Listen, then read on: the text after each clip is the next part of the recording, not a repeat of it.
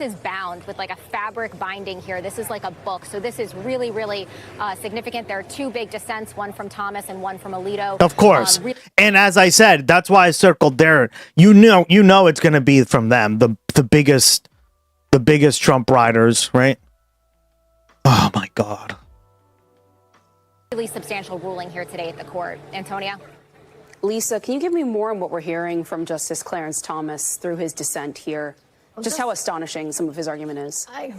Astonishing may be the wrong word. I think disappointing may be another word. I mean, it's certainly predictable based on oral argument that Justice Thomas is picking up a thread that Solicitor General John Sauer left for him, which is to say that the citizenship clause of the 14th Amendment was always designed to imbue the children of slaves with citizenship, but was never intended to give citizenship to people who were temporarily in this country or now the folks that we think of as like birth tourists or undocumented immigrants of any kind. And so Justice Thomas is really drawing a very big distinction.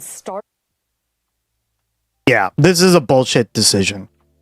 Or that dissent is a bullshit dissent, right? Because it's clearly not the intent. It's couched in universal terms for a reason, man. It doesn't say slaves, it says people. Right? It's so funny because these asshats, right? They keep talking about how all these laws are super woke, right? All these like we need to stop over racializing stuff, talking about race and stuff. And then here they are like, yeah, the reason it was written like this was because it was couched in universal terms. It was couched to represent Native Americans, the arriving Chinese immigrants who were coming here. All those things were taken into account, guys. What are you talking about? Starting with Dred Scott himself. Exactly. Yeah. Between blacks and the children of what he calls foreign temporary visitors. Jesus. He's literally quoting one of the worst decisions in the US in the US Supreme Court's history, right? And oh let me God. read to you, if I can, a little bit from his dissent, Antonia, which starts, blacks were entitled to citizenship because they were Americans. They had no other homeland, owed no other allegiance to any foreign power, and were subject to no other authority. They fought and bled in the same battles, gained and gloried in the same victories, and were liable to be called upon to defend America in time of war alongside every other citizen. And there he is quoting writings of Frederick Douglass. But then he goes on to distinguish Black Americans and specifically the children of slaves from what he says are the children of foreign temporary visitors. And I'm going to again pick up from his his opinion. Foreign temporary visitors were attached to their home country, lacked similar bonds to this country, and would not be called upon in time of war. Americans, consistent with their settler ethos, believed that citizens were the people who called a place a home. Accordingly, domicile, a person's legal home, played a key role in both state and national citizenship in America. And let me just stop right there. It didn't, though. Like, this is so dumb. That is the deciding line that John Sauer and the Trump administration laid for the court at oral argument and in all of the— Yeah, he's just regurgitating their talking points, essentially. That's ridiculous. briefings. They said that the citizenship clause does not confer citizenship automatically on everyone born— It does! It literally says that! We read it! We even watched the documentary on this. Shall I pull it up again for you guys? Just to watch that point, right? This is what all the scholars have agreed. Like, every professor you take constitutional law from, right? And the Supreme Court will tell you this. Right? Exclusive content coming up. Hold on. Oh, man. Jesus Christ. You cannot make this guy... You can't make this stuff up, guys. They just, like, pull stuff out of their ass. They pull stuff out of their ass. Oh, my God.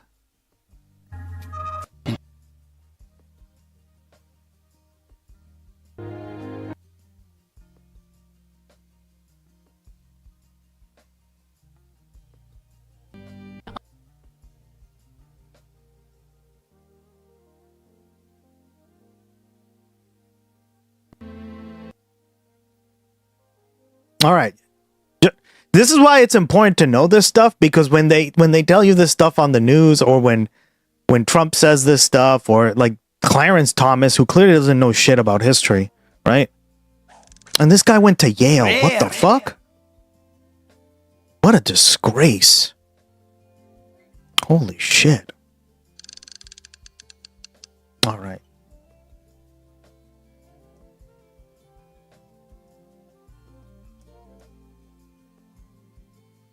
Let's just watch it again, shall we?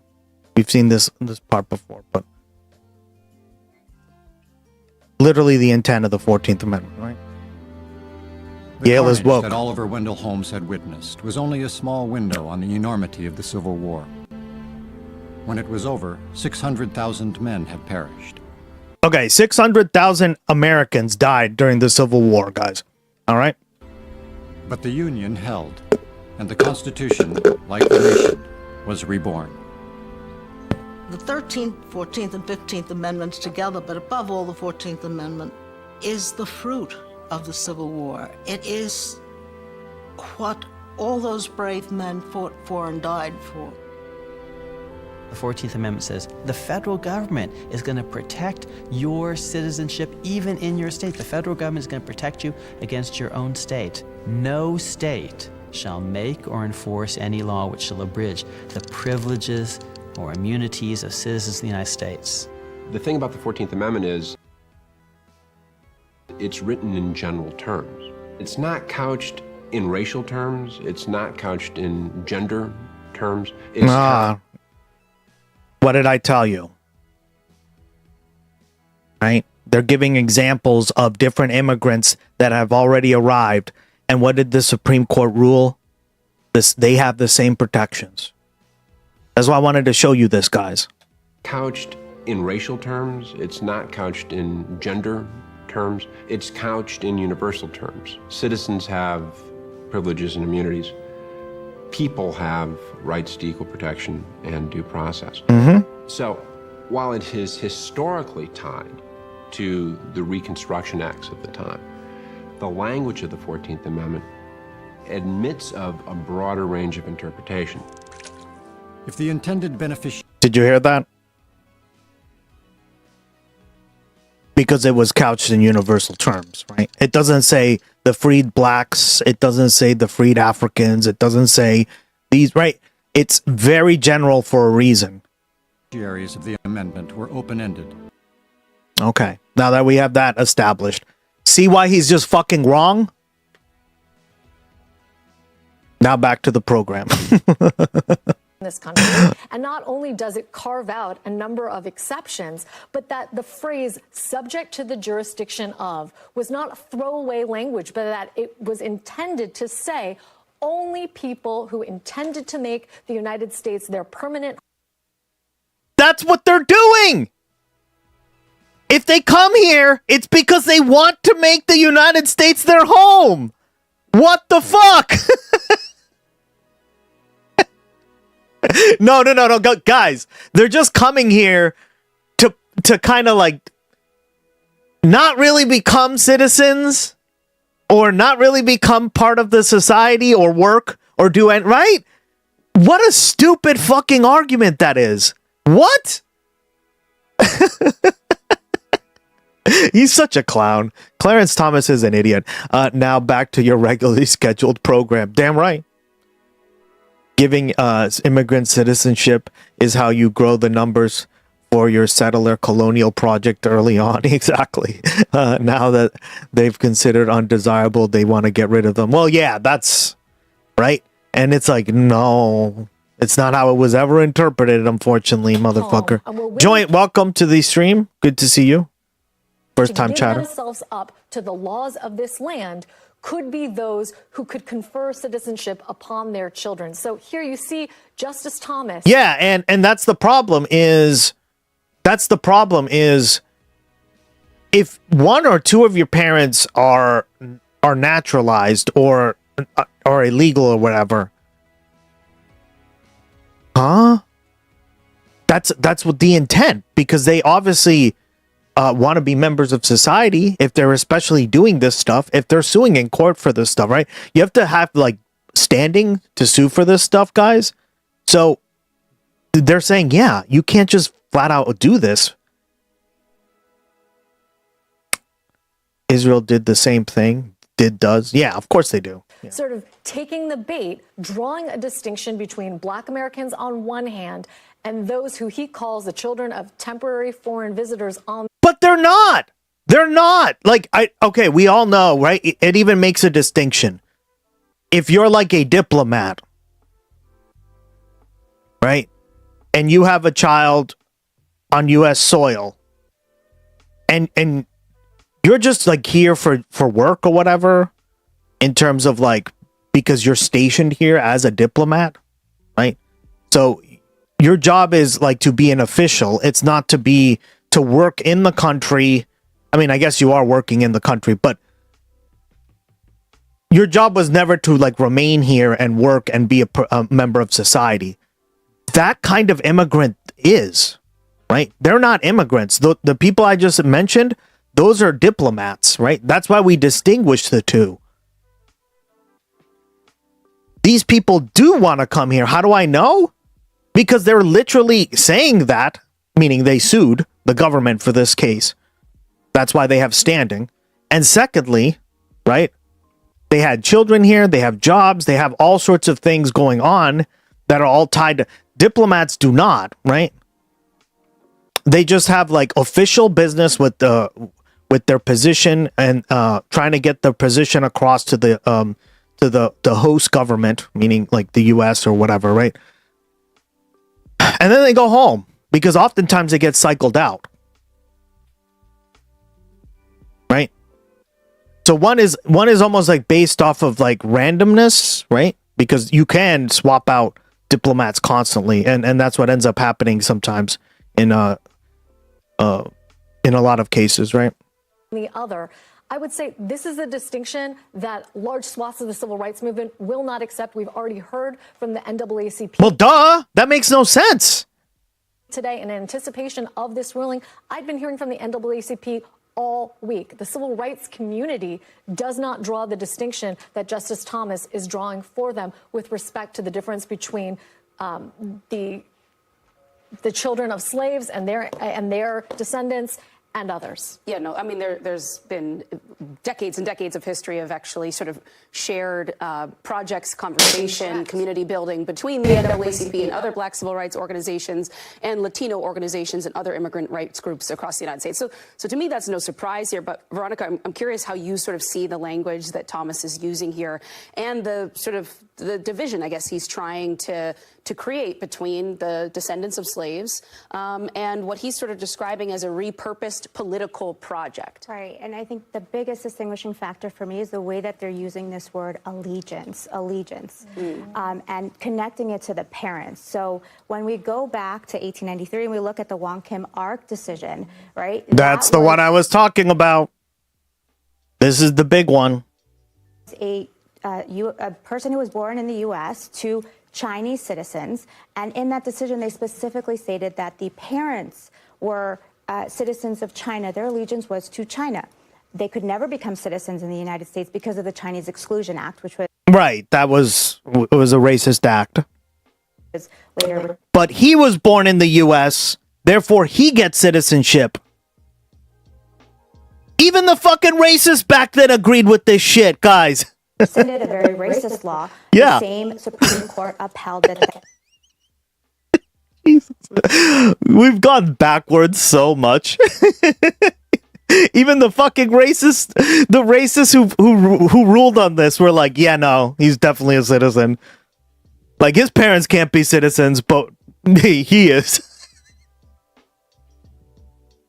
Do you see how asinine we've become, guys? Jesus. Oh, my God. Act, which was later rescinded, a very racist law. The same Supreme Court upheld that child who was born in the United States was subject to the jurisdiction thereof. They didn't read this allegiance factor into the 14th Amendment. And that is the most astonishing thing for me, because when we go to allegiance, how are we going to determine that? A baby who was born in the United States... A baby doesn't have allegiance to a country. And nation states are fake entities, right? They don't even know where they're... Like, What an idiot! You can't. You honestly, these conservative opinions are so paper thin. They just make you laugh and go like, huh? To the point where you even heard it on MS Now, right?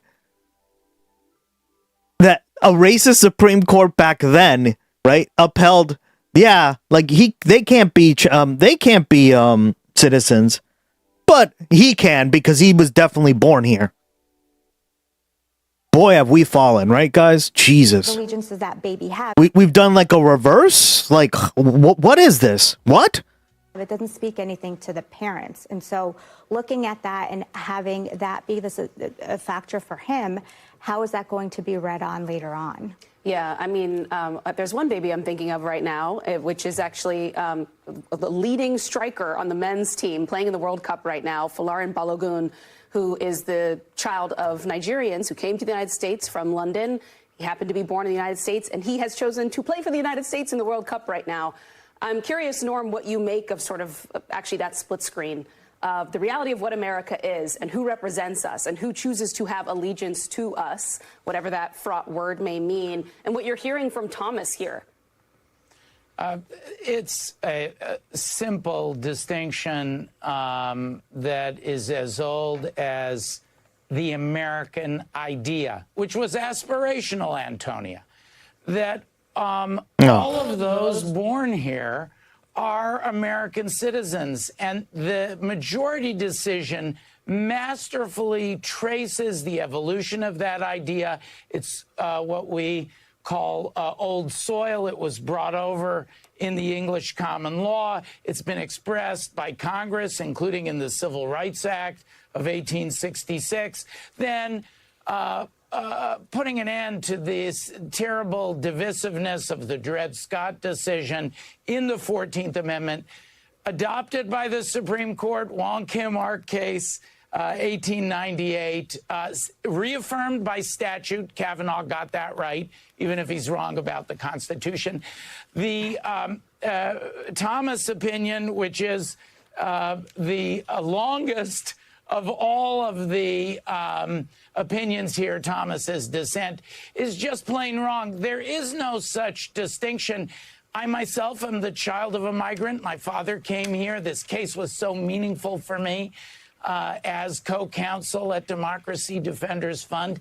Maybe the most meaningful of our over 300 legal matters and cases, but on a winning streak, won the Cook case yesterday. This was so meaningful. My father came as an undocumented migrant at the beginning of World War II to escape tyranny. He earned his citizenship.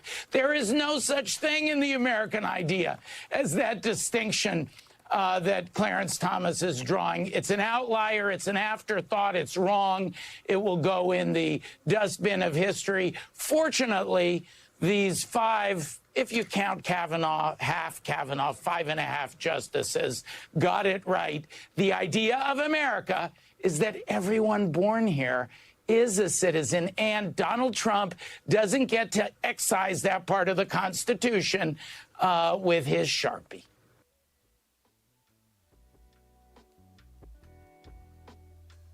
I have a book from the 30s that lays out a salient analysis of the philosophical and political science basis of fascism and how it usurps and maintains power. The School of Dictators, satire, hence the name. Interesting. Yeah, I think I've heard of it. I have not read it though, but all right. Well,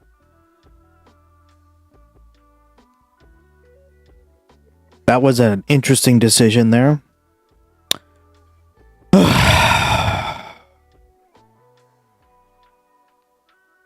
Fair warning, it's basically an Italian George Orwell, but some of its earlier works are pre-compromise are great.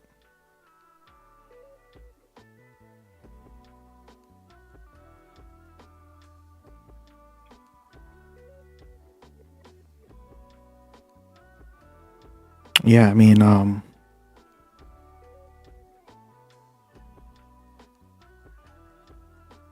it's important to read political philosophy, right? Because it expands your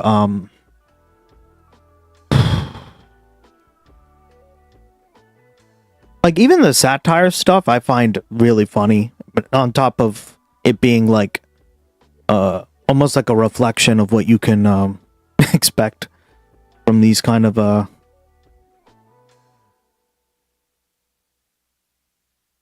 these kind of things happening in society today, right? Look at 1982. Oh.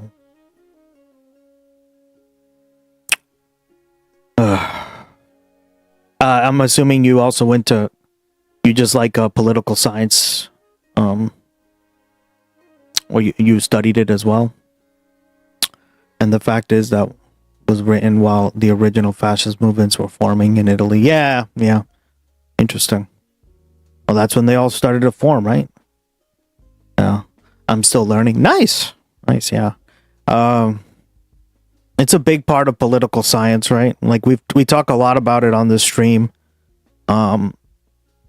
It's important to understand, right?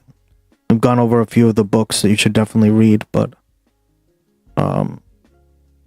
it's definitely like an important aspect of it. Some very interesting comments from Dave Portnoy yesterday on Fox News with Jesse Fucking hate Dave Portnoy. Waters. Apparently, he is considering a run for office and maybe even would run against Zoran Mamdani for Jesus, this clown. mayor of New York City. Let's take a listen. Losing my mind on what's happening right now, especially in New York. Yeah. I mean, you got the Nazi in Maine.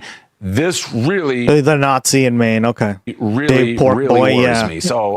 Exactly. You might run against Mamdani. I would love to run against... If I was going to run, it would be here. Can I win here? I have no idea. I don't know. No.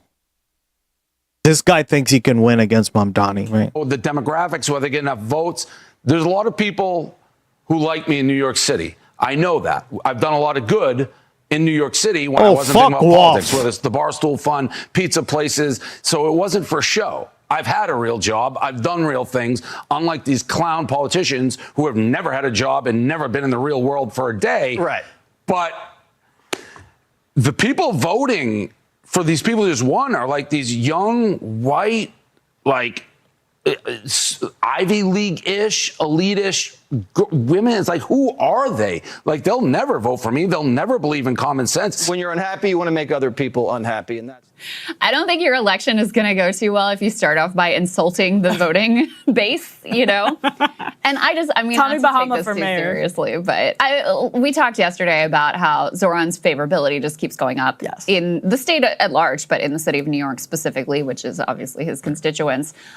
Also, fantastic analysis from Michael Lang, who looks at New York politics like block by block of the coalitions that not only elected Zoran, but now have elected Daria Lisa and elected Claire Valdez. And so this notion that Portnoy is offering here that, the voters are just like the young college-educated white girls, you are not going to win a Harlem congressional district Yeah, what a on the clown. backing of like young delusional white girls, nor are you going to win, in really anywhere in the city, which is highly diverse, multiracial. And so when you're talking about, these coalitions that have come together, it is a young, multiracial coalition that is backing these candidates. And they really have grown significantly beyond that like initial white activist base. And I think that is why there's a big freak out, because you can no longer just say, well, you can only win in this type of district, or you only can win this with this type of voter. When you have that level of broad-based support, it becomes much more of a threat. But in any case, I mean, I don't really take this seriously, but I do think it'd be funny if he ran against Zoran. And I think he would run into a brick wall, because right now New Yorkers are absolutely loving Zoran. It's the toxic millennial election that we deserve, really. 100%. Yeah, I mean, I wouldn't be surprised if he tried to do something like that one day. Really? That surprise me? That wouldn't surprise me. I don't know. I'm not that much of a student. That's we've become such a meme society, right, guys? Our politics have become meme. Dave Portnoy. I just do think it's funny because he's, there was this whole like saga we talk about the Barstool conservatism, which is the core theme of which was being like anti-woke. But when it comes to, anything regarding Israel and quote unquote anti-Semitism, then suddenly, oh my God, Graham Plattner's tattoo in his Reddit post, he's a Nazi, right? The quote Nazi running in Maine, he just said. Yes, exactly. So I do find it's kind of laughable from him. But you heard like some of the megalomania even in that interview. He was like, all of the good that I've done. That's what I'm saying. Like, I could actually see that. I could see him at some point, maybe even like just dipping his toe in. He hires a consultant, tries to test the waters a little bit. Him. But, you know, it is interesting because in New York, that block by block analysis from Michael Lang, I was looking at it yesterday, and I was comparing it with what just happened here in D.C., where a lot of the polling did indeed find, you could call it like gentrifiers, were more attracted to Janice Lewis George, the Democratic Socialist, the DSA candidate here in D.C. But what I think is interesting when you look at New York is that this is where the DSA is seeing it as, I don't want to say laboratory because that kind of downplays it, but like a political laboratory to build a coalition. Yeah. And it's actually working. It's picking up working class voters, sort of like elite voters. Yeah. So, I mean, this is what I've said, right? I was just talking about this a couple minutes ago, right? As long as it doesn't run its own candidates, I don't think that's very helpful, right? Because in a lot of these, we saw with in a lot of the districts, it just wouldn't work, right? But if you basically endorse someone that then runs as a Democrat and take over like that, that's an effective strategy, right? And to be fair, like we talk a lot about this in political science, like what's a coalitional government versus like some of like the parliamentary governments around the world, they form coalitions. Well, essentially, right, a two-party system is just a giant coalition of that align with one another enough, right? So it's not even that different. I would prefer it to be different parties, but you know, I don't always get what I want, unfortunately, right? And with first past the post, it's going to be pretty hard to do that. It's why no real third party has been viable here, right? So now that the DSA is influencing, right, the Democratic Party and getting people to vote for these kind of candidates and running as Democrats, I think that's a great way of taking it over, right? It's basically like a takeover of the Democratic Party, because the Democratic Party is far too neoliberal, it's far too centrist, it's far too conservative, right? it's far too like it plays by the old rule book, all the stuff we've talked about, right? So this is good in my eyes. To borrow the Portnoy word, which is true in other cases. Like you have seen that happen in other cases, but that's what kindergarten ass insults happening right now under the nose of people like Dave Portnoy is that they're actually building a coalition that's different from what we've seen in the past, where they're bringing aboard working class people. Looking at even like the Espelot results was fascinating because was different actually from what we just saw here in DC. It was not clear cut in any way. Well, in DC, if memory serves, Janice Lewis George, first of all, she won quite convincingly, overwhelmingly. Big and again, in DC, you can't do that if you have an all-white coalition. You know, continues to be a very diverse city. And the only areas that she lost were the wealthiest, whitest areas of the city. So she also was able to really defy the conventional wisdom about what her campaign was and what it was appealing to, and did win on a multiracial, multi-class, class diverse also coalition, which is something similar to what we saw here. Let's go ahead and put up, this is another sort of shot across the bow for, I think, mainstream analysis and also Fox News analysis, but D1 up on the screen. This, I noted this with great interest. So they did this poll where they asked people their 0 to 100 feeling of various politicians. And so this is like your vibe. Do you like these people? Not, their policies or whatever, just like, do you like these people? The most popular politician among the Democratic base continues to be Barack Obama by a pretty decent margin. He's at 54. Next up, you've got Bernie Sanders. You see this become. I think part of it is just name and recognition, and right, like you have to remember, guys, not everyone's like us, right? Not everyone went to school for political science. Not everyone reads political science books on their free time. Not everyone's like always on Twitch watching politics and stuff, right? Like I think like a more normie person is like, oh, that's Bernie Sanders. Yeah, I agree with him, right? Oh yeah, that's Barack Obama. Yeah, he seems inspirational. So like these are the more like normie, like I call them normie voters, right? And I think like Bernie's just been at it so long that he's a household name by this point, right? And Obama was president, and I think a lot of people just like some of the hope and change stuff. They're still on that that hope and change, right? I'm still waiting for the hope and change, but they're all about hiding their power level. It's about time the left learned some political strategy. Yeah, exactly. I've said that multiple times, right? Like the left spends too much time attacking one another, and top of that, I think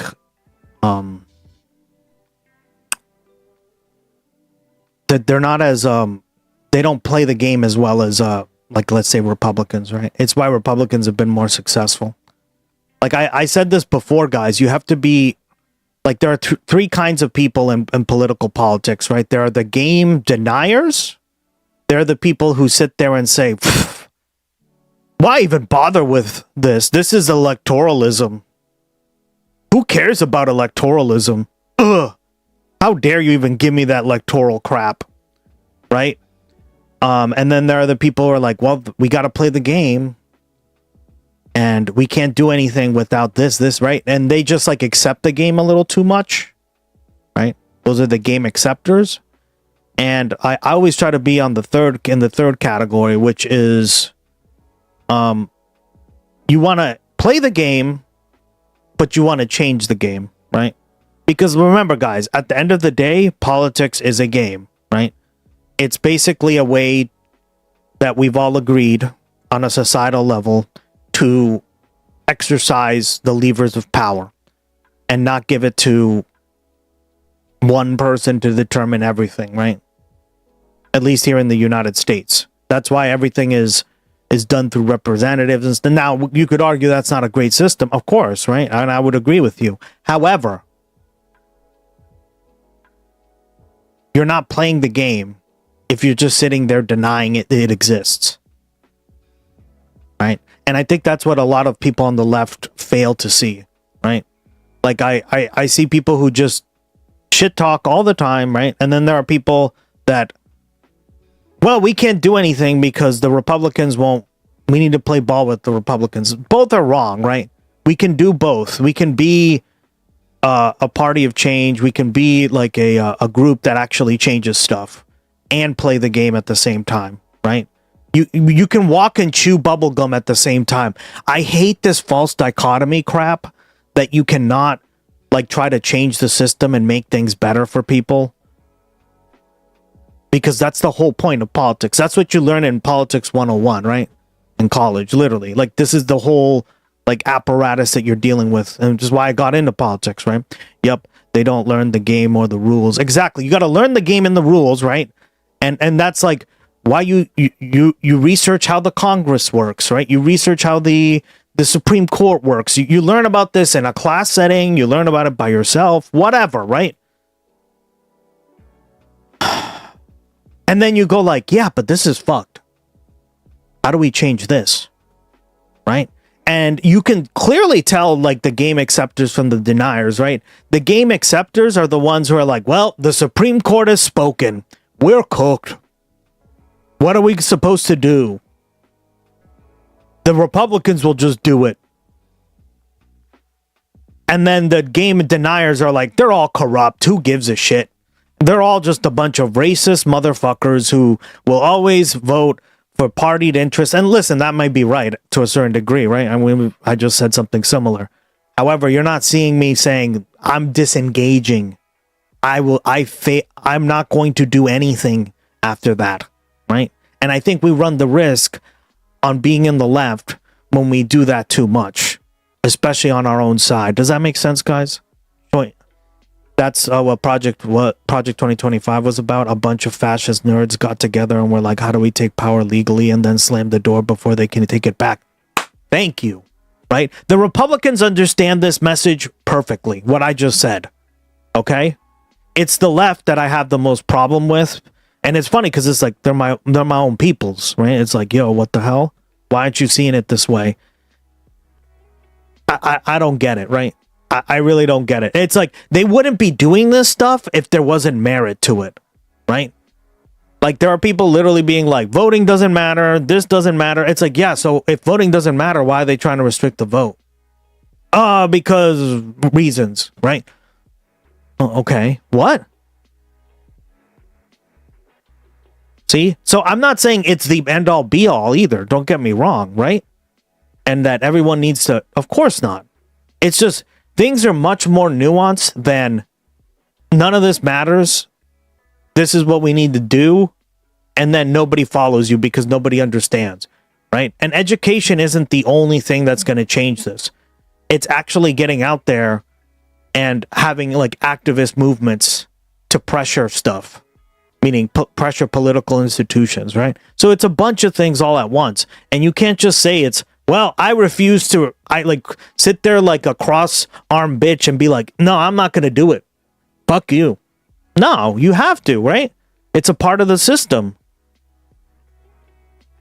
Or else you're just going to be waiting on other people to do what you should be doing yourself, right? And I hate that feeling. No, it could never be me, guys. The class war has fought on many fronts. Exactly. That's what I'm trying to say, right? You can't just fight the class war on like philosophical grounds. It's across different spectrums of society, right? Well said, Joint. Yeah. I used to be the first guy, but again, I'm learning. Yeah. Yeah, Sam. I mean, I think that's how I started off, right? And then I became really enamored with just like being like, oh, this all sucks. Who cares? And then I just started to realize I was like, no, there is a lot of merit to this. It's just how you use it that really matters, right? And the problem is, like the left, there is no left-wing country. There is no left-wing, well, there's starting to be, right? But traditionally speaking, the left has been very weak in the United States, right? And we need to strengthen that. Living Lily, what up? My girl, what up? How you been?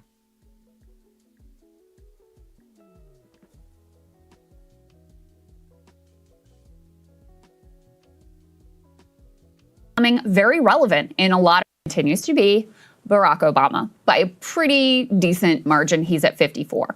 Next up, you've got Bernie Sanders.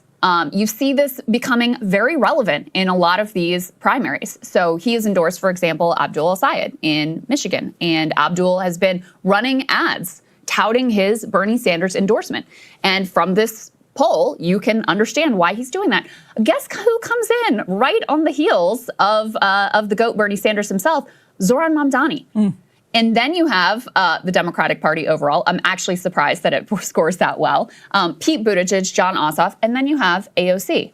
So some of the most popular Democratic figures for Democratic voters are Bernie Sanders and Zoran Mamdani. Yeah, that's pretty good. That's 2 out of 3.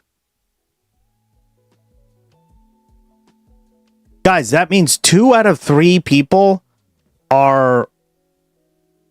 Yeah, that's pretty damn good. Now get Obama down a little bit, and Pete Buttigieg shouldn't be anywhere near. John Ossoff is all right. I'd have to see more of him, right? W. Yeah, no, that's pretty good. See, this is what I mean. Like, it's not the W that I would want, but it's a W, right? Guys, if you like, I learned something. Living abroad, right? If you count your blessings, if you count your W's, as they say, I hate to use that word blessings because I'm not religious, right? But if you count your W's in life, you're going to be a much happier person. Yeah. Because you're going to see the goals. He's meh. Yeah, exactly. Thank you. Ooh! By the way, guys, the little green guy who pops up, that is our mascot, Gloggy. He's a political merch treasure goblin. He hoards political merch for all the new people out there. Give me the money. Give me the money. He's our mascot of our stream. Thank you, by the way. Your name is dope. Yeah, right? Joint Chief of Staff. I love it. That's why I call him Joint.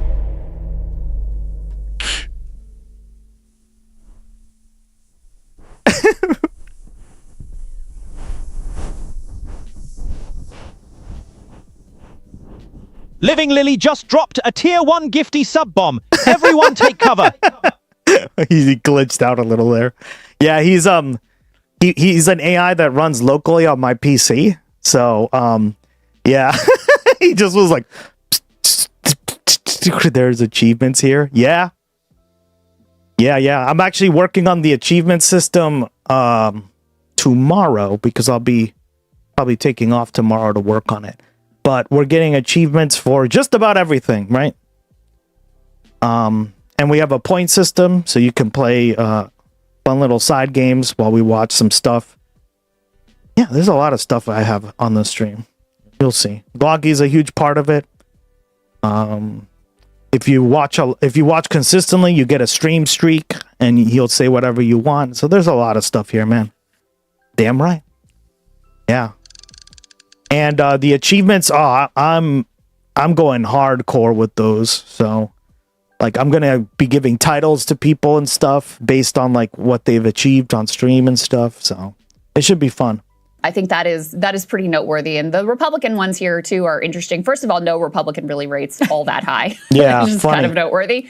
Marco Rubio comes in first, right around the AOC mark. Then you've got the Republican Party. Then you've got J.D. Vance and Donald Trump. Then you've got Elon Musk, Mike Johnson, John Thune, and we should do another segment on the Tucker Carlson, like the theory that he could win a Republican primary, because he comes in pretty low here at 25%, and I think that's Penis. or 28% rather. And I do think there is a little bit of delusion about what the Republican base would be looking for in a candidate, and since Tucker has gotten crosswise with Trump, that's something that matters a lot to the Republican base. So I think he would have a hard time winning a Republican primary at this point. This is so interesting. Like, these results are really, really interesting for a number of reasons. One of which is, to your point, not a lot of Republicans rating up there. Marco Rubio, back in 2015, I think there was polling. I have to remember the specific poll. I remember it being written up in the Washington Post, but he was, of all of the Republican candidates who were flirting with the nomination at that point, they polled him against Hillary Clinton. And Rubio was the only one of all the Republican candidates that was actually beating Clinton with millennials at the time, the young voting demo back in 2015. Oh my God. And that's actually I think there is something about Rubio that gets underestimated both in the MAGA right and sometimes on the left, which is that his ability to communicate conservative ideas in a way that feels, I would say, almost non-political when he's really cooking, when he's giving a stump speech. That's also what caused him problems in the 2016 election, because Chris Christie called him out for sticking to his talking points. So anyway, all that is to say, I understand why Rubio is up there further. I think especially when you have a more multiracial voting electorate, or electorate in general. With the Republican base. Yeah, there's something about Rubio that clicks with more people. So I don't know. I mean, it doesn't surprise me that he's the one Republican that's up there a little bit higher. It's not to say that he's a shoo-in, but it is to say the reason that Trump, who is pretty, one thing he understands is television and social media, and understands is an interesting way to put it, but he has a knack. We'll put it that way. It's more of an animal instinct. It's an animal instinct. That's what Mel said. I think it's one of the reasons he gravitates towards Rubio, is that he sees there's a telegenic element of him that J.D. Vance doesn't have. So that was interesting. But these DSA people have become pop culture figures. Truly. It doesn't mean that that's going to be enough to win a primary and then a presidential election, but it does speak to something in the culture that is much more favorable to that right now. Yeah. Well, and with Zoran, so Zoran really at this point, because Bernie is older, and Zoran is the one who's really out there in the face of the movement at this point and putting the principles into practice and notching wins in New York City. And there was such an incredible freak out about him. We talked a little bit about Top 3 American politicians in America seemed like a Watch Mojo title. Yesterday. For real, dog. Remember that? I haven't watched the Watch Mojo thing in a long time now. Wow. also think that the critics of not just him, but by proxy, the candidates that he supports, end up looking very hysterical and disconnected from the impression that most people have of them that comes through with, you know, Portnoy here calling Graham Plattner a Nazi. I mean, if you genuinely think this guy is a Nazi, like, that is completely insane. You can have issues with, you know, things he said and done, blah, blah, blah. Or you control based on it. Be like, oh, you guys have a Nazi. But if you genuinely if you really genuinely think that this man is a Nazi, like, that is just completely delusional. And no one serious who to your argument. Read through his Reddit posts, right? You can see all of his political views there, plain as day, and they have nothing, no bearing, you know, no relationship to any sort of Nazi ideology. At the same time, Bruce Blakeman, who's the county executive for Nassau County in New York, which is a large county, he went on Fox News and called Brad Lander a Jewish man who happens to oppose war crimes being committed by Israel with the consent and assistance of our government, compares him to a Nazi guard and a quote-unquote collaborator. Utterly insane, delusional, absurd reading of things. Let's go ahead and take a listen to Bruce Blakeman. I think the question, though... He talks about genocide in Gaza when there was no genocide in Gaza. What you had was a military action with military objectives on the part of Israel. Take that in contrast to Hamas, which raped women, cut off babies' heads, and shot people that were unarmed. So when you compare that, there's no moral equivalency. But in what instance, well, I mean, talk about a moral equivalency, you're likening him to a Nazi guard. Well, he's a collaborator. That seems like a false moral equivalency, No, does it not? he's a collaborator. There's no question in my mind. He's either a collaborator or a coward. And what is that distinction? I saw you said that to the New York Times. What is the distinction in likening someone to a Nazi concentration camp Well, you have to know your guard World War II history. You have to know about the Holocaust. And the collaborators were people who were Jewish, who would identify Jewish families, Jewish children that were in hiding. I understand the facts. I'm saying, what is the difference in the distinction you're making in terms of Mr. Brad Lander? The distinction I'm making is that the fact that he is Jewish has nothing to do with his positions. As a matter of fact, being a Jewish person, a Jewish public official, it should be his responsibility to speak out and speak the truth. This is just beyond. Speak the truth of the nation state of Israel. How dare you? Oh, God. Yeah, guys. They're now putting the burden on people. You must be the spokesman for Israel. Why? Because you're Jewish.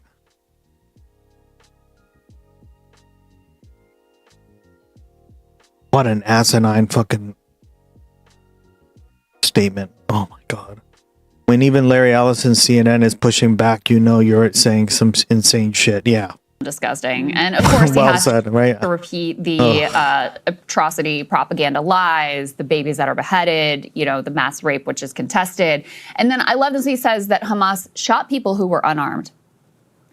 Do you know what Israel has been doing for these past, not just post-October 7th, but for literally decades? I mean, we can show you the babies who have been executed by Israel, by the IDF. And furthermore, we are not funding and arming Hamas. We are funding and arming Israel. So, but to smear Brad Lander this way is just utterly disgusting. I mean, let's put the next images up on the screen. This is the man at the Pride Parade that you were saying is a Nazi collaborator, that he's like the equivalent of a Nazi guard here.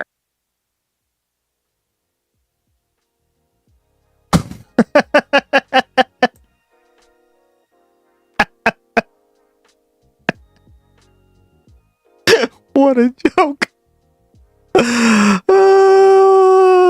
Kiki, how you doing, girl? Long time no see again. How you been? Stop the stream. Simply Kiki666 just resubbed for 3 at tier 1 for a total 3 months. They are on a 3-month sub streak. Hi, Gus in chat. Gust X8 wave, Gust X8 wave, Gust X8 wave. Long time no see. For real, how have you been? Good to see you again, girl. You been busy? Working? I'm not feeling well. I puked blood. Oh my God. Are you okay? Can you go to the hospital? I drank too much. Oh, shit. Been partying? Or have there been people giving you shots at the bar? That sounds like an ulcer. Yeah, man. Oof. Oof. Yeah, give it a little rest. It sounds like an ulcer. It could be, yeah. Give it a little rest. My throat is so painful right now. I'm sorry, girl. Well, now you're with the fam. So come here, relax, listen up. I got some funny ass stuff planned. I was informed of literally the funniest group of videos I've ever seen in my life, guys.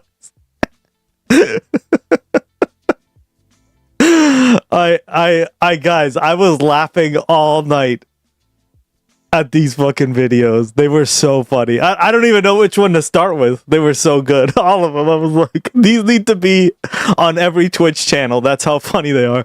Translated from Malay. Yep. Our bot. Yeah, you can type in any language and he'll... I mean, you already know that, but...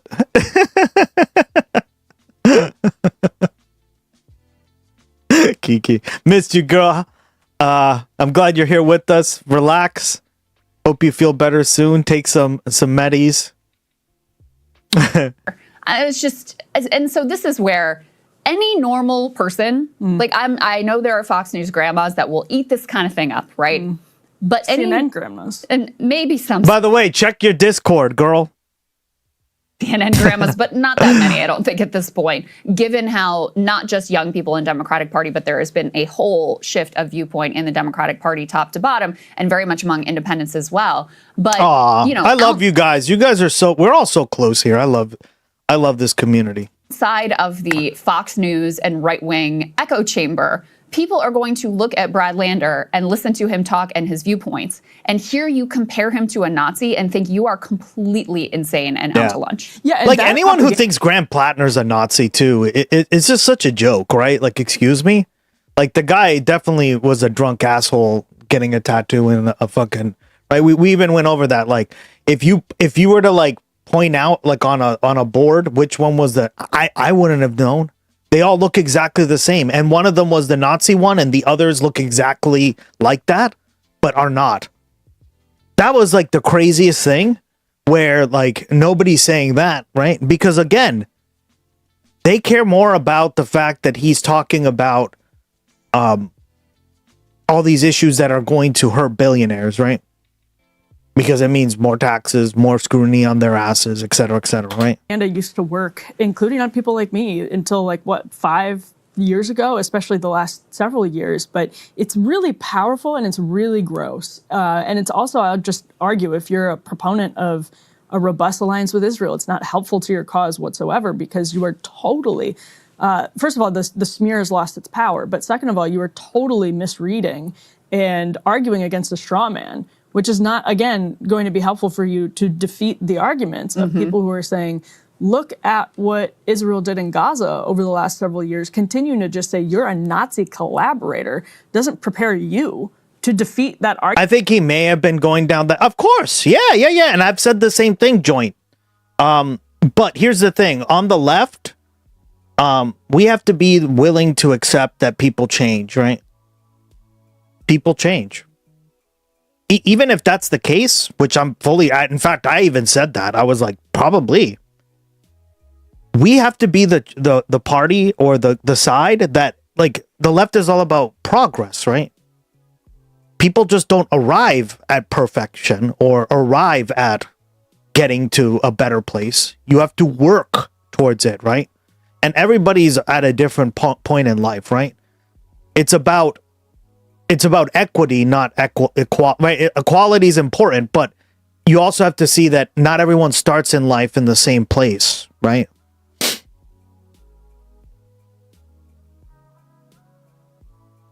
Everyone's on their own path. Yeah, and I think I give most credit to people who say, like, the other day, right? Like, we had a really touching moment where a chatter came in here and apologized to the chat and to Living Lily, and I really appreciated that, right? Why? because she was willing to admit that she was wrong, right? I didn't ban her. I just let it played out. Why? Because I knew, hey, listen, like something's going on. I don't know what, but like let it play out.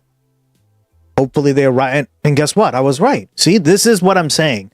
That's a micro example of what we are talking about on a more macro example, right? Everyone's on their own path. Well said. Yep. I'm on a water parade right now.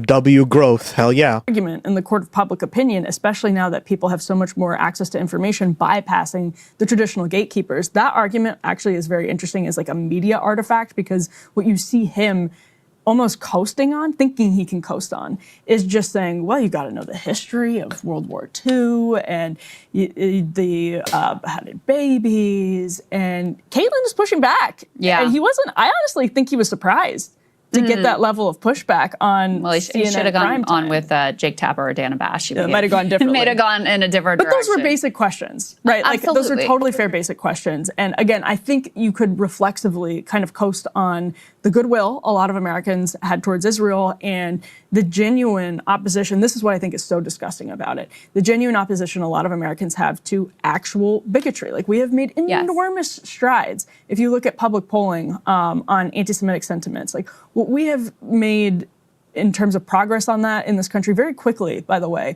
is a really beautiful thing that we actually should be proud of. And to prey on the disgust the average American has towards bigotry is so, like, that's what I find to be the most disgusting element of all of it, because it's exploitation of something that we've worked really hard. Noble impulse. Yeah. Well, I think he should listen to Vice President J.D. Vance, who says that if everything is Jew hatred, then nothing is Jew hatred. I think maybe he should take a listen to some of the things the Vice President has said recently. We've got some really significant primary challenges happening today in the state of Colorado. Emily and Ryan will, of course, cover the results tomorrow. Put D5 up on the screen. Because I was going to stay up and do it, but I don't know, guys. We'll, it'll be like 1 a.m. by the time we get, right? Because of the time yesterday, difference. Two of the candidates in these races, Milat Kuros, who is challenging Diana DeGette in a Denver congressional district, and that one really looks very possible. It does. I'm hopeful, guys, but I don't want to give you guys false hope. But I'm hoping. Milat is a DSA candidate. Hassan Piker is there in the state today to rally for her. There's been a surge of enthusiasm for her race and the possibility there after the DSA victories last week. Diana DeGette is. You see the momentum we're building too, right? If she can win in Denver, damn. In the Congressional Progressive. That West Coast liberalism, right? Caucus, but the's all this dark money that's flowing in from a variety of shady sources to back her and keep her in, because she is, she is progressive on certain issues, but she also at the end of the day is quite corporate and, on a key issue for a lot of young voters in particular, but really voters at large in the Democratic Party on Israel. She has not been good. You also have a primary challenge in the governor's race as well, that Michael Bennett is running in the Democratic gubernatorial primary, and he is very well known in the state, senator, all of that sort of stuff. And it looks like he has a stronger challenge than was anticipated. And then Julie Gonzalez, who we also interviewed yesterday, is challenging John Hickenlooper in the Senate. And, there are some indications that her campaign has a lot of energy as well, although I think the statewide lift is more difficult than what Milat would be pulling off in that Denver congressional district. So in any case, the piece that I just had up there from Politico was just basically like an accounting of how the Dem establishment is completely freaking out. But Colorado is not the only place that they have to be concerned about. We have another left-leaning candidate, more in the progressive. He needs to learn a little bit more about socialism. Yeah. He can be a little misguided sometimes. But I don't talk shit about him because I think he's on the left. So I just think he's a little misinformed on things. But progressively. You can tell that he, at least read a lot of the same books I did in college, right? than in the DSA way. I just think he needs to his especially his foreign policy is just a little too he needs to take a few international relations courses. He needs to be more diplomatic too, right? Like one thing you learn about international relations, because I have a degree in both. One thing you have to learn about both, like the reason they go so they go well in hand together. The reason is you really learn a lot of like diplomacy, and you learn patience, and you learn to to just like see that maybe not everyone agrees with you, but like in the end, with enough time, like you guys can work things out, right? You trust me, guys. It's a skill that, especially when you do like Model UN, when you do the mock UN nation like conferences, it's just a bunch of stuff that you will just and from all around the world, right? Because they do them from countries all over the world.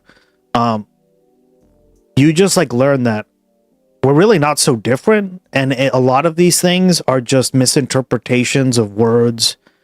And like if we just had more patience and more diplomatic talks, we would be a much better off, right? And this goes all the way to the micro to the macro, right? Like if we were more diplomatic with each other and kinder, right, we would have less of these kind of problems. And all the way up to nation states, because all what nation states are is just a collection of people, right? That's all they are, right?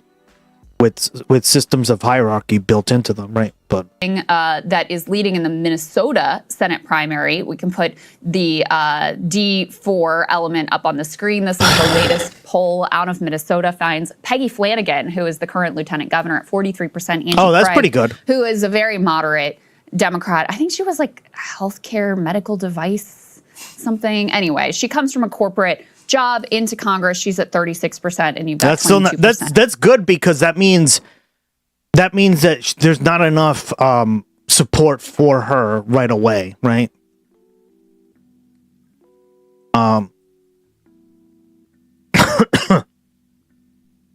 Like if it were like over 50%, then I'd be like, yeah, it's kind of, she has a really good chance of winning. But Angie Craig, that one is close, but according to this poll, at least Peggy Flanagan, who is more of the left-wing candidate, has the lead. And there's others as well that after Colorado, you're going to be seeing more of these primary challenges rise to the surface and get online support. And yeah, she was Tim Walls's lieutenant governor, right? She was in traction and national attention. 100, yeah, Kiki. Because it truly is a party reckoning. Espaillat is the perfect example. Again, this is a guy who.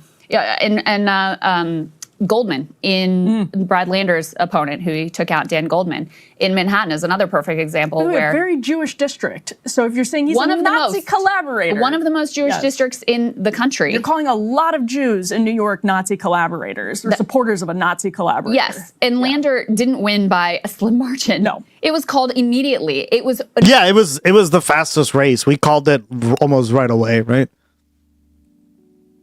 Yeah, the liberal elitism present in the left is a form of animus for the masses of working people who have been duped by fascists and neoliberal psyops. Can be really annoying. Yeah. Oh, yeah. Oh, yeah, dog. Overwhelming landslide. And Goldman, again, was kind of a resistance Dem figure, involved in the impeachment. Yeah, I used to be that way, but I realized you can't convince someone of your argument when you're busy calling them dumbasses and hogs. Yeah. I don't even argue with people anymore, right, guys? Like, it's so funny. I've gone I've gone on like a, I've gone on like such a, I used to be like the biggest debate lord, right? Picking fights on like Facebook and stuff. And then I went from like doing it like only in like a professional setting, and now like to the point where I've realized, right, I'm talking about I was like 16, right? Now it's to the point where it's like I see that stuff and I cringe so hard. I cringe like in any sort of, oh my god. Now, like if, like for example, right? Like I was thinking of, I had an argument with a friend of mine, right? And she was just like yelling, and I was just like, all right, bye. Like I just left. I'm not gonna entertain that shit.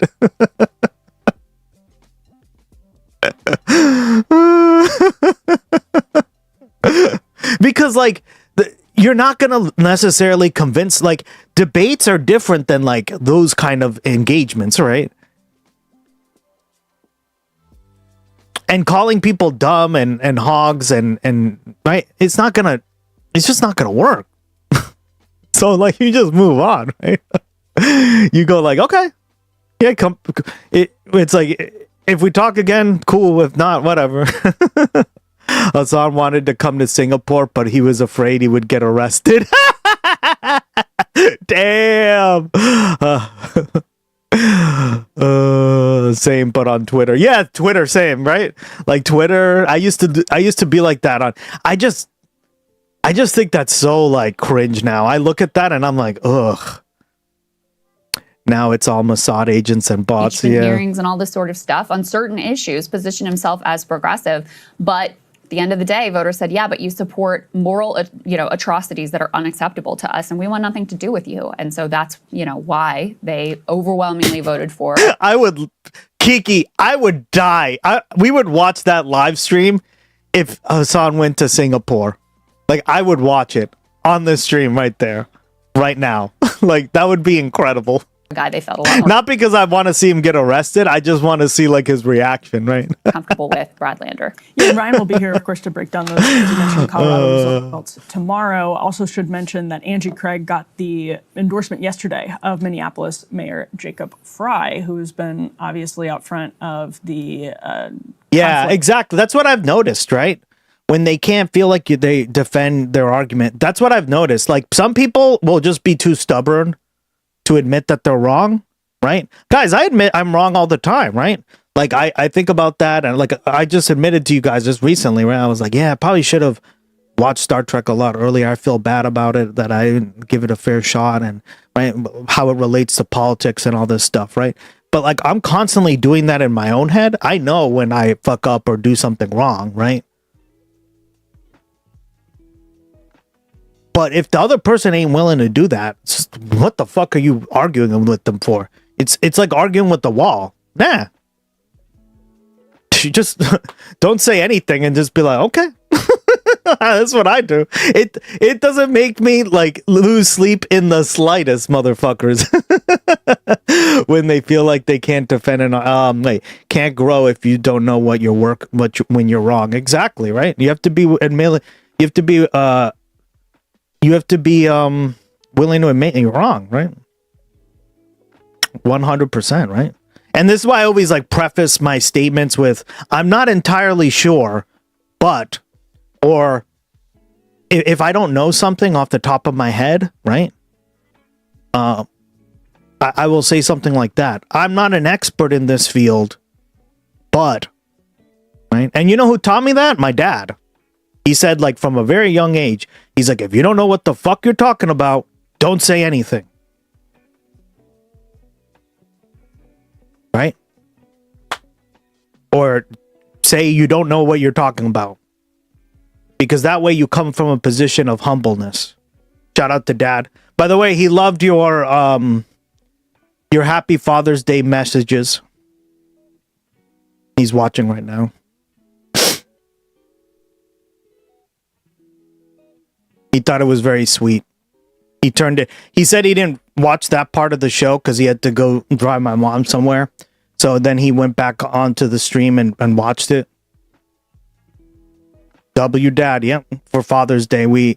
Everybody in chat wished him a happy Father's Day. Hello, Papa Gus. Between the state of Minnesota and the city of Minneapolis, between them and Donald Trump. But he went with Angie Craig in that endorsement yesterday, who was lagging according to the polls that Crystal just showed. So a lot to watch. And I think one big takeaway, if you're somebody that is sympathetic to the political establishment, maybe you're even like a left of center Democrat who doesn't like what you see from DSA candidates, you're someone on the right who's horrified by what you see from some DSA candidates. I think one of the big themes, just looking at all these races, is how, to your point, Crystal, there is a new... My dad doesn't like to admit he's wrong. I don't like it to admit to him when I'm wrong, but I can admit to other people. Fair enough. I think parents are a unique thing, right? Like I've like listened to a lot of my friends talk about their parents, and you either have like a really, really good relationship with them with some annoyances, right? I think everyone has annoying, like my dad's annoying. Sorry, Dad, you're annoying sometimes, right? But like everyone's annoyed by their parents to some degree, right? But then I think there are like a lot of like toxic aspects out there. Like some people have, like I've just listened to some stories of like parents just like being incredibly neglectful, or right, and that's not okay. Obviously, like that's going a little further than anything we're talking about here. So, like I think, yeah, like these relationships all like have an impact on us, right? And who we become. Coalition building happening on the ground. It is not just true that this is a totally elite movement anymore. I mean, you and I could debate. My mom was super toxic, and I didn't realize that until my dad died, because he always likes, he was always, well, she's your mom. Yeah, there's a lot of that, right? Well, they're your parents, so therefore they can't be, right?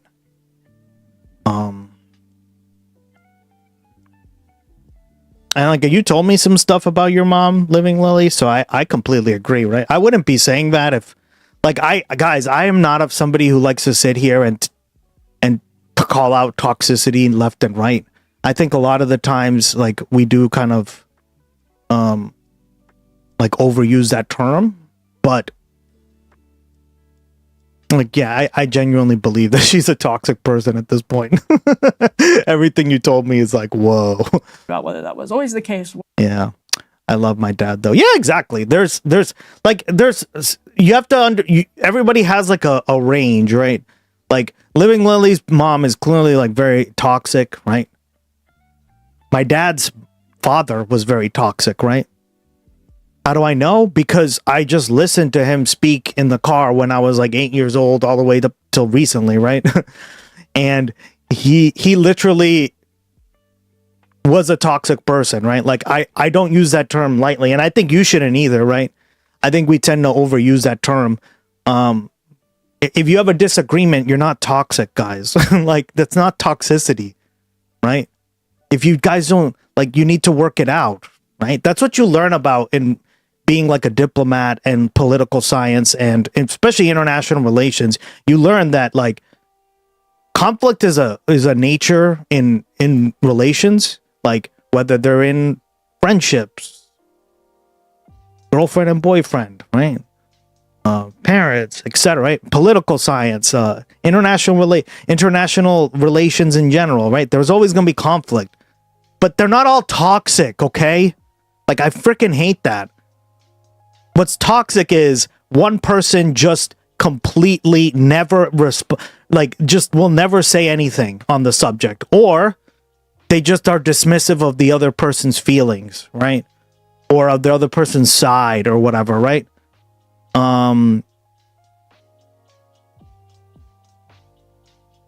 Right, I think like internationally, I would say maybe like Japan is a little bit too toxic when it comes to that stuff, internationally speaking, right? With the rest of Asia. That's kind of me calling balls and strikes. Unfortunately, I think that's how it is, right? I don't think it's a good thing to like deny that you did all this stuff, right? Especially when there's overwhelming evidence to suggest you, right? But like differences of opinion or differences of viewing stuff is completely the opposite of that. Now that's motherfucker was toxic, yeah. I blame Britney Spears and also her dad. Yeah, her dad, right? Like oftentimes, like it's very common to have, like I've just noticed this, right? Like a lot of people have really toxic parents, and I'm actually kind of surprised because like maybe this is just my like dumb, naive like view on the world. But for the longest time, I used to think like, wow, like people must have like a lot of awesome parents out there. And I just started realizing just by talking to people and listening to their like the way their parents made them feel and stuff. I'm like, yeah, that's true toxicity, right? And then you know what's crazy is that also carries out on your like your relationships, whether they're romantic, friendships, right? I asked my dad what his best lesson he got from his mother, and he said it was something like the importance of not being racist. And this sounds nice until you realize it was because his mom was racist. Interesting. Wow. Yeah, see, there you go.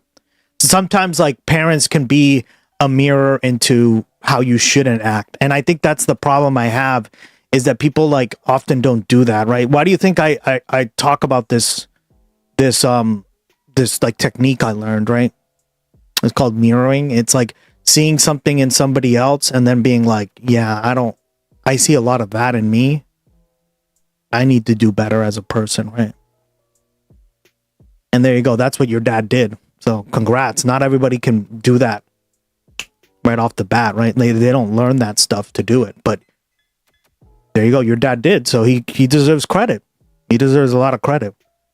But like, it's the same with my dad, right? Like my dad grew up a street orphan, right? And he was like, I don't ever want to do anything like that to my son or daughter, my sons and daughters, right? And to his credit, he never did it. Right? And he told me that like at a very young age. Oh, my dad must be like, what the fuck's going on? Capitalism creates alienation, creates trauma, creates insecurity. Yeah, and we're just all like baked into it. That's why, like, to me, like, I try not to like overuse that term, right? Because like the minute I hear it, I just kind of go like, oh, okay, whatever, right? Because oftentimes it's not about any of that stuff. It's about like circumstance and all the stuff surrounding it, right? The people, all parts of the program. Exactly, right? And that's why I always say when I talk to people who have like abusive parents, like you need to do your own thing. You need to be independent, right? Like it's not even just being independent, because I hate to use that word too, right? Don't be misindependent, right? You just need to like live your life the way you want to live it. Right? Be with the people you want to be with, because don't rely on other people's opinions on other people, right? That's another thing I've come to realize is like other people rely on other people's opinions way too much, right? Way too much. Whatever, but a lot of people coming out of, academia, and Chevalier is a good example. I think she's like in her 7th year of a PhD. It's like people who are upwardly mobile but spend a lot of time in academia at elite schools. That's Columbia in her case. So obviously there's appeal there. But what's happening right now is a broadening of the coalition, or attempt to broaden the coalition, and we're seeing some successes at that. Yeah. So that's I think a pretty significant development and takeaway for people who are watching this race and these races and are maybe not happy with the DSA candidates. Look, here's the thing. The establishment successfully sold people on one model of here's how we're going to defeat Trump. Yep. Right? And it was Goldman. It was Dan Goldman. And it was Dan Goldman. Yeah. And it was Hillary Clinton. And it was Joe Biden, who was able to eke out a victory, yes, in 2020, but the idea that was going to be the end of things and we're going to quote unquote go back to normal. That yeah, well, I mean, that's definitely one of them. Yeah. Girls stay single because of other girls. Yup. That's one way of looking at it. Sure. Is in the toilet, even just on a basic. Yeah, and I think like it's common for you to be like, "Hey, these are my friends. I value what they say." But like, remember, we all have our starting points, and you can't base yourself on what like your friends think all the time, right? Because you got to do your own thing. Then you'd basically be living the same life, but by your friends, right? And that's not good either. So, like pragmatic. I mean, okay, it's true. Yeah, exactly. You're right. How are we going to win? I've seen it 100 times, right? And so people are no longer cowed by this. Well, you may like this candidate, but you can't have them. You got to do this other. We got to go with Angie Craig. You got to go with Haley Stevens. And speaking of Haley Stevens and the Michigan race, the latest polls out have Abdul Sayed doing better in the general election against Mike Rogers, who's relatively strong for a Republican candidate, doing better and winning that general election race in a way that Haley Stevens and Mallory McMorrow are not.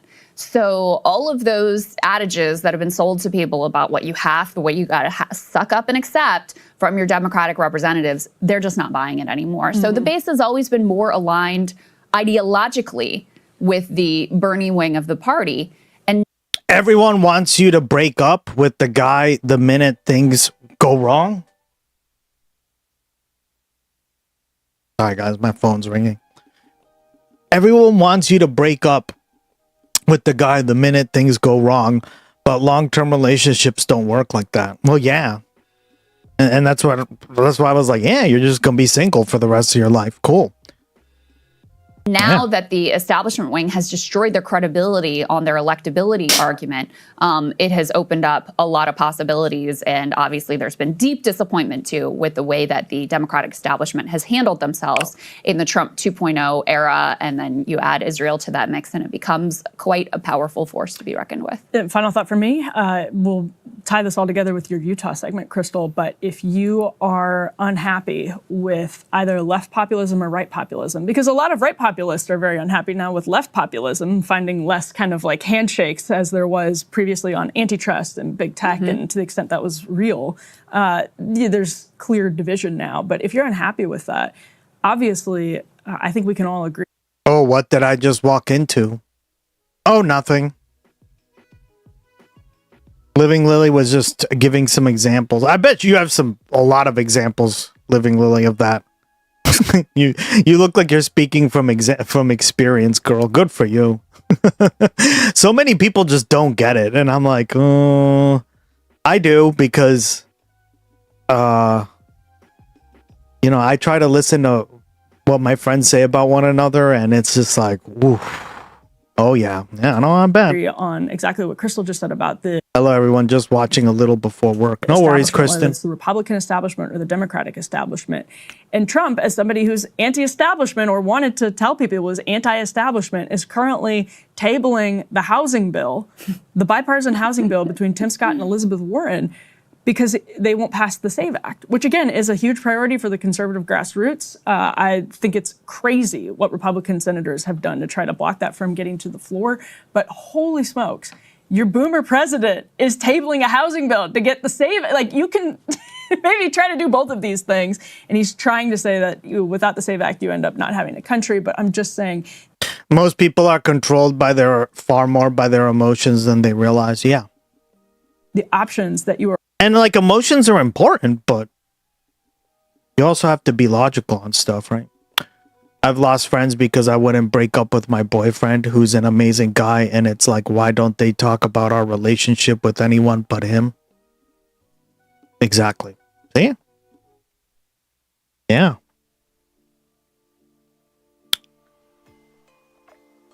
That's what I mean. And if you listen to them, you'd probably be single. Right? But it's because you, like, I've talked to you a lot on the Discord and stuff, right? Like, you're clearly very, like, level-headed. She's one of my oldest fans, guys. Like, one of my oldest viewers. What up, Living Lily? Shout out to Living Lily, right?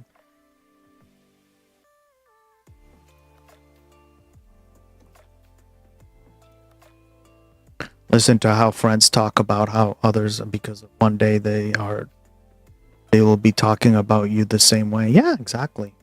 That's a really good point. Right? And me and you too. That's been the example, right? I just shut up and listen, and I'm like, okay, cool. So if things go south, that's how you're going to talk to me about. That's what you're going to say to me, right? Also, somebody who can't keep like stuff between themselves or has to blab everything to other people, that's a huge...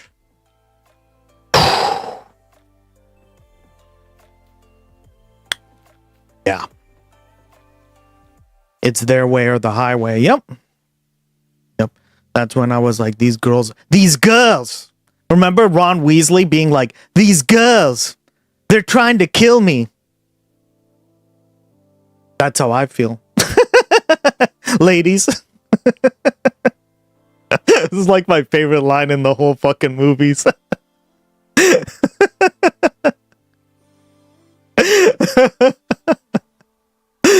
It's their way or the highway. Damn right. That's why Living Lily's the GOAT. Yeah, she's like, I've gotten to know her, and she's very well, like, she's very level-headed. I really appreciate that about her, right?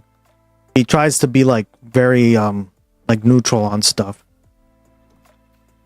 Aw, thanks, sweetie. Oh, there you go, guys. Love you guys.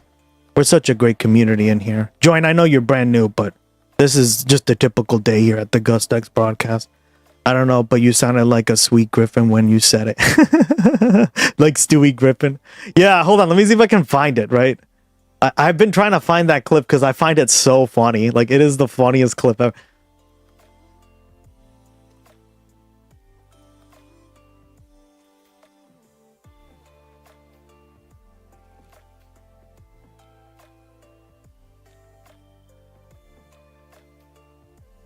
Where is it? I can't find it on YouTube.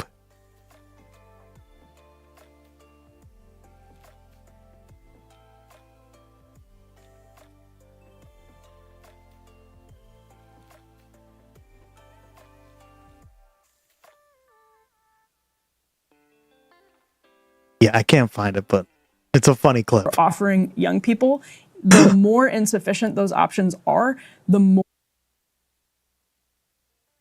Felt cringe. Might stop by later though. Don't know. Silver lining. people are going to Welcome. continue finding the better option to be an imperfect option in many cases. They won't say this. There was a crazy poll recently. I think it was Zoran. I think it was exit polls from Zoran that found people were voting for him even though they don't like socialism. That's all we can do in this lifetime. Damn right.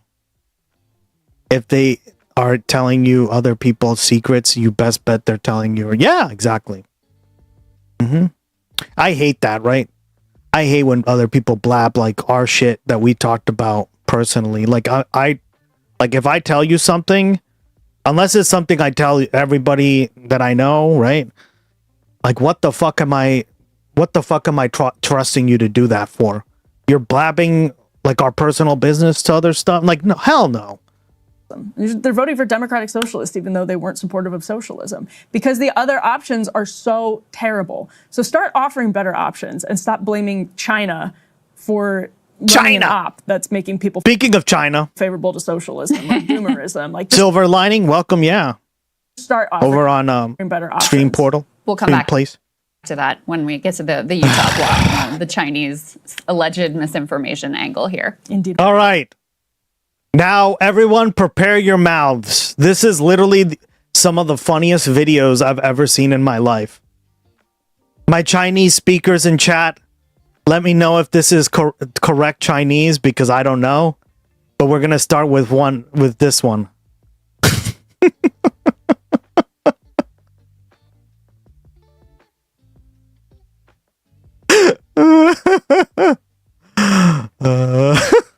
I found it. This is and now. Wait, what the fuck? We need a good laugh. Oh dear. Yeah, it gets even better. Watch. And now I will demonstrate the spirit of the ancient tradition.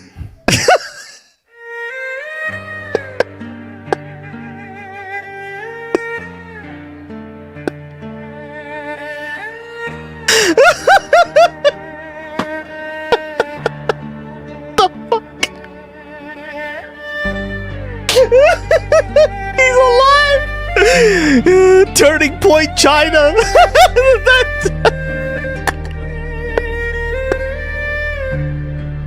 It says Turning Point China! 潮中的呼声，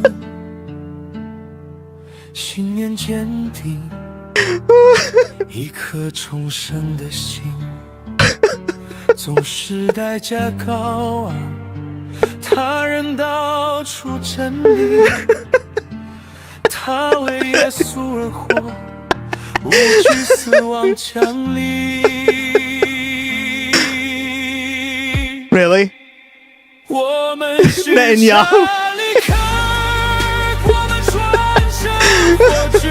This is what AI is meant for. 尊崇他的名义，我们是查理克尔，他的勇气及无悲。You can hear Charlie Kirk. Oh my god, it's so funny, dude. I'm dying. I'll send it to you, dog.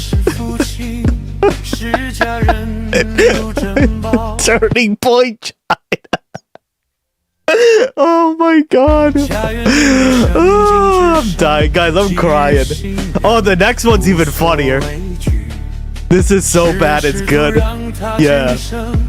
但他的声音犹存，在我们心中回响，在基督里永恒。我们是 The OG white Chinese, yeah. 为福音而战，尊崇他的名义。China is Charlie Kirk. We are Charlie Kirk.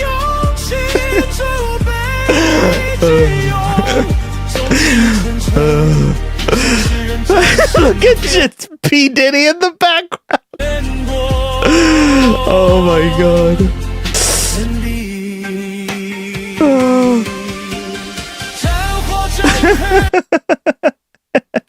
Here, I'll send it over to you. And then we have this one, which I think is even funnier because, like, the video is like it's a song, but the video is okay. Watch this, guys. I died at this one too. Apparently, this is a trend now. This is a trend. Charlie Kirk. Yeah, Charlie Kirk is now a trend. We are Charlie Kirk, chat. Or in this case, Somos Charlie Kirk.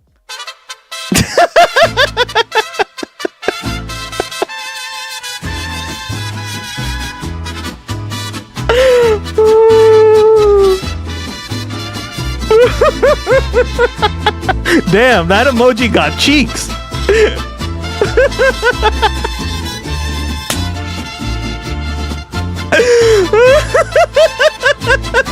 It gets so good, guys. Se mantuvo firme, voz en la tormenta, un hombre de fe, corazón que se reinventa. Dijo la verdad, aunque el precio doliera. Oh my god, I'm crying. Sin miedo a la espera, somos Charlie Kirk. Llevamos la llama, lucharemos por Cristo, honraremos su fama. Somos Charlie Kirk. Charlie Kirk. Valentía es nuestra, juntos inquebrantables. Somos Charlie Kirk. It's so good. Oh, I'm dying, guys. This is a banger. This is actually like, if this is what AI is meant for, guys. It sounds pretty good. It sounds like if you were to tell me somebody actually saying this, I'd be like, yeah, I believe it.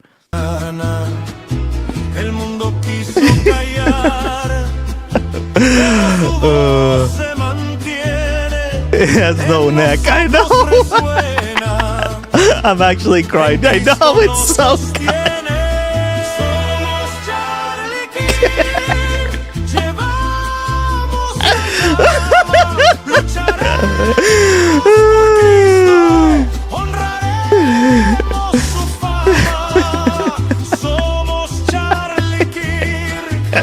Su valentía es nuestra, juntos inquebrantables, al cielo damos muestra. La batalla ruge, la oscuridad caerá.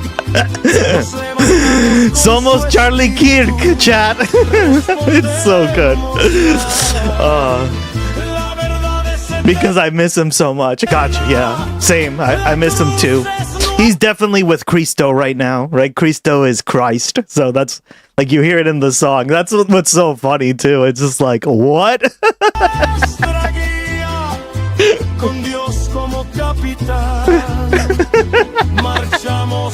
Somos Charlie Kirk. We're making that a thing on the stream now.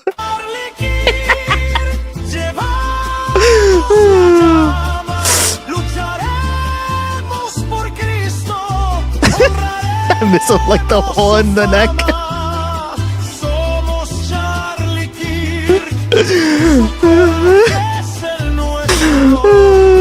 Juntos inquebrantables, al cielo damos nuestro gesto. Somos Charlie Kirk, por siempre vivos. Somos Charlie Kirk. I miss him like Donald Trump's ear.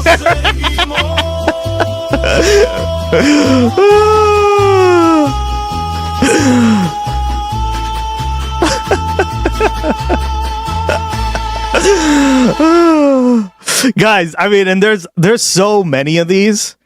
Like, I discovered these and I was like, what the fuck? This was the craziest rabbit hole ever.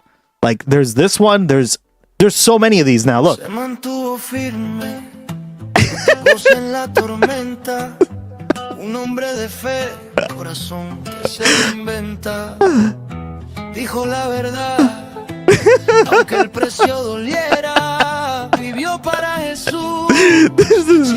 It's just like such a good meme. Oh my god. I think I like the Somos Charlie Kirk, the one the best. Somos Charlie Kirk, llevamos la llama, lucharemos por Cristo, honraremos su fama. Somos Charlie Kirk, su valentía es nuestra. These are gold, guys. Oh, Donald Trump, yeah. This one kind of slaps, though, I gotta admit. Bad Bunny remix, I know. I'm dying, chat.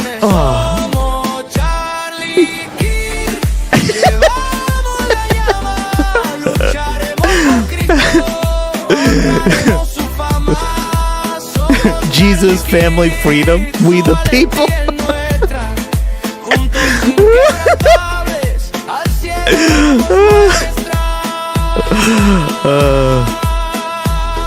La batalla ruge, la oscuridad caerá. Nos levantamos con su espíritu, respondemos ya. La verdad es eterna, la cruz es nuestra guía. Con Dios como capitán, marchamos cada día. Somos Charlie Kirk, llevamos la llama. Oh my god.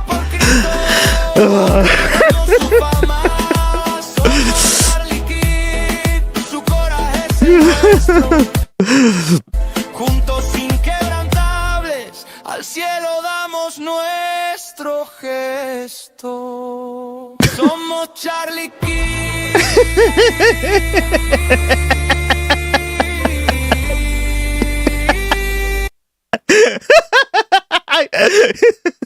This is fucking trolling us now.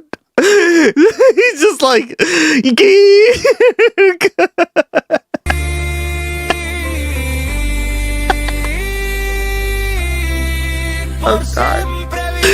I'm dying, Chad.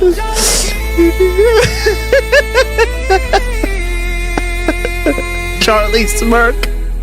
Dios nos erguimos.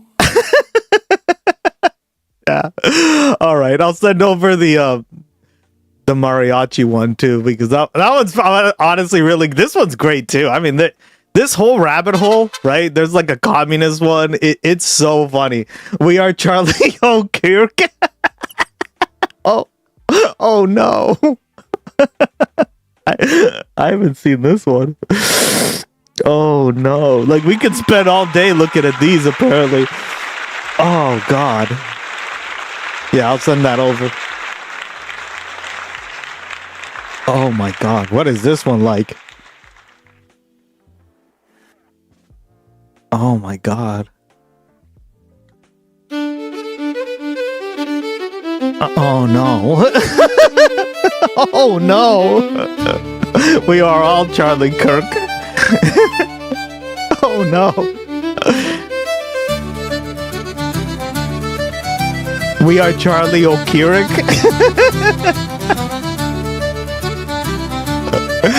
All 8.1 billion of us, for real. I don't like the reggae one though. Yeah. I like the mariachi one. That one was brilliant.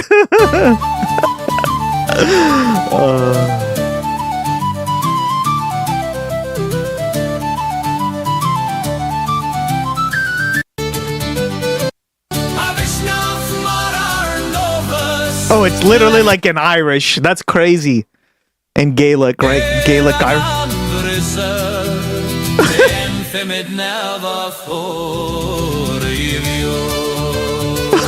Oh my God. Yeah, so this is an interesting rabbit hole, guys. Like, the amount of songs. Oh man, it's so good with an American accent. Yeah, with an American accent. So good. All right. Let's watch Chuck Schumer now that we had our laughs, right? Getting booed at the NYC parade, gay pride So it's not parade. looking good for the corporate Democrats and Democratic leadership, y'all. I don't know if That's you saw pretty this, funny. but Chuck Schumer was apparently booed at a New York City pride parade. So first, I'll tell you this. First of all, the optics of this are just sad, bro. The optics here are just so sad. He looks so, like, old and haggard and pale and slouched over and just, like, unhealthy. You got probably these paid staffers holding Senator Schumer LGBTQ community posters. I actually have the video here. Chuck Schumer booed at New York City Pride Parade. So here's one of the videos that you can see from the sidelines. Here we go.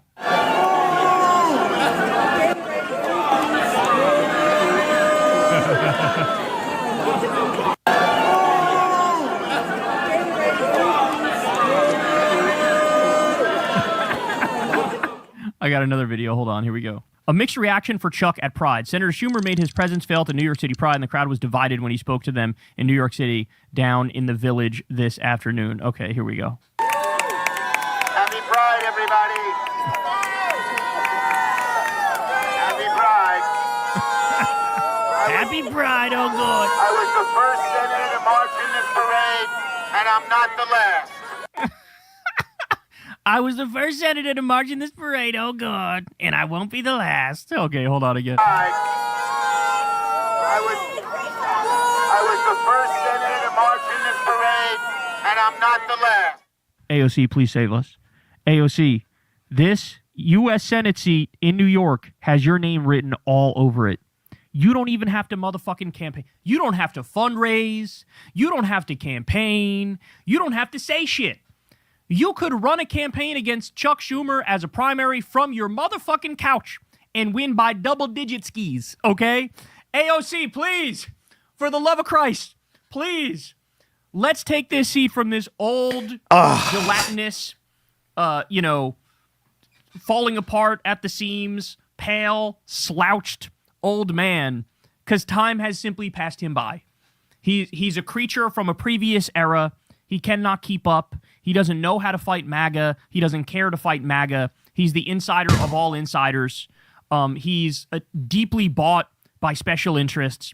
For the love of God, AOC, it would help cement this new era of the Democratic Party really melding together with the Democratic Socialists of America, really making it so it's now a left-wing party and not just a neoliberal party, it would make that guaranteed. It would make that written in stone, and the nail in the coffin of the establishment could be AOC taking Chuck Schumer's seat, y'all. It could be that. So please, I know she's maybe thinking about running for president.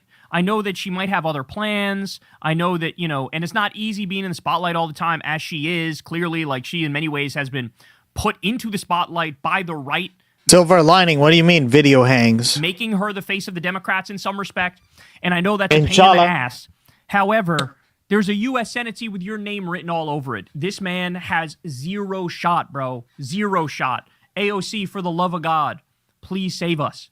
Please save us. I don't even need to get into his record. This man was against the Iran agreement done by Barack Obama. Okay? Schumer was against the Iran agreement. Schumer was prodding Trump before he started the illegal war against Iran. Schumer was prodding Trump to do the war.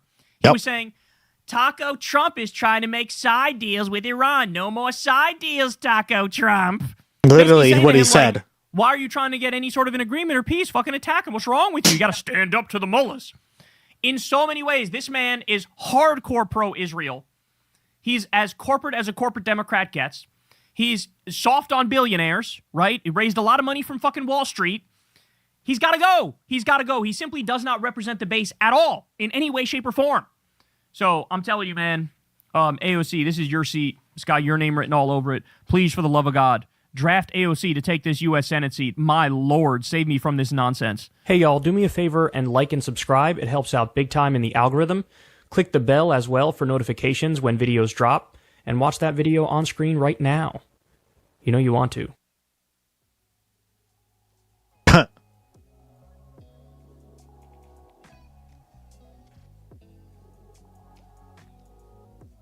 Hilarious. All right.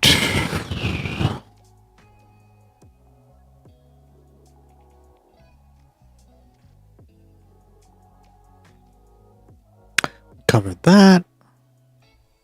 Said my part on the Supreme Court.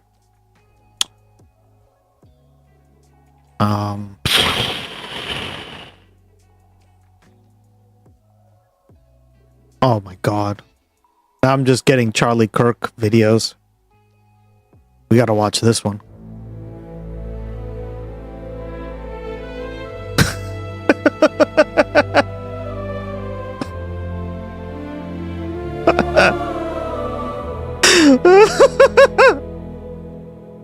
Он стоял непоколебимо,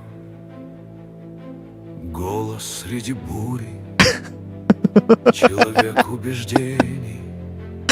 We are Charlie Kirk. I love how epic it sounds.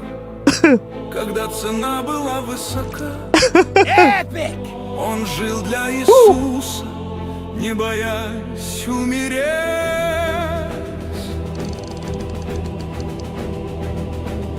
Мы Чарли Кирк, мы несем, мы будем сражаться за Евангелие, мы почтим его имя. Мы Чарли Кирк, его мужество наше, вместе несломленные. Мы откроем небо миру, муж и отец, семья рядом с ним, дом построенный на Писании, на вере без страха. Мир пытался его заставить замолчать, но голос его остался, он звучит в нас и поддерживается Христом.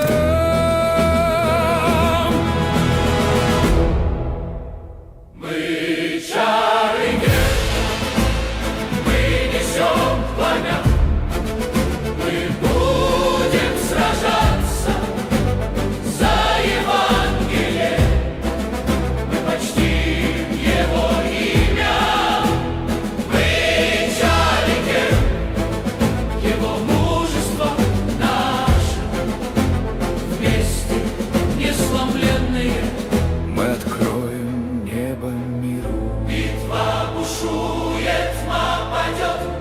Поднимемся его духом, мы ответим на призыв. Истина вечна, крест наш путь. С Богом, как капитаном, мы идем Бог, Бога,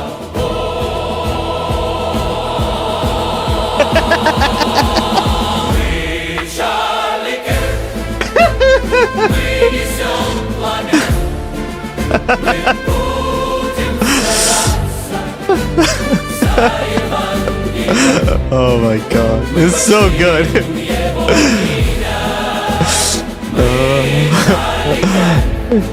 I know. I'm sorry, but that's almost Charlie Creed. It's still stuck in my head. I think that's my favorite. Oh man. Мы откроем небо миру. Мы Чарли Кирк, живущий вечно. Мы Чарли Кирк, с Богом мы восстанем.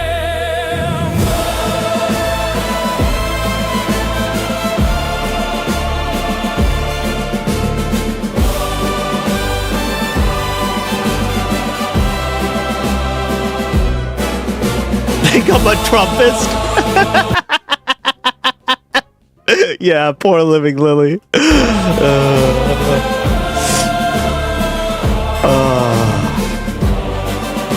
Oh, a Durant. Oh, man. All right. Man, the memes are too good, guys. They're too good. Somos Charlie Kirk. We all are.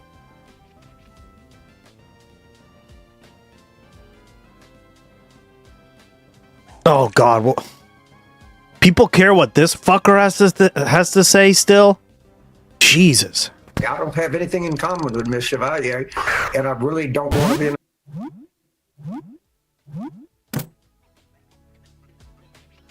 Nice, good job. The same party. You caught the Durant. She currently holds a range of views that go from moronic to abhorrent. Crazy. Like outright really crazy. So I think the Democrats need to stand up and say, this is not who we are. But 62% of Democrats say they prefer socialism over capitalism. If they do, then by God, there's not a Democratic Party left. I can't put up with that crazy shit. That's nuts. The people that. Well, dog, you were never really a Democrat, so I don't know what the fuck you're smoking. Neither are you, Fetterman. You're like brain dead. What the fuck are you smoking, right?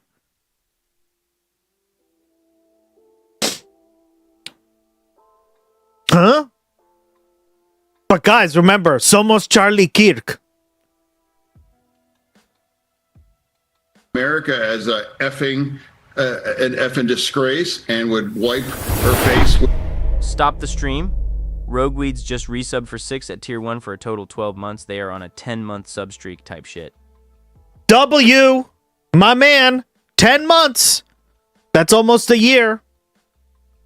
Once you make it past the 1 year mark, you know what happens. We're bonded for life. Says who? I don't know. I just read it in a book or something. Thank you so much, Rogueweeds. Can't do it without your support. It's been almost 1 year, man. Damn. Wait, it is 1 year. It says here, subscribe for 12 months. Oh, okay. So, yeah, it's been 1 year. Cool. Well, you know what that means. We're bonded for once. Thank you, Rogueweeds. Appreciate it, buddy. How you been today? How's your day? With the flag. Folks need to stand up, or they will take over. And again, not Democrats. But when you say Israel should not exist, then I'm gone. By the way, Peter, your country disappointed me in the World Cup. I bought this stupid shirt for nothing.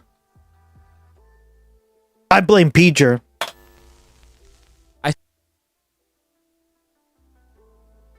It was good. Real sleepy. Nice. Not the sleepy, but the good part.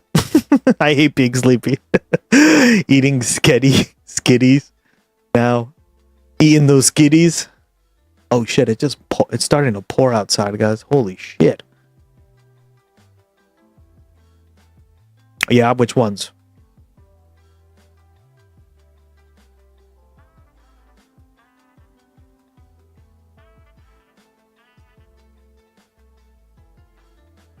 You don't notice the cuff?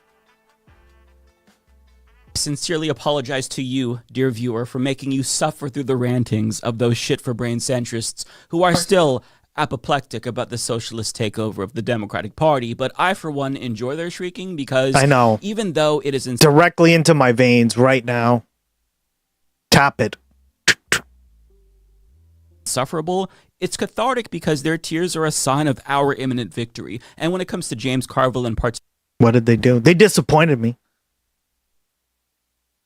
Don't disappoint me, Chad. He is unfortunately no longer with us. And that makes it sound like he's dead. He's not dead, even though he kind of looks like a chewed up naked mole rat. He really does. Or one of those undead soldiers from Dark Souls. But he's just choosing to leave the Democratic Party and formally calling for a divorce now that socialists have infiltrated the party. Maybe Nick Brana and Jimmy Dore will let him join the People's Party since he also hates AOC.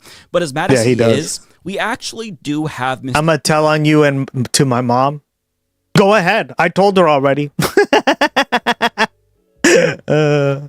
It's raining. It's pouring. Emperor Trump is snoring. He bumped his head when he went to bed and wet himself coming morning.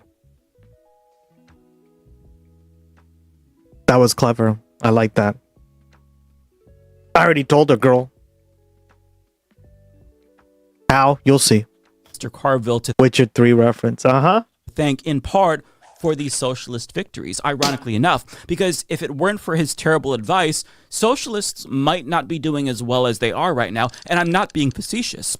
At the start of Trump's second term, James Carville penned an op-ed in the New York Times encouraging Democrats to not fight Donald Trump, writing, quote, "The most radical thing we can do is nothing at all." Because by his logic, if Democrats just stood back and let fascists destroy the country, then Americans would come running back to the party with open arms. Turns out, that strategy was not too popular with the Democratic Party's base, as any poll or Democrat that attended a town hall will tell you, and the party's refusal to fight galvanized the base against the Democratic establishment to the point where they started voting for socialists because they're the only ones who seem to actually want to fight the fascists in power. So good job, James Carville, because the stupidity and incompetency of Democratic strategists such as yourself helped pave the way for our victory. So appreciate you, bud. But one thing that you might have noticed from that compilation I put together is that most of the centrists who are shrieking about socialists, they ran to Fox News, of all places, for a safe space because they obviously feel more comfortable with fascists than they do with socialists. But I'm not complaining because every single time they open their mouths, they further demonstrate how unserious. Yay, socialism. Boo, unlimited money in politics. Yeah, let's fix that. Hashtag no infinite money glitch in politics. They are. And I just want to play this reaction to something that Daria Lisa said. She's talked about using the American flag as a napkin, abolishing ICE, no deportations. It's wild. Yeah. You convinced me.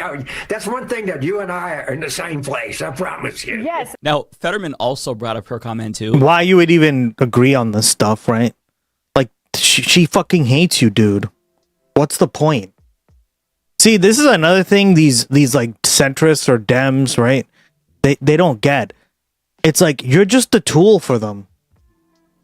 Do you really like to be used like that?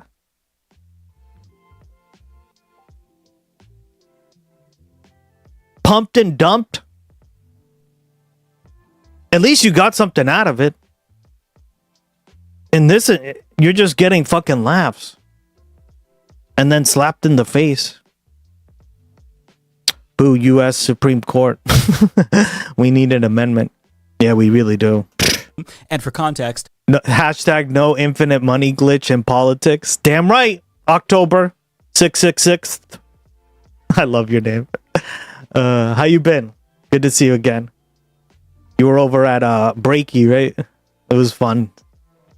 You're so fun in there. You remind me a lot of my other chatters. Like, especially Living Lily, always like laughing and doing things. We stand on it. Yeah. What up? They're referring to this tweet that is now being circulated where she said, "I forgot to get napkins, so I just wiped my hand on the American flag." Yeah, like, what a joke, right? It's a freaking flag. This is what I don't get. I don't get it. Like, I was talking to another streamer about this. Flags are just flags, guys. Who cares, right? It's whatever you want to put your value into, right? I don't put very much value in any flag, right? Now, if you want to, like, hey, this is me, like, gay pride or whatever, cool. Like, I'm not going to shit on you for that. But, like, flags are individually, like, they have individual value, right? Or whatever they represent. But, like, this isn't, like, some fucking thing we should be talking about, guys, right? Oh, my God. Shit. What's the difference? Thank you. Laughing is my favorite. Yeah, we laugh a lot on here. Or we're horrified by the news. October. You just missed us memeing to Charlie Kirk. Somos Charlie Kirk. Am I right, chat? It's the funniest thing ever. I'm still giggling about that, guys. Yeah, it's not an end all, but good old America brainwashing the generations. I know, that's what I mean, right? Like it was funny. I had I was talking to another streamer about this, and they were like so adamant about it. I was like, guys, it's just like a symbol. Symbols are whatever you want to put into them, essentially, right? If you value them, cool. If you don't, I don't have to value them, right? Laughing through the pain. That's what we do here. That's what we do. Yeah, we're a fun stream. Love you guys. Strategy member. It's symbolism, which in a way I get what you mean, but at the same time, Nazi flags are still banned from selling and transporting in Germany today for a reason. Well, yeah, like I don't deny. See, this is the what I was trying to debate. And debate, I mean, not really give a fuck, but say my point, which he didn't get. But okay, flags have symbolism, right? But should flags Give me the money. Give me the money. Living Lily just dropped a tier 1 gifty sub bomb. Everyone take cover. There we go. October 666th. Just got gifted by Living Lily. Oh my God. What up? Let's fucking go. Woo! That's our mascot, October. His name is Gloggy. He's in all our emotes and stuff. Gloggy's the man around here.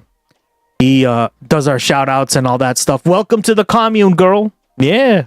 Welcome. Now, first of all, I love him. Yeah. I mean, I made him cute, let's just say. Sorry, that's just objectively hilarious. And second of all, if you're offended by people using the hell yeah, flag as a napkin, then you should be equally offended. Well, right? This is the contrarian. Like, this guy's junk is literally on the American flag. Like, he peed and then put it back on in his pants, and there's piss on this American flag. Why aren't you pissed at this?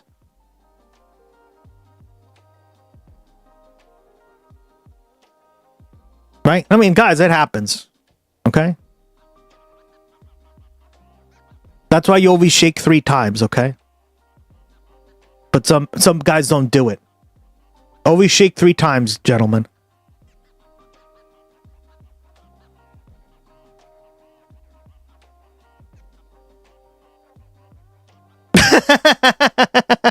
By people who wear the flag as an outfit. If they are, that's technically flag desecration too. I fucking love that emo keck boom. It's one of my favorites on Twitch. But the most important takeaway is that nobody actually gives a shit about this kind of frivolous bullshit in 2026. Pearl clutching over a piece of material when nobody can afford groceries shows how out of touch you are. Yeah, it's literally a material, right? And yes, I do not deny, this is what I was trying to tell him. I do not deny that symbols are important. We're speaking in symbols right now, right? Language is symbols. but it should be individually determinative, meaning it should be something like you as a person gravitate towards, and it's something that you really find powerful, and not necessarily what other people tell you you should think is cool or whatever, right? Like make it about you, girl or boy, right? Don't make it like, oh, this is how it is, and therefore I must accept it for what it is, this symbol, right?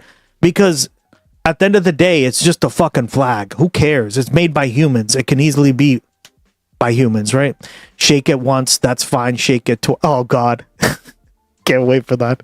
Think for yourself. That's what I'm really trying to say. Yes. Shake it once, that's fine. Shake it twice, that's okay. Shake it 3 times, you're playing with yourself again.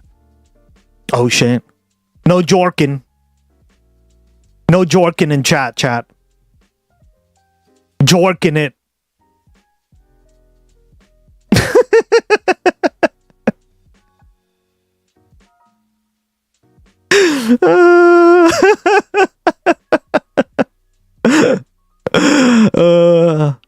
No joking during streaming hours, okay?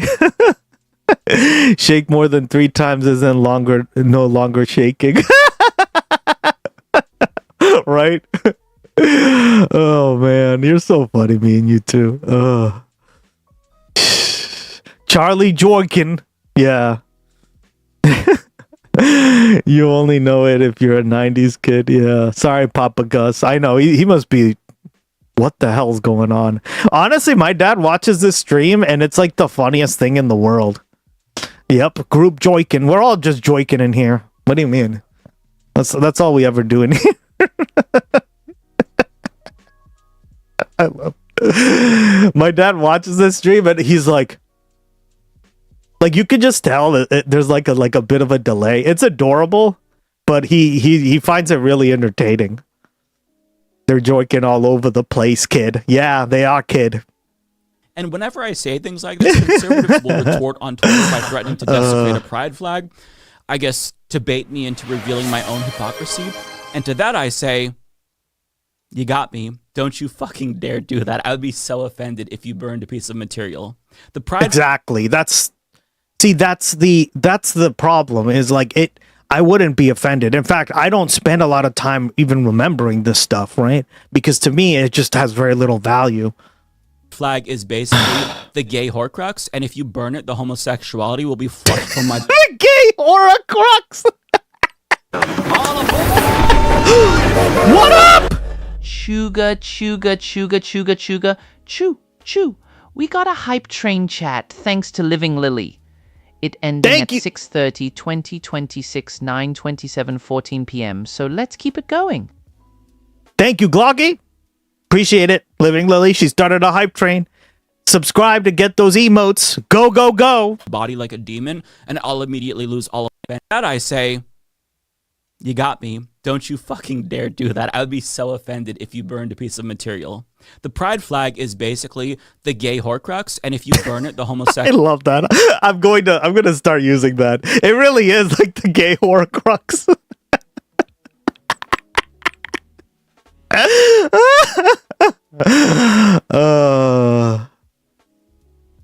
Jesus. Sexuality will be flushed from my body like a demon, and I'll immediately lose all of my power like that. Exactly. So you can't do that. So you got me. I'm a hypocrite. But putting aside me being checkmated, caring about something that literally has no material impact on anyone, it is a sign of your unseriousness and comfort. Regular people care about their material needs, not a piece of material or unpatriotic. That's really what I was trying to say, is that symbols are a way for us to communicate, but they shouldn't be the end-all be-all to stuff, right?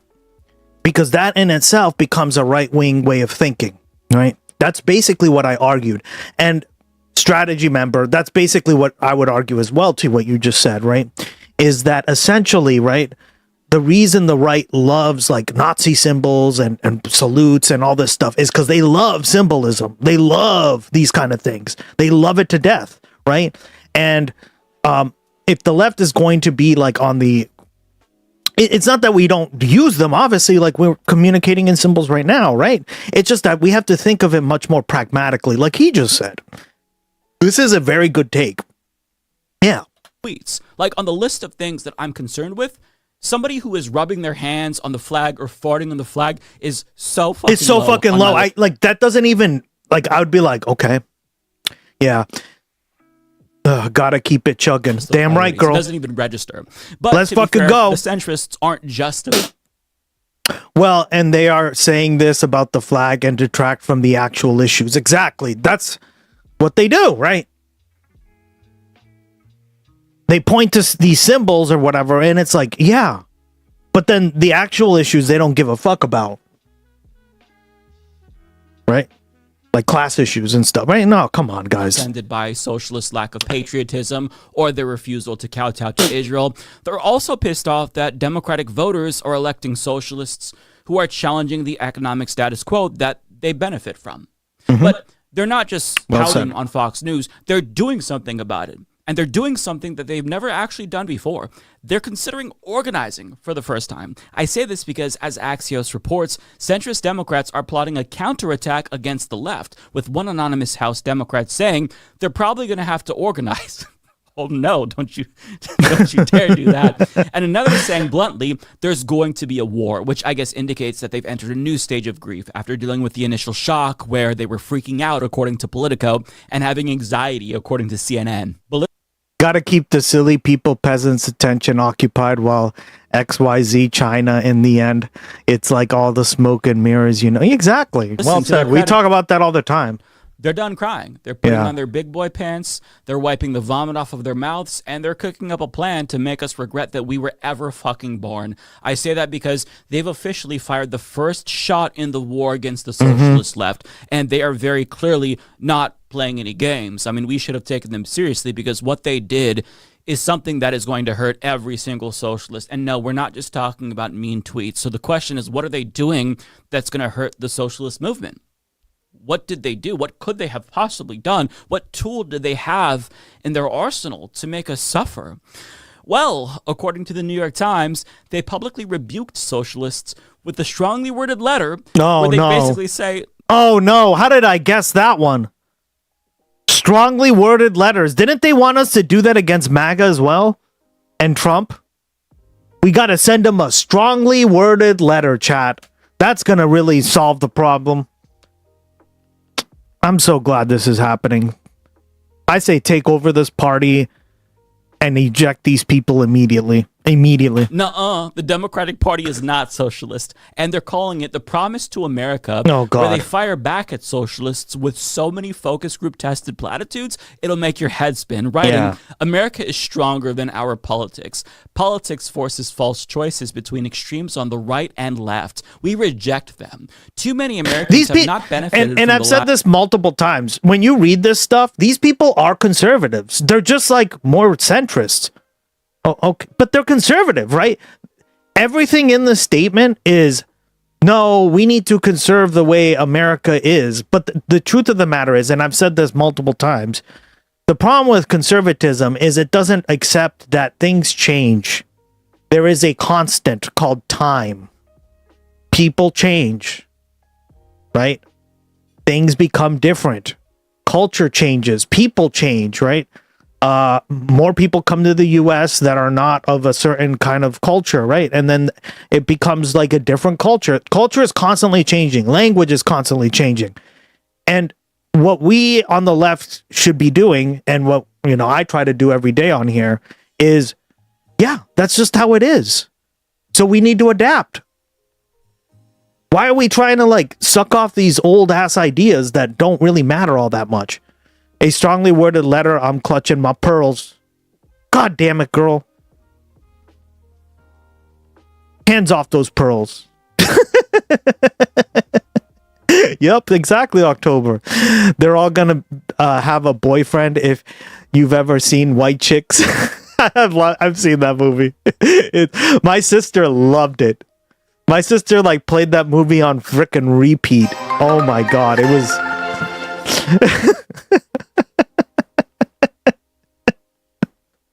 She loved that fucking movie. Yes, putting your disapproval in writing. That has always worked in opposition's favor because, one, they will use it to claim they are prosecuted at worst and simply outright ignore it at best. Bingo. right? Look how well it worked against Trump. He got elected almost 3 times. And twice of them he got elected, right? So Last half century of economic growth. Americans want an economy that And 2, historically speaking, it just puts you in a place where you can be prosecuted if the opposition gets into enough power. Yeah. lowers Well costs, said. expands opportunity, and My pearls are clenched between my booty cheeks. Damn right, girl. Between the cheeks.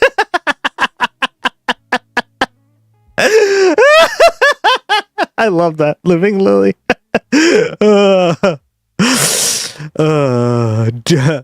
What do you mean? It isn't still 1777? It's not like history only repeats itself since people don't learn. Exactly. Yeah. Well said, right? And that's what I've said. Like I've said that multiple times that like things change, right? Like everybody changes, guys. Whether you like it or not, change is a constant. Time is a constant. And that's the problem with conservatism on its like fundamental level, is that it just refuses to understand that the way people communicate through symbols changes, right? That's why I'm not a big flag person myself. Now, if you're somebody like that, cool. I'm not going to shit on you, right? But I don't personally choose to like interact that way, right? And things change. Like people just stop caring about certain things. People like certain memes get old, right? You see this in everything throughout the way we speak, right? If you were to look at how somebody spoke English like 200 years ago, it's different than it is today. Everything changes, guys. And the minute you stop like trying to pretend it doesn't, you just like become way more chill with the vibe, right? You relax at the party, you drink some shots or whatever, and then you make out a little bit in the corner. What up? Because that's how it is, right? Splendinavia, my goat! How you doing, man? Welcome back. Man, what a fun time yesterday. I love learning that shit about, like, that was so funny. You're like, I felt like a boomer. I'm like, nah, dog, you're not a boomer. You're just Scandinavian. And we all laughed. It was amazing. Thank you so much for that. Isn't America basically people around a constitution, regardless of religion and ethnicities, pluralistic concept at its core? Well, that's like what it was supposed to be. But again, they changed that, right? Because they don't like the concept of it, right? But obviously, like, it was more complicated than what I'm just saying now, right? I guess evolution is fake news. Bingo, bingo, bingo, bingo. Oh yeah, hell yeah. God made America and Jesus made the Constitution. Exactly, yeah. Duh. It's the same as most things, like religion, sexuality, women's health. Do you want to do what you want to do? Don't force your values or beliefs on others. Exactly. Well said. It's always so fun, bro. Always. Told you, we're such an awesome chat in here.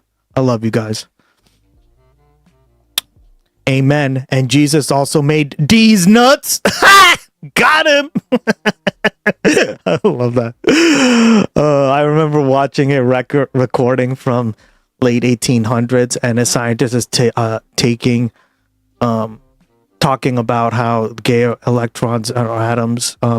And with gay, he meant happy, but it's funny to look at back and how you used the wording at the school years and when it was forced to watch it at age 13. You can imagine the classroom sphere. We're watching it. God, that was forever ago. Yeah, and that's another example, right? Gay, we all know gay can also mean happy, but I mean, like, that's when it was exclusively meant, like back several years ago, right? All Scandinavians are basically boomers compared to Americans. Hate to say it. It's a cultural thing. It's fine. My ex was like that. I had to poke her in the face a few times to get her to laugh. God. I'm just fun loving, so I get it from my mom, honestly, because my dad, like, if you ever see me like just being serious on stream or whatever, that's like my dad's side coming out. And then like whenever I like get into a goofy mood or whatever, or like fun loving mood, that's my mom, right? Because my mom is always doing that. This is chat. This chat is the GOAT. We are the GOAT. What up? Fucking yeah, he did. What did you poke her with?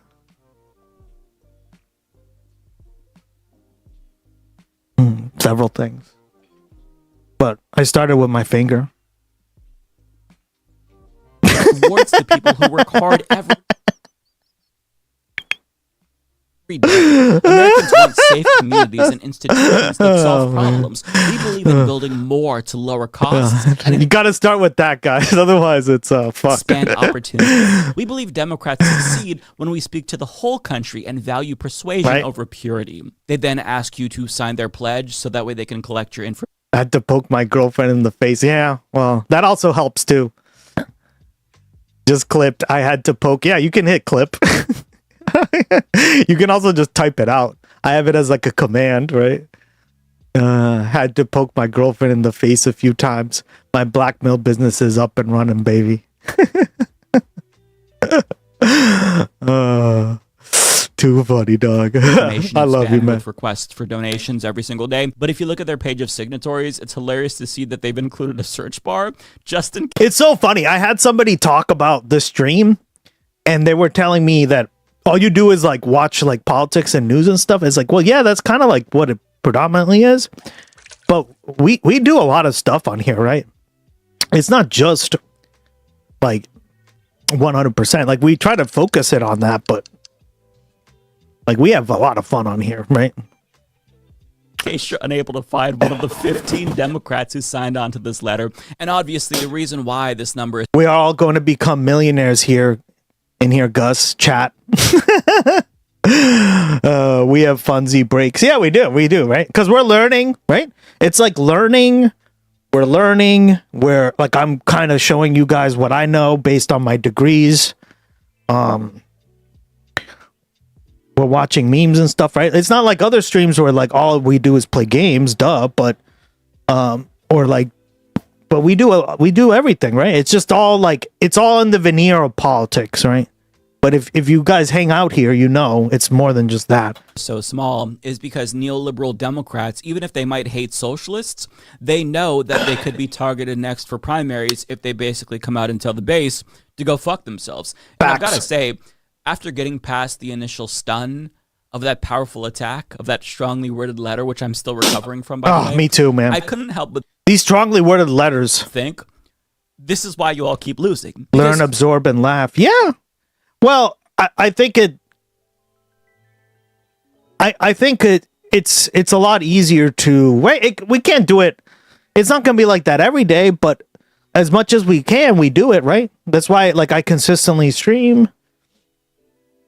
Yeah, it's been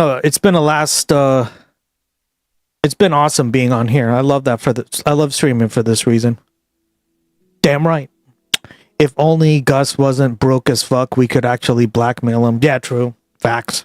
That doesn't mean anything. You said expand opportunity twice in that short manifesto and didn't explain once what concrete policies you would implement to expand opportunity. Yet, they thought they ate with that. And people started clowning on them immediately for releasing this vague bullshit, including AOC. They said, we're going to sign a pledge against socialism. And we say, okay, but then when you pull up this website, they can't answer the same question that you just asked me, Santita. There's no, okay, fine. If you're against them, that's okay. But what do you believe? And that, I think, is the core of the weaknesses from that wing in this moment. There's no affirmative vision really coming from most places in the Democratic Party, with the exception of democratic socialism. And she's right. Democratic socialists are offering voters concrete policies like Medicare for All and rent freezes that would immediately assuage their suffering, whereas the centrists are just vaguely promising to support good things and oppose bad things. Oh my God. Joint, I just saw your fucking profile picture. You changed it to Charlie Kirk. Turning Point China. I told you, man, that shit was so funny. That's not going to resonate with people. Oh, man. You pledge against socialism? Who's doing that, right? It's so dumb. And this is the funny thing is, right?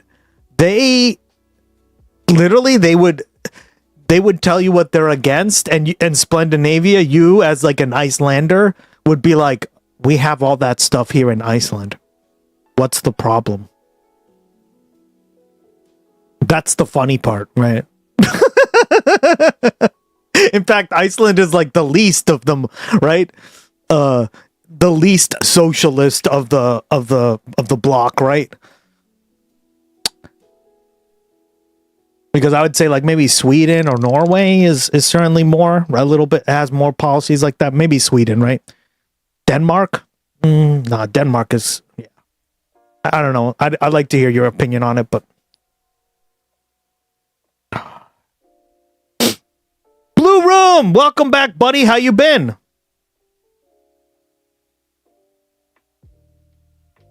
Just saying, you technically can still blackmail them. The only issue is it won't get paid in full, or one go blackmail him in the fivers every end of the year, and you'll get there eventually, maybe someday. And things are so bad. But hilariously enough, they Blackmail actually streamer. responded to that AOC comment by doubling down on the platitudes, saying, "Hi AOC, our promise to America isn't just about rejecting socialism. It's a vision for the future.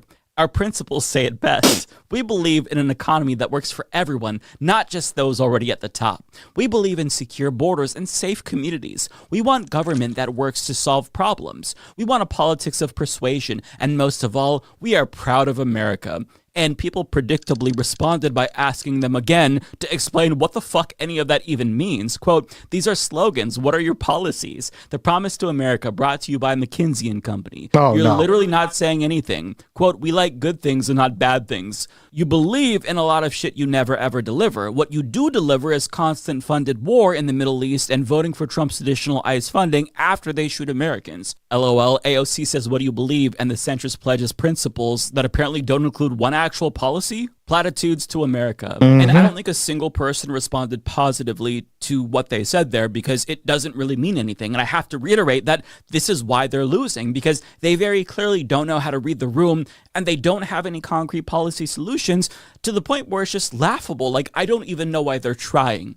And you'd think that they'd feel at least a little bit of pressure to come up with something, since the entire internet is shitting on them for having no policy substance, but it's going to be hard for them to do that, and I can't imagine that they're going to be able to do that anytime soon, because they've backed themselves into a corner. Because think about it. They're trying to carve out middle ground between two hyper-polarized parties, but the moment that they deviate too far away from that amorphous center or any of their principles and offer concrete policies, they're bound to piss off one of the two sides that they're pandering to. Hence why they're forced to endlessly bemoan extremism on both sides and jerk themselves off about how much more reasonable they are, because anything more specific than that loses them support.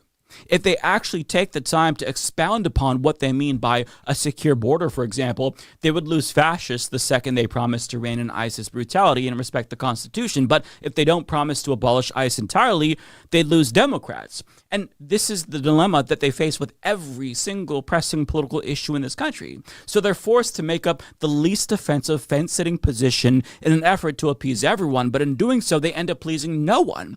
But it's not just their spinelessness and limp dicks that turn people off, it's their tone-deaf promise to uphold the status quo, which is the only real takeaway that you can discern from their so-called manifesto, which makes them look even more out of touch when not a single person is satisfied with the status quo, because the capitalist status quo hasn't really been working for a lot of Americans. They embody this famous tweet from Internet Hippo where he says, "Just got back from the centrist rally, amazing turnout, thousands of people holding hands, chanting better things aren't possible." And therein lies their problem. That actually is their pitch. Yeah. If you're dissatisfied with this, That's such a meme. Just got back from the centrist rally. Amazing turnout. Thousands of people holding hands and chanting, "Better things aren't possible." Thank you. Thank you. Oh my God. Nice. Yeah, October. We also have games on here. We have a few games. We have a lot going on this stream. You'll find out soon enough. Oh my God. This is honestly so funny. This is so funny because this is essentially what a centrist rally is, right? No, we don't want to change. Nice. Yep, we have that too. Uh-huh. Nice. Hope you catch it. And therein lies their problem. That actually is their pitch. If you're dissatisfied with the status quo, they have no solution for you. It's tough shit. Suck it up, buttercup. And think about what they're basically saying. They're saying, well, you know, we were a big tent party until the socialists started to make themselves feel welcome. Yeah. Now the tent's too big, and now we need to be a little bit more exclusive and shrink the tent. Yeah. Like, just whatever happened to vote blue no matter who? Remember that? They wanted us to suck off all these centrist Democrats. Kamala, right? All these clowns. What? Complacency rally. Yeah, exactly. All right, be popping in and out, but some kids are causing trouble. Oh no, I know you're at work, girl. Love living Lily. She shows up even at work, guys. She will move heaven and earth to show up here. Love it. Thank you so much, girl. Appreciate the support. Can't do it without you guys. Centrist is shit. Libism got 2 terms of Trump, baby. Exactly. Got it. It almost got us. He almost won 3 times. What the hell? We have a fishing game, a Pokemon game. Yep. And you can also check the weather. Yep.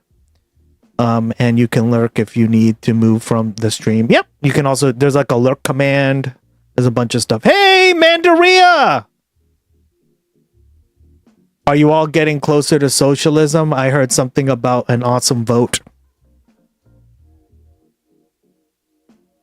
Yep. We were just talking about that. How you doing, girl? Welcome back. How you been? I prefer to check the Pokemon and fish the weather. It's like that raping our churches, burning our women.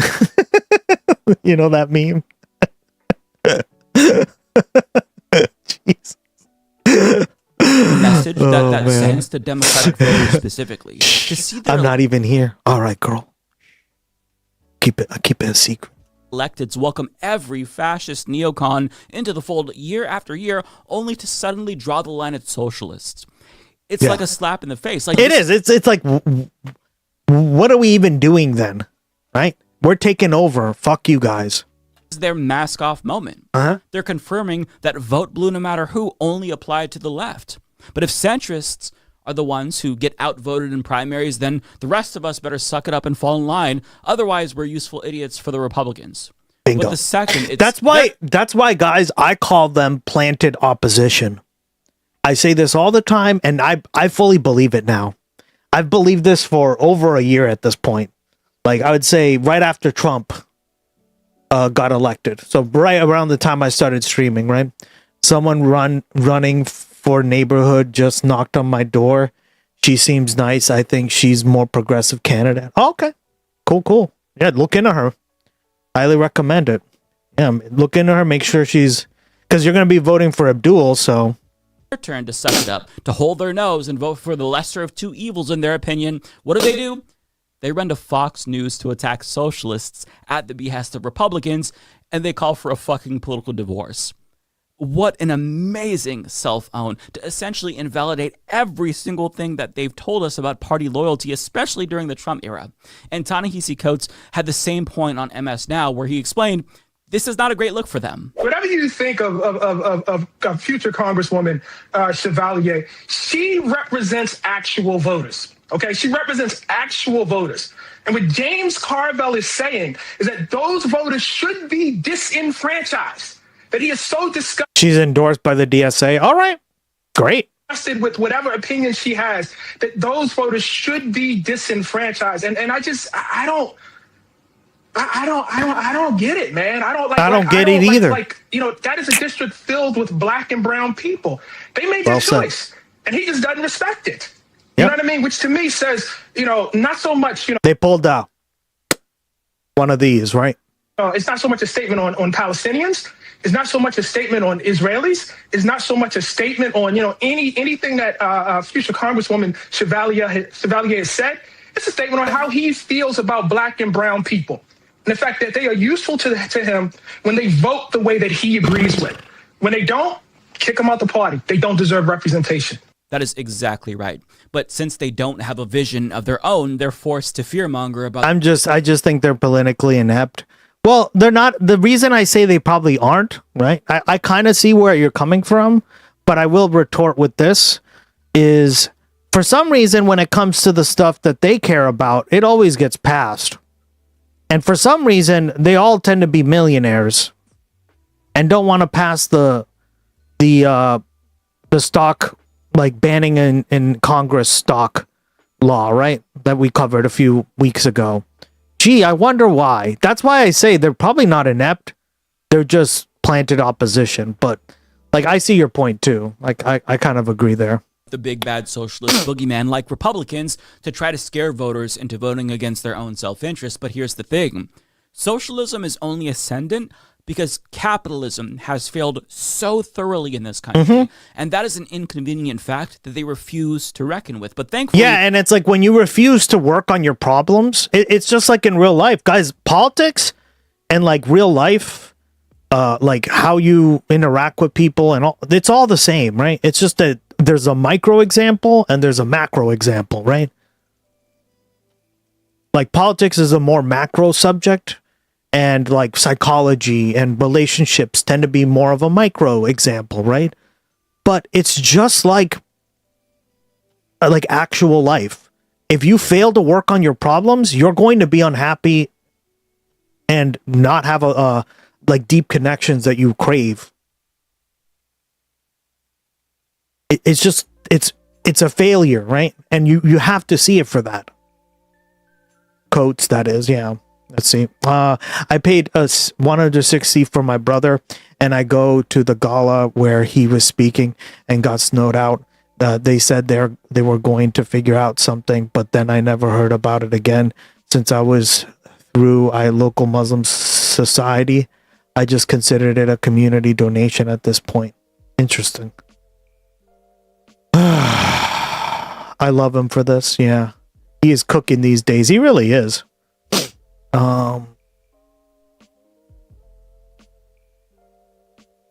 Joshua Doss made this exact point. Would have been cool to see him though. On CNN. 67% of Americans say that they are more afraid of running out of food than death.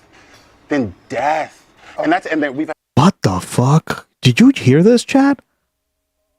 What is going on? Had a 16% increase. Yeah, and again, this is what I mean. Like, there are things you can control, and there are things you can't control, right? Like if Living Lily was selling about her abusive mom, right? You can't control that girl because your mom is the way she is, right? She raised you, all this stuff, right? But what you can do is like to do the things that make you a better person, so you can get past some of that, right? Nobody expects you to get past all of it, but yeah. We were talking about this in your chat, October, remember? I think when I rated you, you were saying that stuff too. And I was like, yeah, damn, this girl gets it. 100. Isn't it funny that the Democratic establishment is saying that they need to wake up and fight this left-wing insurgents within the party while Donald Trump is still president? They got their priorities straight. Yeah, they'd rather fight lefties, right? Or people on the left than fight Donald Trump, aka fascism. Yeah. And you know, some people even call them fascist collaborators. Yeah. That's why I say, guys, I don't know. They are every day. I'm convinced they're just planted opposition. Like planted opposition means they give you like the notion that they are against a lot of the stuff that Trump does, but they don't ever fight back, and they kind of timidly go with it. Right? Does that make sense? Food poverty equals death. Going hungry is more serious than... Yeah, exactly. Exactly, Amanda Rhea. Well said, girl. Torib gets it.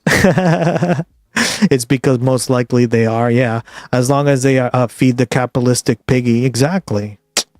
Different from controlled, or those would be synonyms. Yeah. Since President... Well, I think that they are, right? Planted would mean... If you plant something, right? It means you're putting something there because you feel like it should belong there, right? So in a sense, it's a form of control because you're controlling how it's being, like where it's being planted, right? How it's being operated. Yeah, so it's the same goal, slightly different format. Yeah. Trump has been in office. My point is this. If you don't want people to be curious about socialism, capitalism has to work a lot better. It's really... Bingo. Yeah. Like, I don't get it, right? You can't sit there on your high horse and be like, hey, I'm right because I'm never wrong. Like, people need to be convinced of stuff. And if you don't want to do the convincing, then people will just turn away from it, right? Again, this also relates to like relationships and stuff. Like, why are so many people in chat, like they've said like, oh, my mom's toxic or whatever. Yeah, no matter what you believe, right? They're the ones who have to do it. It's just like capitalism, right? If you want it to work, you got to show us something better because it's clearly not working anymore for most people.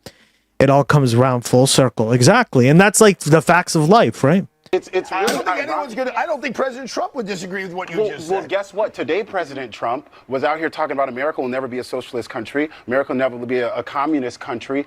He just asked for $11 billion in subsidies for farmers because capitalism is killing American agriculture. Exactly. Socialism for them, not for us. In the Mideast is not allowing fertilizer to get to American agriculture. So it's failing all around. It's killing people, right? And people are afraid and ready to do something else. And that's why these centrists are losing, because you can't convince people that capitalism is the best economic system humanity has ever devised when it's failing every single person except for like a handful of rich dickheads.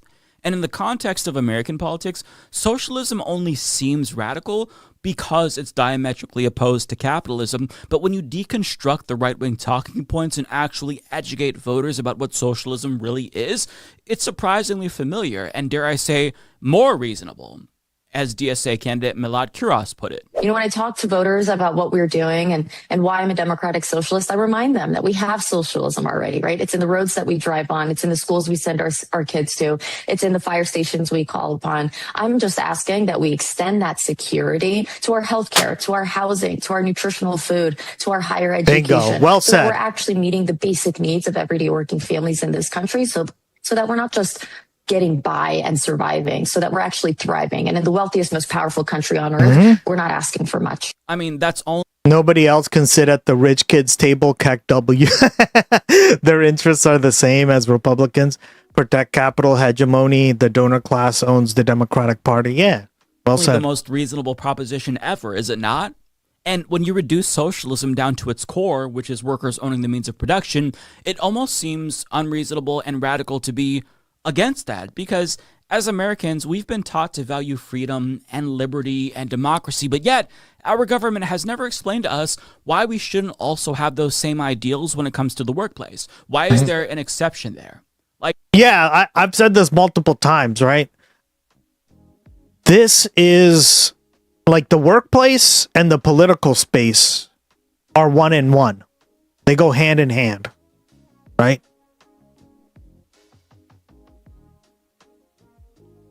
You got to have equality in both, and equity, right? Equity is really important too. There's the difference between the two, as we discussed.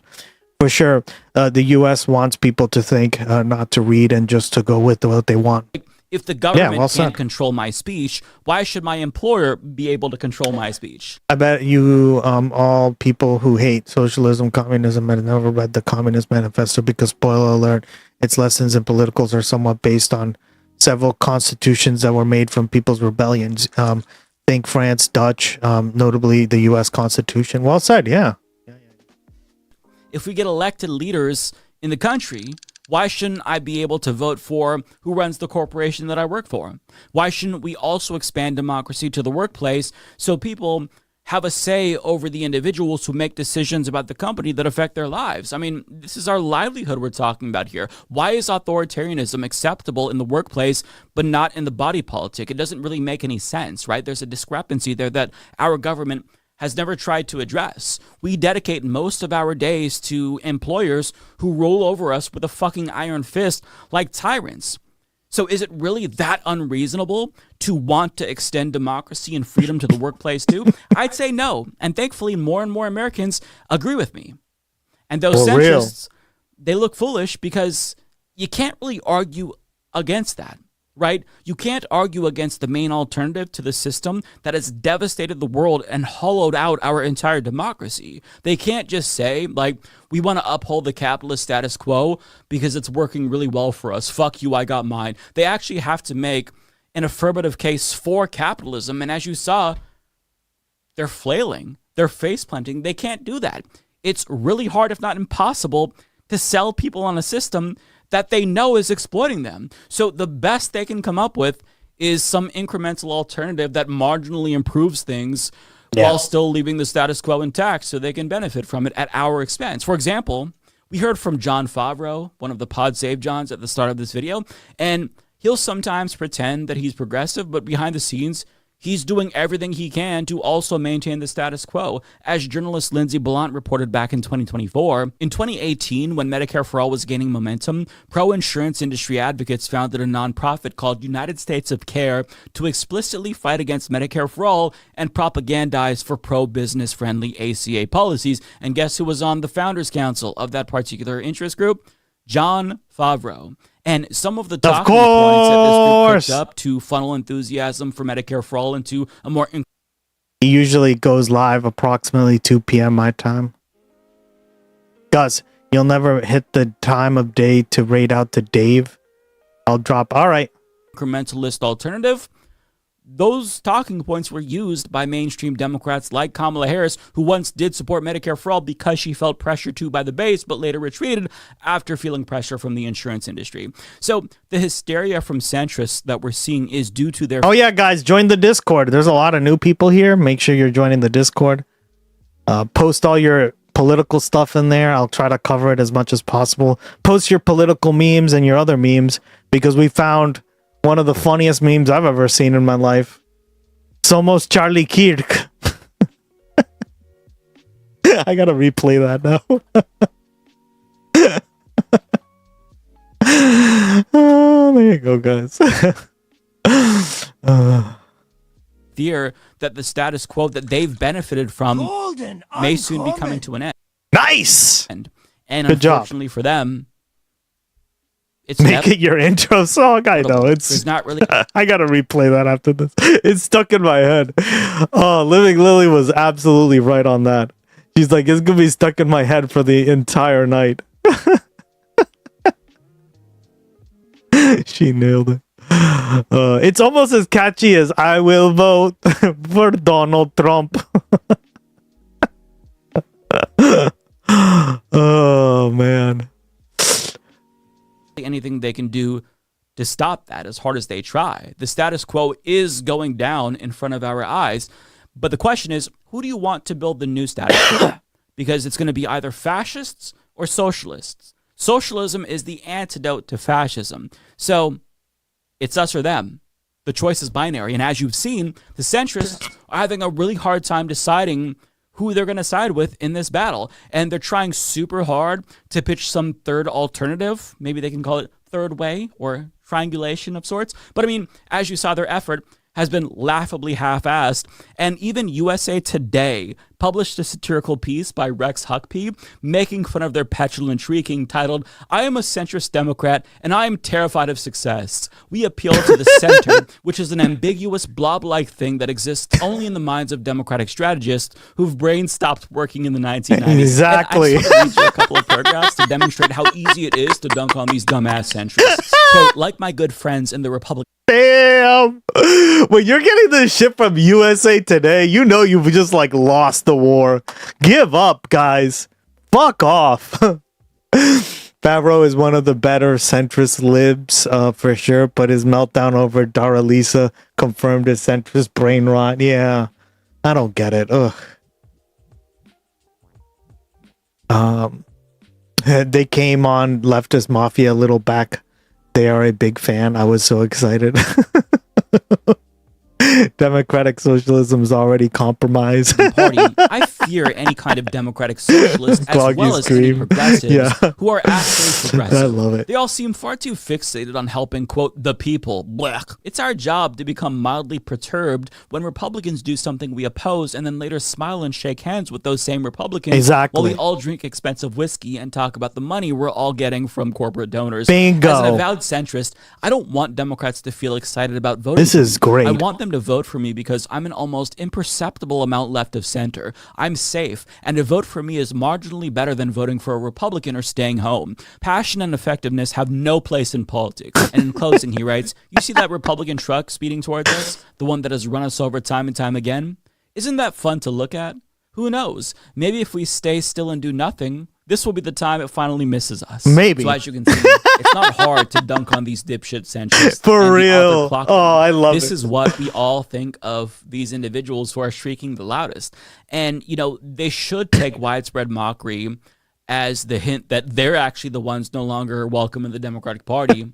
But, I mean, they're not going to, because if they were able to read the room, then they wouldn't be centrists and they wouldn't be crying about the fact that socialists are winning in the Democratic Party, because of course their base might not necessarily agree with that. But to even call them centrists is being too charitable to them, because they're technically conservatives who would be moderate Republicans and just be Republicans generally speaking if the Republican Party chose to abandon fascism and Christian nationalism and just focused on free market neoliberalism. But as out of touch and incompetent as they are, we haven't won the war just yet, because the actual threat to the left, it's not these third-way jokers who are screaming the loudest about how socialism will never overtake the Democratic Party. The real threat is going to be the more savvy establishment Democrats who will undermine socialists in a more I don't know who this is. His name is Humanist Report. insidious, covert way when nobody's looking. So even though we've won a lot of battles, He's on I think he's in Leftist Mafia, right? He shows up on the Leftist Mafia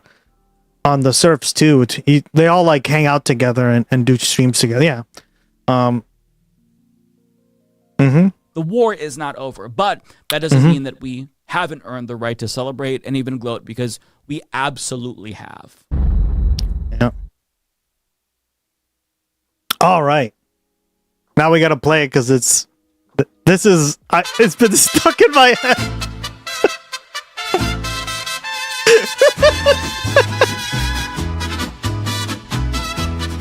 That emoji got cheeks.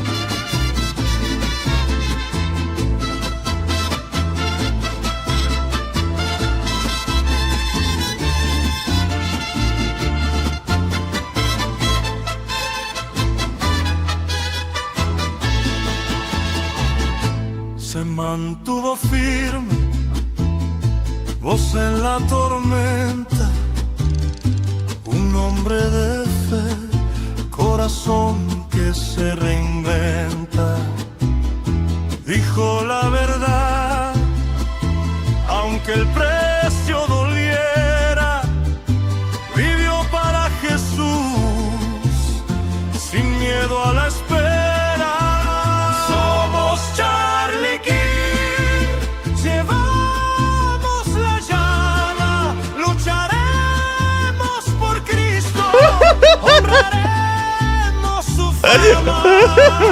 Somos Charlie King. Chat, we're Somos Charlie Kirk. Es nuestra, juntos inquebrantables, al cielo damos nuestra.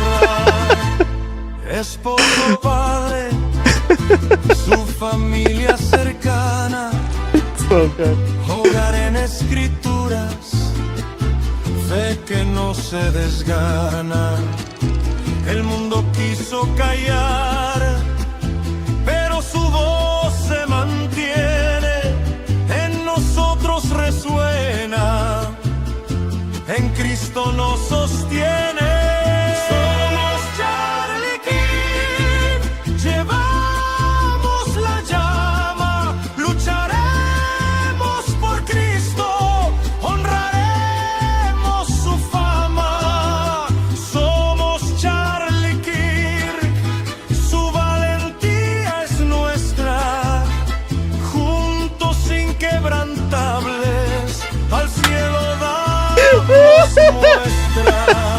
I'm dying, guys.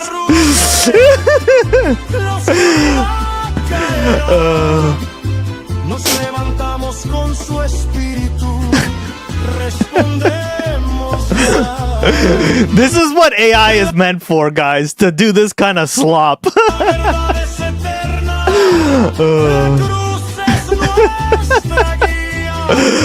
Con Dios como capitán, marchamos cada día.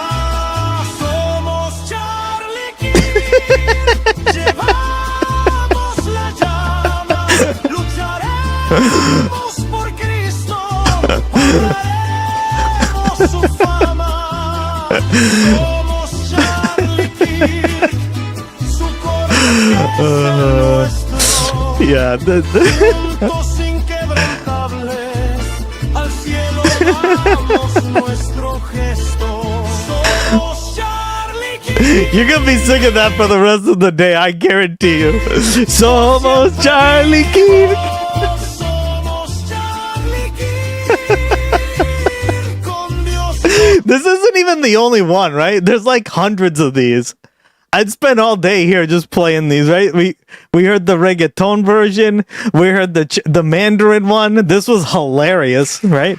And now I will demonstrate the spirit of the ancient tradition.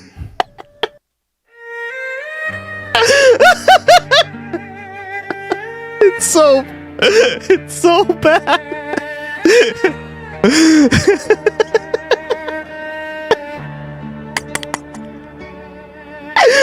Oh my god. Apparently it's I love how it says Turning Point China in the background. Get it? Like Turning Point USA. Better in death than he ever was in life. For real. Giving us the memes.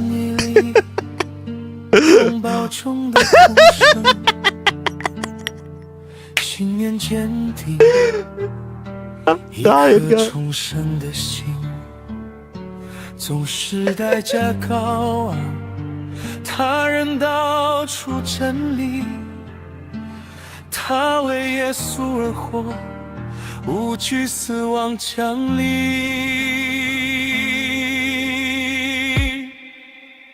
我们是查理克，我们传承火炬，为福音而战，尊崇他。查理克，他的勇气及无辈之勇，众志成城，神使人彰显天国真理。他是丈夫，也是父亲，是家人如珍宝。家园里圣经之上，给予信仰，无所畏惧。世人试图让他谨慎，但他的声音犹存。This is what AI is for, guys. 在我们心中回响，在基督里永恒。我们是查理克，我们传承火炬，为福。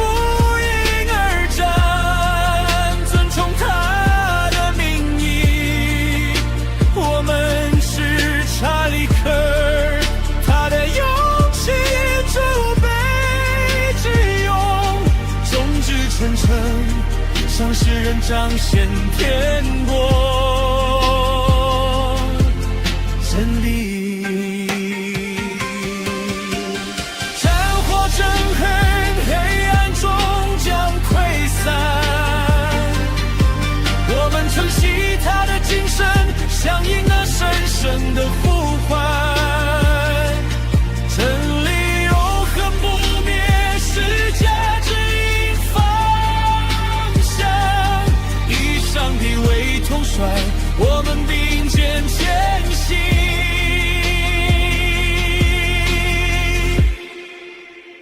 我们是 Charlie King， 我们传承火炬，为福音而战，尊重他的名义，我们是查理克。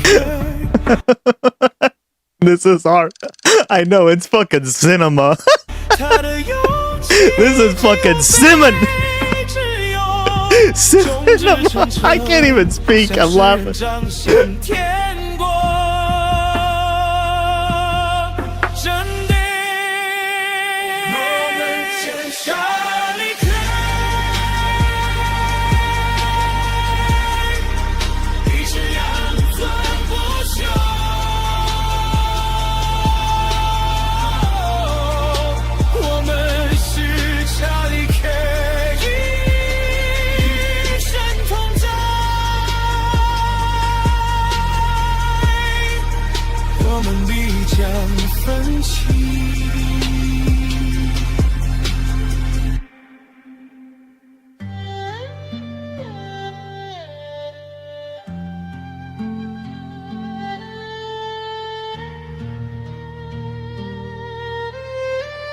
I mean, it's funny, right?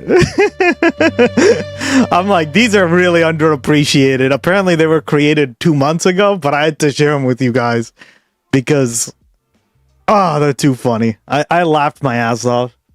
You gotta laugh at these clowns, right? Ah, all right. All right, now we're gonna cover Aber Kawasa. I've heard of her, so I want to know more about her in the interview. She seems pretty based. Let's go. This is Democracy. This is Democracy Now!, democracynow.org. I'm Mimi Goodman with Juan Gonzalez. After a string of victories of Democratic Socialists in primaries across the United States, centrist Democrats, as well as President Trump, are pushing back. The DSA, or Democratic Socialists of America, endorsed about 150 candidates this year, with 35 either winning primaries or advancing in races in Oregon, California, Georgia, Pennsylvania, New Jersey, Maine, Washington, D.C., and New York. In the Colorado primaries today, the DSA is backing 29-year-old Malat Quiros against incumbent Congress member, longtime Congress member Diana DeGette, and former DSA member, State Senator Julie Garcia. The only thing BB fighting now is rectal cancer. I know who's who I'm rooting for.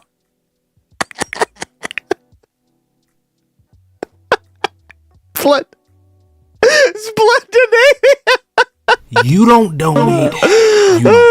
You like that, Kiki? Isn't that the funniest thing you've ever seen?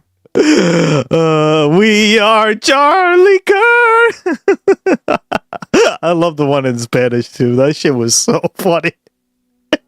Somos Charlie Kirk, chat. I love others. I know, for real. It's so good.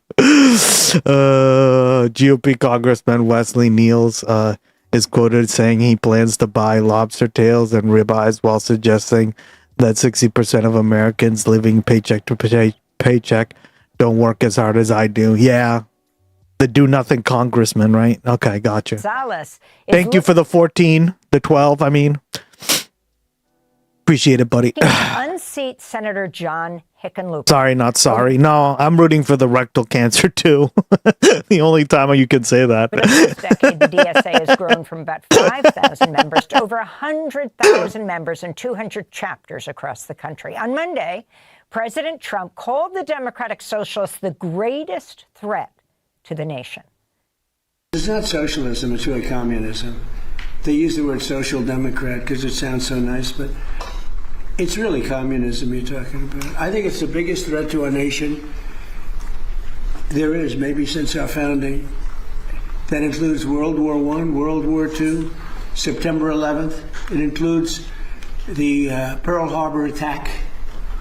I think this is the biggest threat to our nation.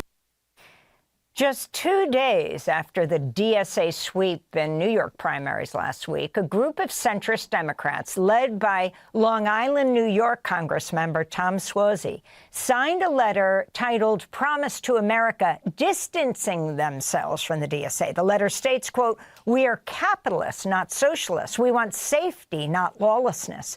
We're mainstream, not extreme. We're proud, not ashamed of America," Suozzi wrote.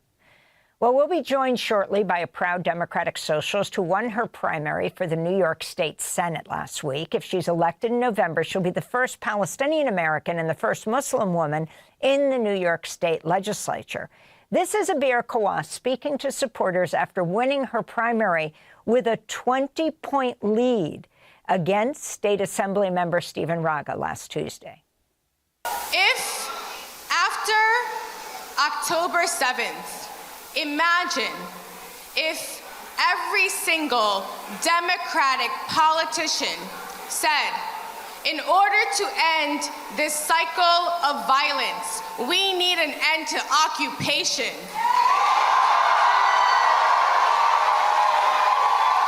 Imagine if every single Democratic politician, whether they were a city councilor or they were a state legislator or a congressperson, said, we want to end occupation and not fund genocide.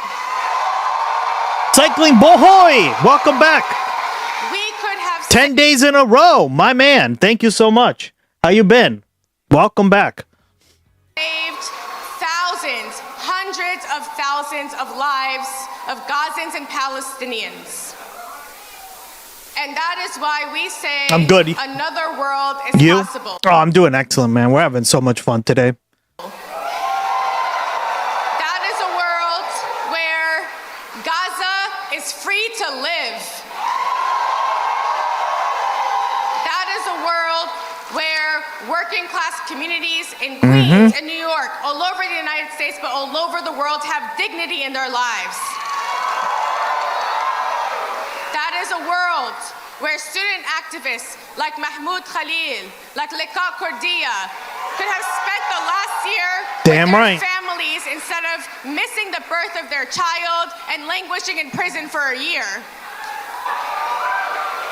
And that is a world where my father, whose family was displaced from Palestine in the Nakba, who came to the United States and was incarcerated for 3 years and then deported, that would be a world where my father could be in this audience to witness his daughter make history.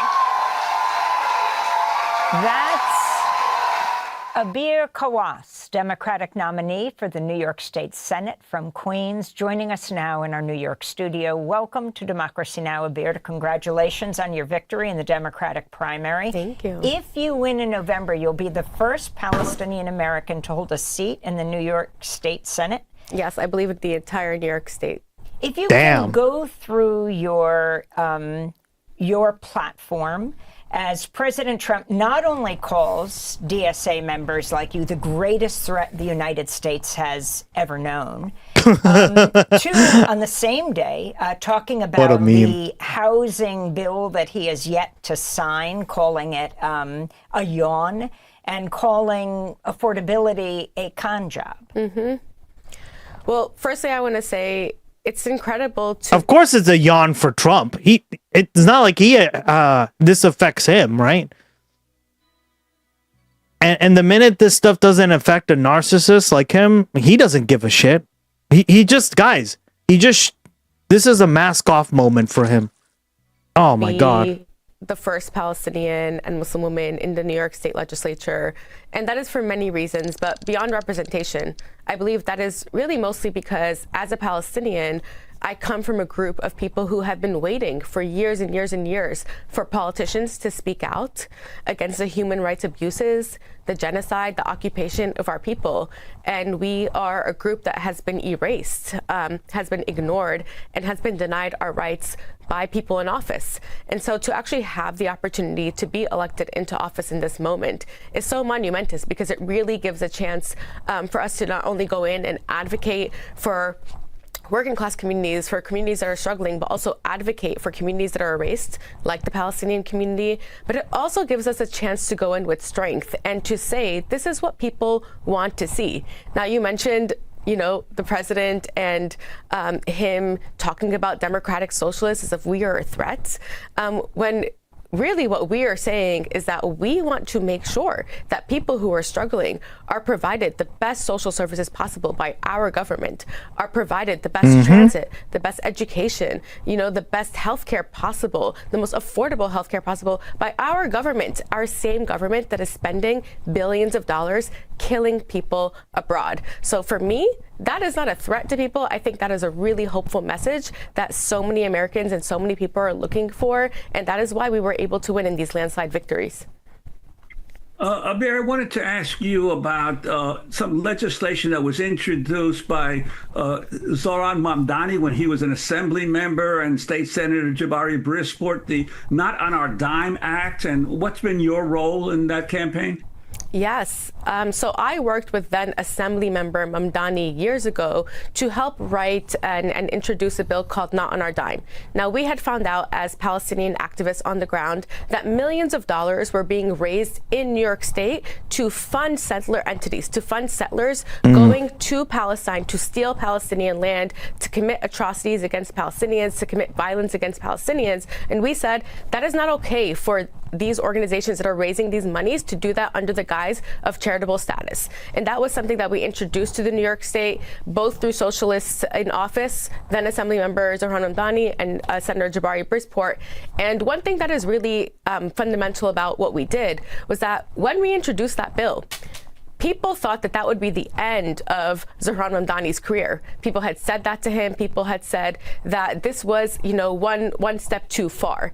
And what we saw was that in the mayoral election, that his Boy, that was wrong. Part of introducing the Not on Our Dime bill, him standing up for Palestinian human rights, him having a politics of conscience and consistency on this issue was something that really pierced through to voters' hearts and made them really feel committed and feel like he could actually deliver on the affordability agenda that he promised because of how consistent he was in his politics. And could you talk about the enormous change that has occurred among the voting public, especially in New York, but across much of the country, on the issue of Palestine and the Israeli occupation? Has that surprised you? Yes, of course. I mean, it has not surprised me because as an activist on the ground, I know that there have been millions of people, and you have all reported on millions of people for years now who have hit the streets, who have said, we want an end to the genocide in Gaza, that we want an end to the occupation in Palestine. This is what most people on the streets are saying. And truly, when we went to knock on doors, and this was for a local state election, where, you know, the main issues that our constituents are facing are dealing with affordable housing, are dealing with their inability to afford healthcare, right? Who are looking for better education policy, all those things. They also were looking for candidates who were speaking out about Palestine. They were also looking for candidates who were anti-war. And when they found out that I was somebody who was part of introducing Not on Our Dime, that made people extremely enthusiastic to vote for our campaign in our district. And so I think that what we are seeing is a reflection of the frustration that so many New Yorkers, but so many Americans have felt about having a perspective, about going and watching the news every single day or looking at their phones and being so disgusted by the world that they are seeing and not seeing that be reflected by their politicians and not seeing their politicians act in urgency or reflect what they are thinking about and what they're looking for. If you can talk about the debate, not between the Democrats and the Republicans right now, but within the Democratic Party. I mean, Chuck Schumer is the head of the Democratic Party in the Senate. He's the minority leader, and he also is a senator from New York. Have they endorsed you? No, they have not endorsed me. And of course, you know, I just got through a primary campaign where you often have course they didn't. And when you go into the general. But what I will say is that we ran a campaign against a progressive legislator. And what we are seeing right now is a redefinition of what people want to define as progressive politics, and that Palestine needs to be part of that fold. Having an anti-war platform needs to be part of that. If you are saying, I want to deliver affordability, if you're saying you're against ICE, then people will only see that as consistent in your politics if you're also saying that you're against a genocide in Palestine. So in many ways, we are transforming the Democratic Party and also the progressive voice in the Democratic Party to make sure that it includes speaking out about Palestine. And that is what we're seeing in this race, that the thing that differentiated us from another progressive was us being on the forefront of that. What did your dad say when you won? Your deported dad. Yes. My dad is so proud and happy, but of course, it was really difficult to win. I mentioned in my speech to be someone who is making history, but not to be able to have my dad in the room is really devastating for us. It was a sad moment because he couldn't be there with us. And until now, you know, he is celebrating and I can't celebrate. Can you with imagine him. winning With his family, and your his dad wife, ain't his even after, there to you know, fucking celebrate with you? I'd be so fucking mad. It's like a Palestinian suite for all his family members. Hell no. But this is the idea of family separation that I often talk about, and it's not just my family. It's been happening to so many families. It's continuing to happen. Is that when somebody is separated from their family, they miss out on some of the most beautiful, transformative moments of their lives. Their birthdays, their graduations, right? Them getting their first job, graduating from college, and in this case, it meant a lot to win a position that I, in many ways, worked up to because I was always an organizer and advocate because of what happened, you know, to my father. But to not have him there to witness that was, you know, devastating for my entire family. Thanks for watching Democracy Now! On YouTube. Subscribe to the channel and turn on... All right, let's get some laps in. This should be funny. Nick Fuentes says... the app's the quiet part out loud that we all knew. Keck W. What?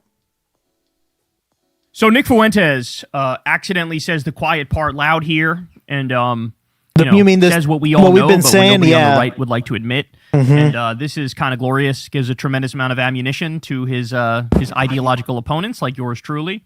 But you simply love to see it. So let's listen, then we'll break it down. Sam Fee sent $5. Leaving Chicago for OKC was the best decision I ever made. It's the best major city in the country.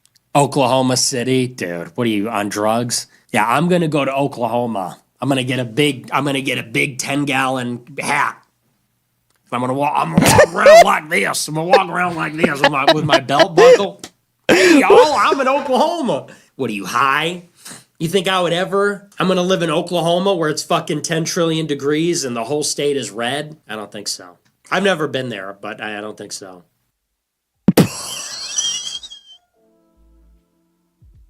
What?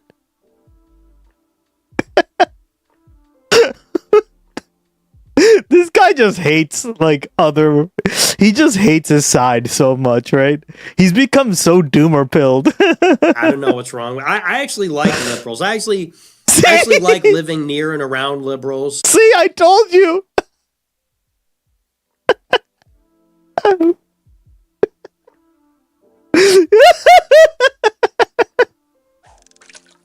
You can't make this shit up, guys. He fucking hates his own side. Oh my god. I like living around them. They're cultured. You know, I don't want to eat barbecue all the time. This guy's whole project is white nationalism. Exactly. This guy's whole What project. do you think you're getting, motherfucker? You're gonna get more Oklahoma and less Chicago, right? Chicago's a pretty diverse city. Again, right? Tarnsy, my goat. Jesus. Oh my god, this is so stupid. It's so dumb. Okay, listen, Fuentes has no ideology. He exists by being against everything and everyone who dares to agree with him. Yeah, well said. I know, we're getting memes out of this, though. We're laughing, right? I love it. Is to turn this entire fucking country into Oklahoma, as he fucking hates Oklahoma. Yeah. If you give the racist what the racist wants, he immediately goes, huh, this is kind of boring and uncultured and stupid and dumb. Well, that's how it is. Yeah. Well, yeah, that's what we've been telling you all along. We've been telling you all along. We've been telling you that the beauty of this country is the fucking melting pot element of it. Yeah. Right? I mean, that's what makes New York City. Right. We like living next to our gay, trans, lesbian, right? Everything in between, right? We like living next to people who are like mixed race. We like living next to people who have different opinions, right? We like all that stuff, and it's like you guys are the side that does the opposite. You want to live in like you want to live in Oklahoma. I don't know what else to say, right? God damn it! So special. It's like the ultimate melting pot. And variety is the spice of life, friends. Exactly. The best cultural products come out of New York. Otherwise, you get fucking bored, right? And guys, like I live my life the same exact way, right? Like, why do I tell you these stories about Model UN? Why do I tell you these stories about like debate class and all this stuff, right? Going to like all these events, like talking to people who are from other countries, right? Because I value that shit. I don't care about what like other fucking dumbass like Americans have to say, because I've already heard that opinion 1,000 times. I'm bored of it. I'm sick of it. As Pauline would say, monoculture. Yeah, ew. City, it's a phenomenal place to live, and right now, of in course, a soda in cracker, Afghanistan, it's like fucking. It's a utopia. I mean, people there are like euphoric God. 24/7 now because this guy's delivering on all of his promises and making people's lives better. But like, bro, it's almost like, how can you even consider yourself a white nationalist and a conservative when you're admitting the thing that only liberals and leftists have said previously, which is, yeah, our places are just objectively better because they are just objectively better. Okay? He's not done though. I actually like living near and around liberals. I like living around them. They're cultured. You know, I don't want to eat barbecue all the time, actually. I don't want to eat a bunch of smoked meat in, like, syrup. It's kind of hilarious, though, because now he's attacking the best part of conservative culture. I fucking love barbecue. Barbecue's tremendous. The best part of Texas is the barbecue. You go there, the meat's falling off the bone. It tastes fucking phenomenal. You're going, holy shit. They can't do barbecue anywhere else like they do in Texas. There's some places that come close. Like, shout out, there's this place I love. Yeah, but even Texas is a terrible example because Texas is not a monoculture. Right? It's literally Tex-Mex. So even like the examples of what... even the examples that these fucking people give, it is always just like, huh? But Texas is not even a monoculture, right? There's a huge Mexican-American population, right? And that's actually what makes Texas so awesome, right? Called Dickies. Release the Gus Model UN dating list. Oh, God, not that again. Jesus. And they do a phenomenal job. But outside of Dickies, like, most of the barbecue I've had that's not in Texas is distinctly different from the Texas barbecue, which is just like, you know, just phenomenal, right? And now he's attacking that. You're going to go after the best part? Yep, fucking conservative culture. This doesn't even make sense. You're making me more sympathetic to what your argument should be. This is crazy. Because that's what's good food down there. You say, what's your specialty? So we smoke meat, and then we cover it in syrup. We cover it in sweet and spicy syrup. Oh, that's great. What else you got? Mac and cheese. So that's cheese sauce. It's fucking delicious. On noodles. Do I have that right? So you have meat with syrup on top. I love it. I mean, give me more of this. Honestly, this is funny as hell to watch.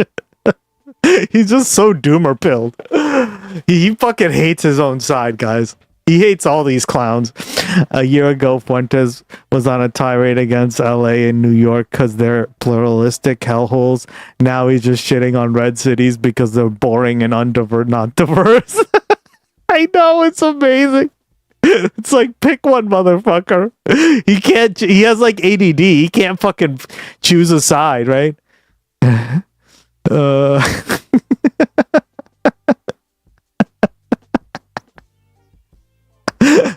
Oh my god. It was like what I forgot. I think it was Living Lily who said it. It was like I chose the guy and now I want to be with the other guy. Because I'm bored of the guy I chose. Oh my god, it's so funny. funny, guys. It literally is Like that. cheese sauce. Hey, parkour's language. Welcome back, buddy. Good to see you again. How you been? If that's your specialty. Yup. Okay, well, I think I'll just stick around here, actually. This is the most un-American shit I've ever heard in my Right? life. It's so funny. Who hates fucking mac and cheese and barbecue? I mean, for real. I'm good with the lattes, actually. I think I'll take the matcha. I think I'll stick with the lattes and the avocado toast. And Here's the bottom line, right? When you look at blue states versus red states, what do you have in blue states? And these are all facts. I'm not even giving you opinion here. I'm just going to give you facts.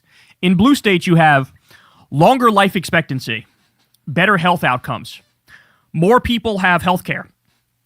Because of the regulations, that means there's way fewer cases of cancer and heart disease. They are much more educated. The public schools are way better funded. They have higher wages, higher GDP. They are net tax payers to the federal government, whereas the red states are net tax receivers. So using right-wing language here, that means red states are parasites. Red states are a drain. Blue states are additive to the system, okay? Get this. Here, if you want to know what boils down the difference between Democrats and Republicans in modern day, I'll break this down very simply for you. Since the year 1989, 97% of the jobs that have been created under Democratic presidents. The scoreboard is 50 million jobs created by Democrats to 1.3 million jobs created by Republicans. And what he's acknowledging here is something everybody else has acknowledged, that blue states and blue cities, of course, that have all different kinds of people, immigrants, people from different walks of life, different backgrounds, different ethnicities, different religions. What ends up happening is a bunch of magic happens. People are very productive. They work very hard. They make these places much better places to live. And I've heard of him. Guys, I don't know a lot about like Twitch or other streamers and stuff, but I've heard of him. So that's kind of interesting. Fuentes consistently takes positions that oppose mainstream popular views. Yeah, what you're saying, guys, he's a contrarian. I see it. I just can't like plot him on a, or maybe he does have like some politics, but they're just contrarian, right? Like, I think the way you can plot a contrarian is you have to take in all their views, right? And if they change very like drastically, depending on like who's in power, what's going on, vibes, then you're probably looking at a contrarian, right? But I think people throw that out a little too much too, so you have to be careful. So far, what I've seen, I kind of would agree, because I don't think you can go, I mean, unless he's turning to the left, which I doubt, right? That's why I say I think he is like a Nazi, but he's also a contrarian, which is strange. So I don't know how to really gauge him well. It's very strange. He's a right-wing Bad Empanada, if you know. Yeah, I've heard of him again, but I don't know a lot about him because I'm pretty new to Twitch. This is exactly the essence of Fuentes. You nailed it. Yeah. Nick Fuentes, hold on. Nick Fuentes is exploiting nihilists in part of his focus. He just has no philosophy. His beliefs lie in contradictions. Well said, yeah. Yeah. Good point. Yeah, nihilism is the wrong path, right? Never succumb to nihilism, chat. Practical ways to respond. Don't feed the cycle. Avoid amplifying provocation by sharing and reacting emotionally. Yeah, that's why I said, like, emotions are important, but you also have to be like level-headed, right? I'm not in favor of completely suppressing emotions, obviously, but like you have to gauge it with everything else in life, right? I think some people have a lot of trouble with that, right? Like some people have like anger issues, right? Anger management issues. And for whatever reason, it may be justified or not, but it still doesn't mean you get to do it. Call out inconsistency, point of specific past statements, ask how the new claims fits, demand evidence. Yeah, exactly. Well said, man. Use it as a teachable moment. When a claim is factual, counter it with source corrections. Keep tone factual, not personal. Limit exposure, mute, block, or unfollow to reduce emotional toll. Algorithmic reward, or use it as a teachable moment. Yeah, well said. My point is that Nick Fuentes is not a political force to be afraid of. There are no politics there. I think I was like debating another streamer on this. I'm like, unfortunately, like your position, there isn't very much politics there, because you're like, there's a difference between philosophy and politics, right? Philosophy can intervene with politics, but you do have to discuss it. And unfortunately, if you can get a little carried away with the philosophy stuff, right? It's why everybody hates philosophy majors, right? Like, it's not even just me saying this. It's like, I've seen so many memes and shit, the philosophy major, and it's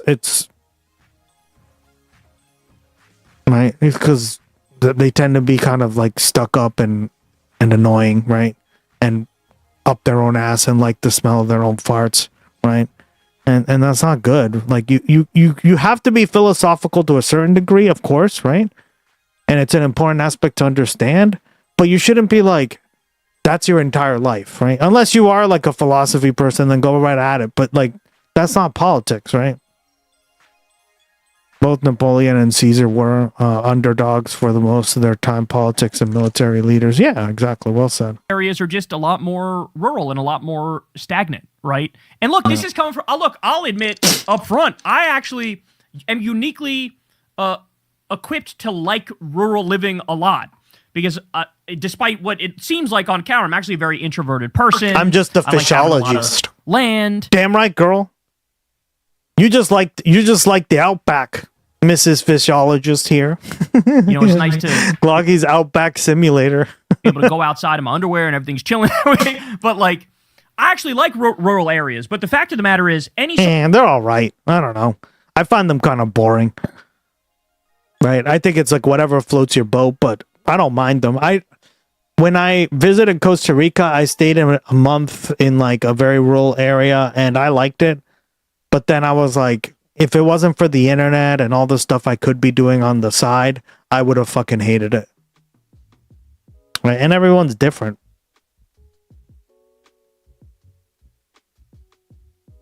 Right? This is another thing, is you can't impose your will on everyone else. So just let them do what they want to do, right?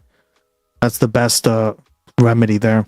That is playing with the hoop, hop snakes, boxing kangaroos, and drop bears. Sort of objective way of measuring it. For the overwhelming... Next, Gloggy's Outback Simulator. ! Outback.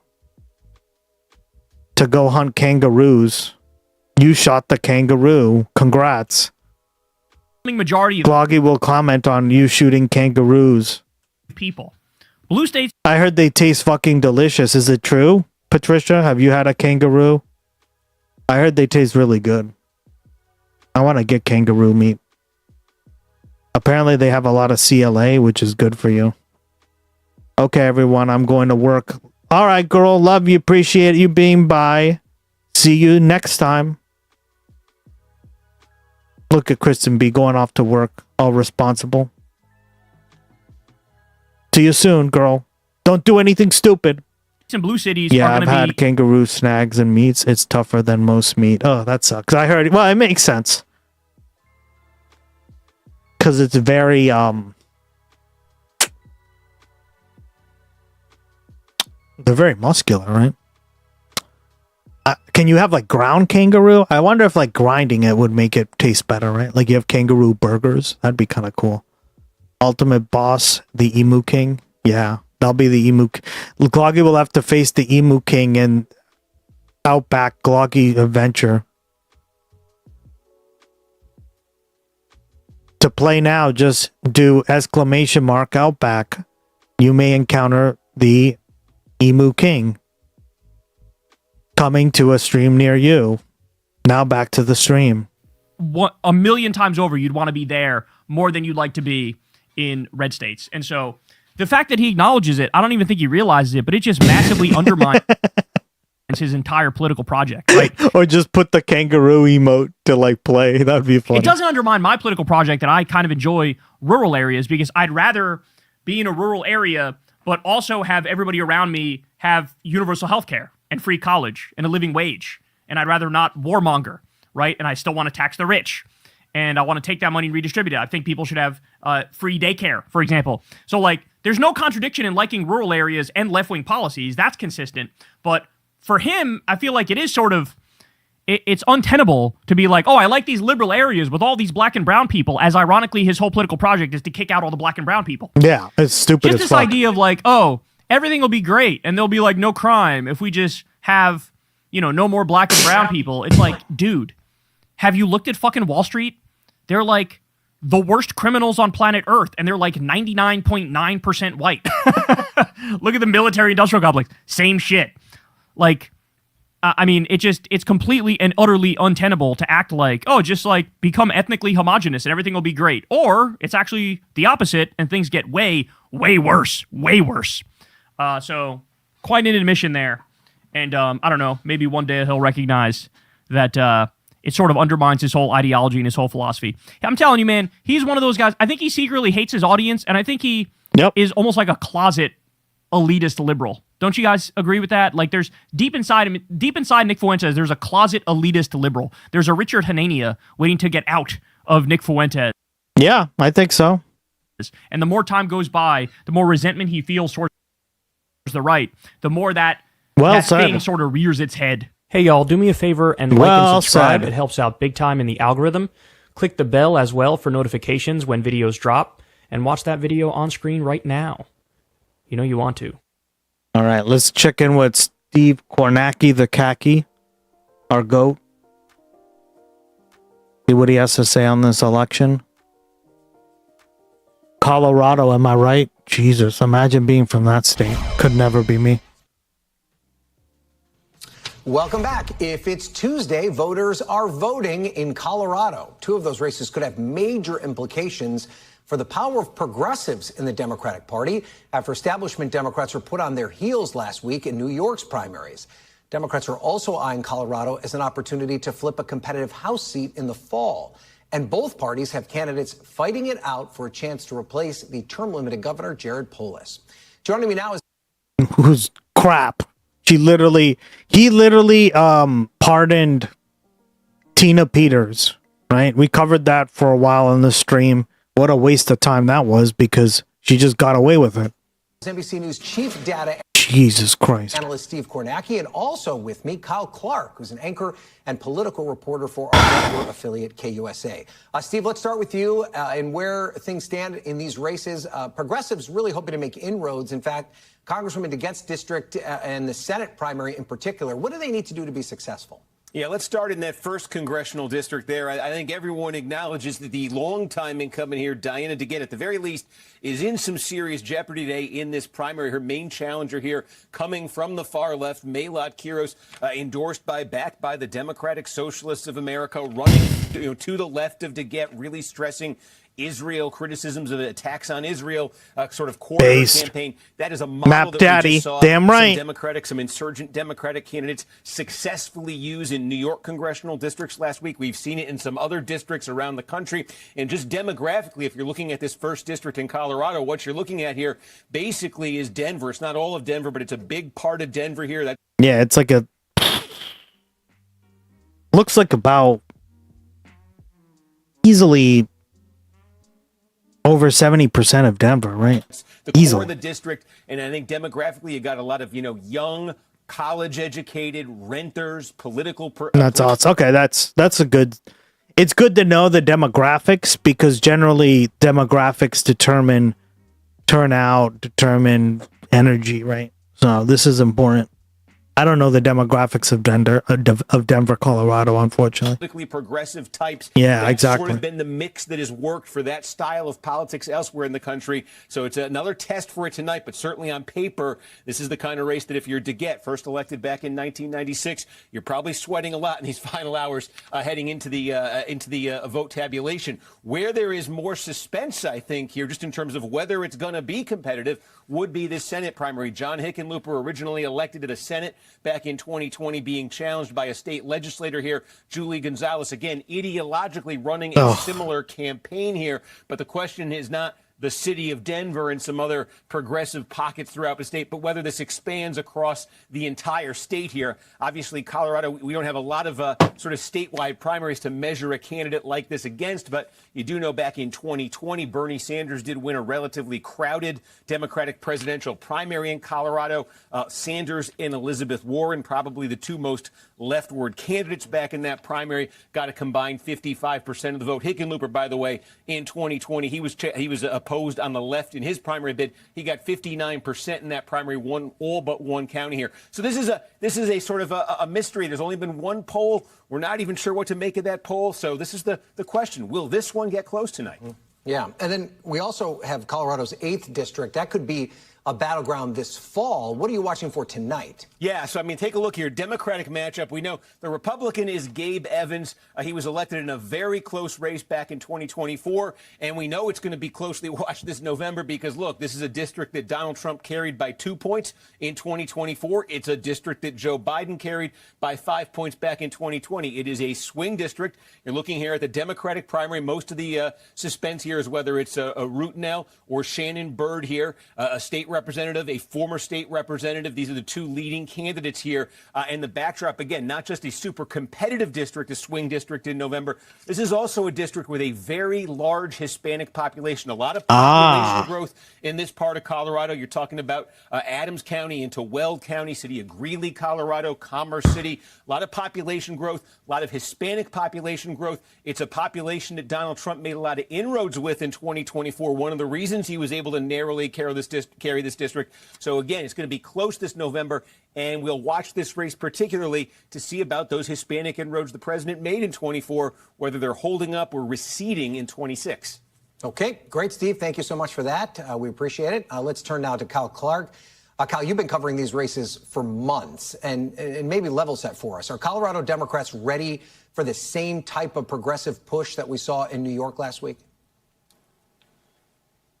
Denver Democrats are, Ryan, for sure. I think Colorado is a different story. And the thing you have to remember when you look at Denver versus New York City is New York has closed primaries. Colorado has semi-open primaries in which unaffiliated voters, no party, that is the majority of voters in the state, can participate. So that can have an interesting impact on primaries out here. But certainly 29-year incumbent progressive Democrat Diana DeGette is in real trouble against a 29-year-old Democratic Socialist challenger in Milot Quiros, who appears to have caught DeGette napping, nearly kept her off the ballot at the caucuses, and DeGette has been begging for national resources to come in and save her, and Quiros has all the momentum.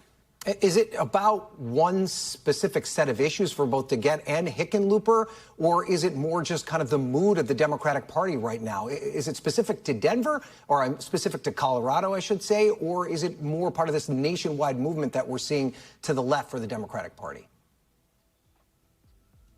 A lot of it, Ryan, is the same complaint against both DeGette and Hickenlooper, which is they're not delivering for progressive Democrats. But the concern is a lot more acute for DeGette because of the fact that she has been in a safe seat for decades. And a lot of Democrats say she doesn't have a whole lot to show for her time there.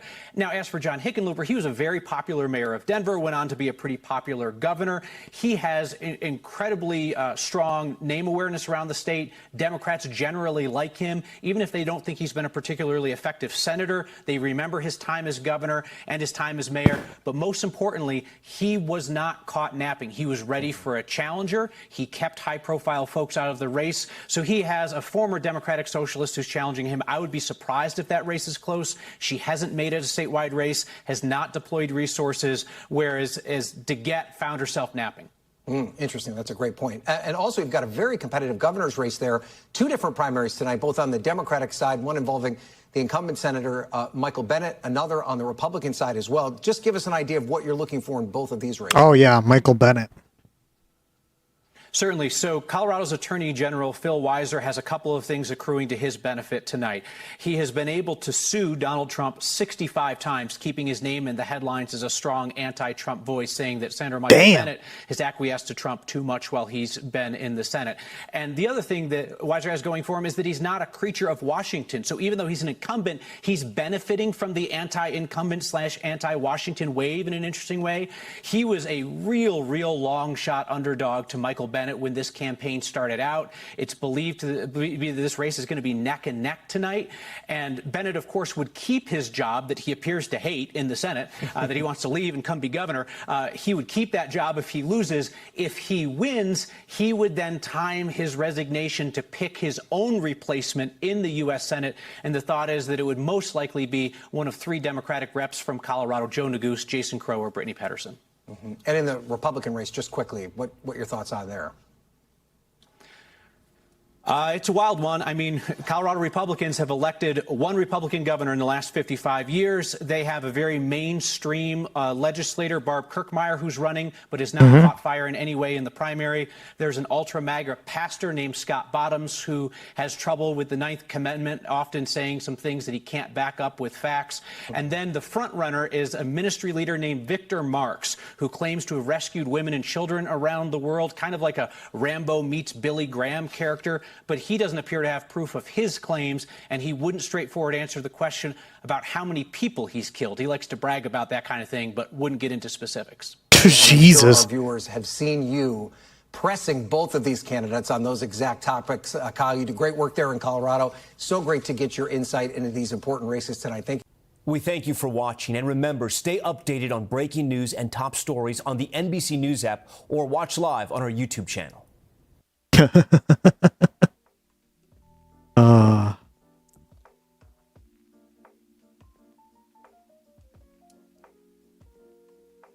The Democratic Socialists of America are taking aim at another incumbent Democrat. The progressive movement is trying to build influence inside the Democratic Party. And up next, Denver, Colorado, where a DSA candidate, Melot Quiros, is challenging 15-term Democratic Congresswoman Diana DeGette. Melot Quiros joins us right now to discuss her candidacy. Damn, she's been in Congress 30 years, guys. Holy shit. Pretty sure that guy claims he first killed someone when he was like 5 or something. Yeah, doesn't that mean you're like a serial killer? What? I heard about that. Excuse me, Doug. In this race, My dude. Thanks so much for taking some time to chat with us. Welcome to the show. Thank you so much for having me. So your central critique of Congresswoman DeGette is not necessarily that she's not progressive enough. She is a member of the House Progressive Caucus, endorsed by some of its members. Your criticism seems to be that she's not effective. If you do end up getting elected after 2 years, what are the deliverables that you're going to bring to your constituents to say, this is what I was talking about? This is how you be effective as a congresswoman? Well, I think it's important to clarify that it's not necessarily just that the Congresswoman has been ineffective, but that our campaign finance system and the way that we structure our government right now has made it so that she is ineffective. When you are taking money from big pharma, big energy and oil, defense contractors, it makes it incredibly difficult to actually fight for the kind of legislation that would meaningfully help working families when it would actually be in the opposite interests of these corporations that are supporting her campaign. Over 64% of her donations come from these corporate PACs. Less than 4% of her donations come from small dollar donors. And so pointing out that corporate Democrats are actively obstacles in passing a lot of this legislation that would make a meaningful difference for working families, like Medicare for all, like universal child care, and showing, frankly, that we were right. You know, we are in the final stretch of this campaign, and we've had millions of dollars pour in from corporate super PACs, from anonymous super PACs that are flooding to support and keep to get in office.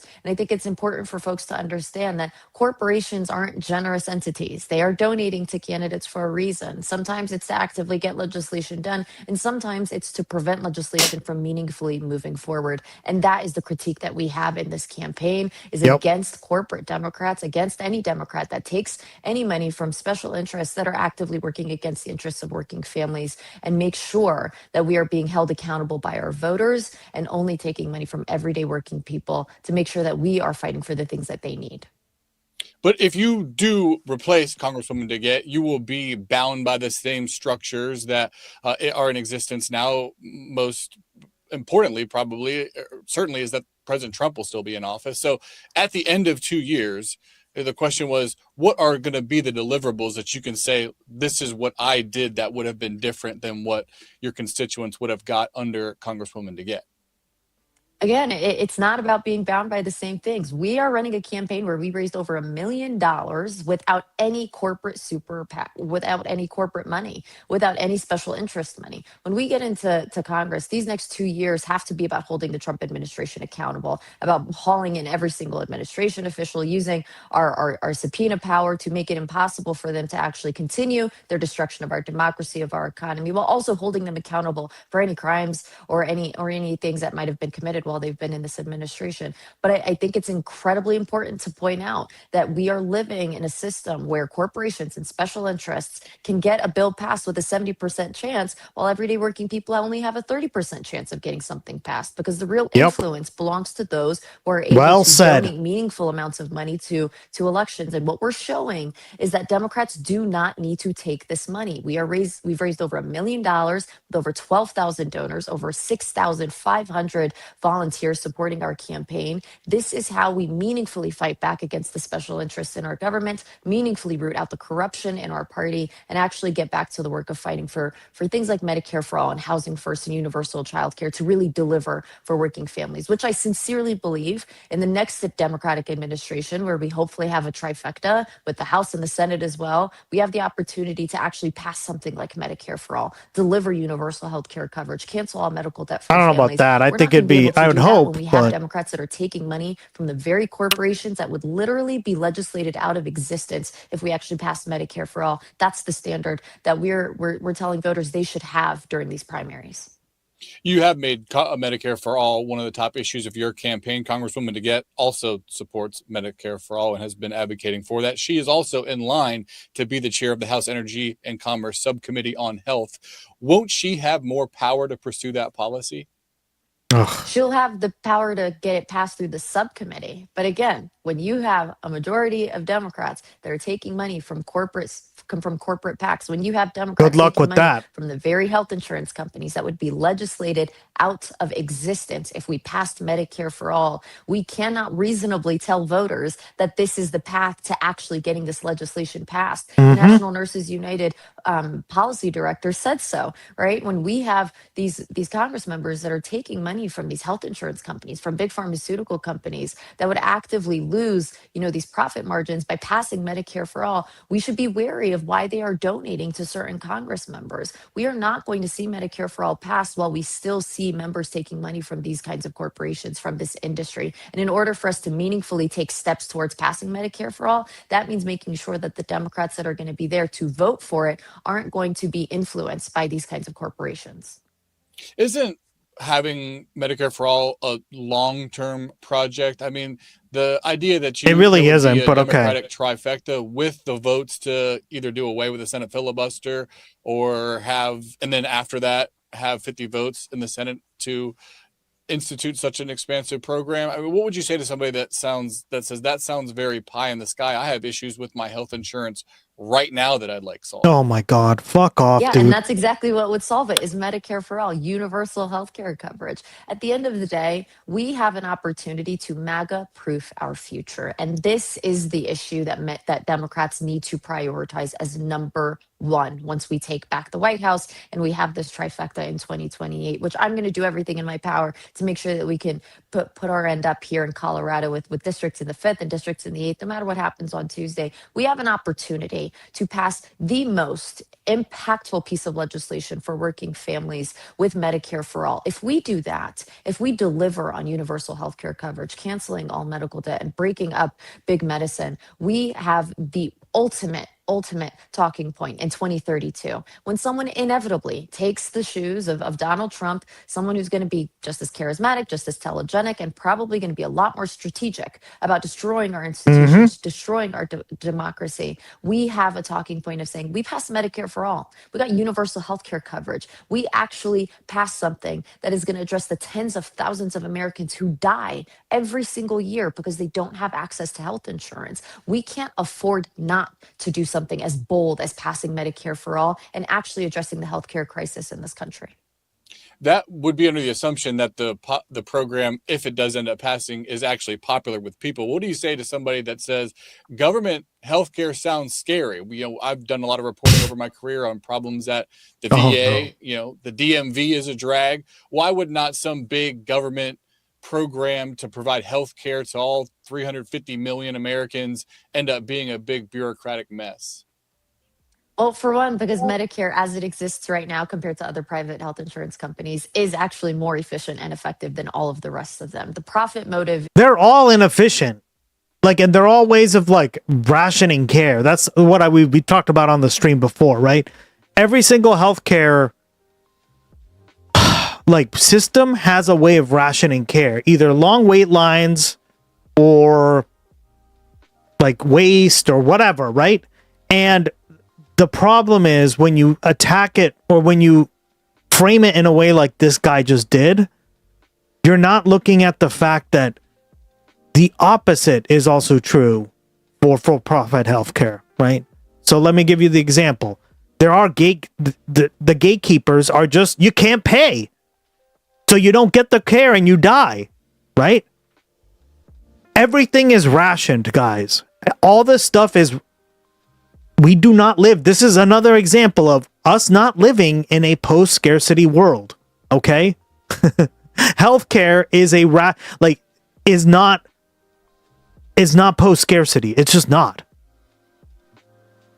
Right? Certain aspects of it could be, or you could argue, sure. But in general, no, it is not, right? That sounds cool and all, but have you considered doing nothing? Exactly.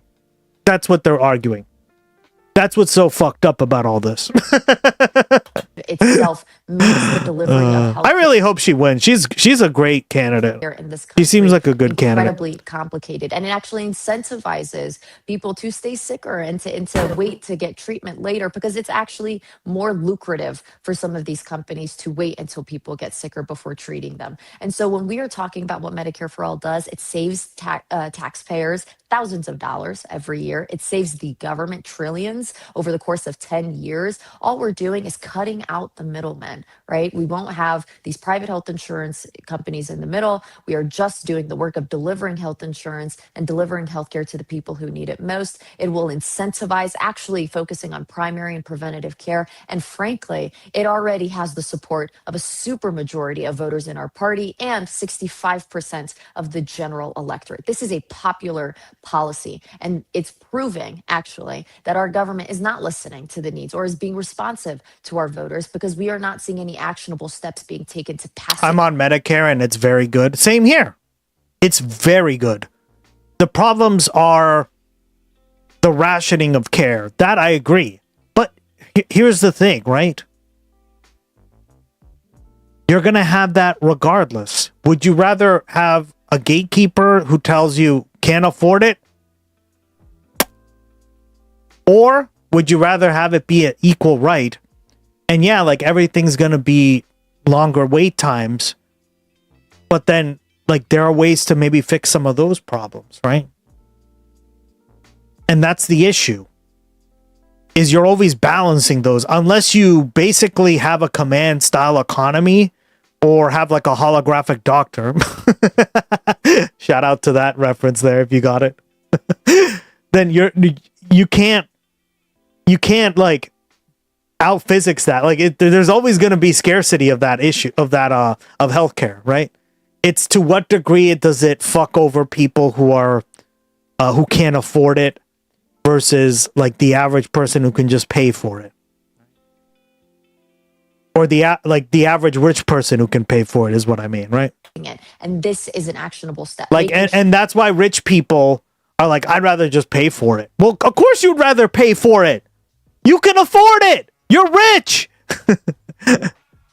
Or that the voters in Congress, or members of Congress, are not taking money from the same interest. Like look at their arguments, right? And be like, yep, that's why you prefer that system, because you can just drop the money and it doesn't fucking impact your bank account at all, right? Meanwhile, someone like that is on Medicaid, right, or Medicare, good luck ever trying to get that through, right? It's going to have a tremendous impact on your finances if you can't pay for your healthcare, right? Right, Ducky? It's crazy. Don't want to see something like Medicare for All passed. I did some back of the envelope math, and that's why I say, like, the more you think about it, guys, post-scarcity is a problem, and scarcity in general is a problem in our economy and the way we do stuff across the board, right? In many aspects of our lives, it's very prevalent in healthcare, right? Now, other countries have just been like, all right, well, we'd rather have the longer health lines, like we'd rather have longer wait times than have people die. And in this country, it's the opposite, right? And here's the thing, it's really even not that different anymore, right? Because like I called to get my dad a fucking appointment, right?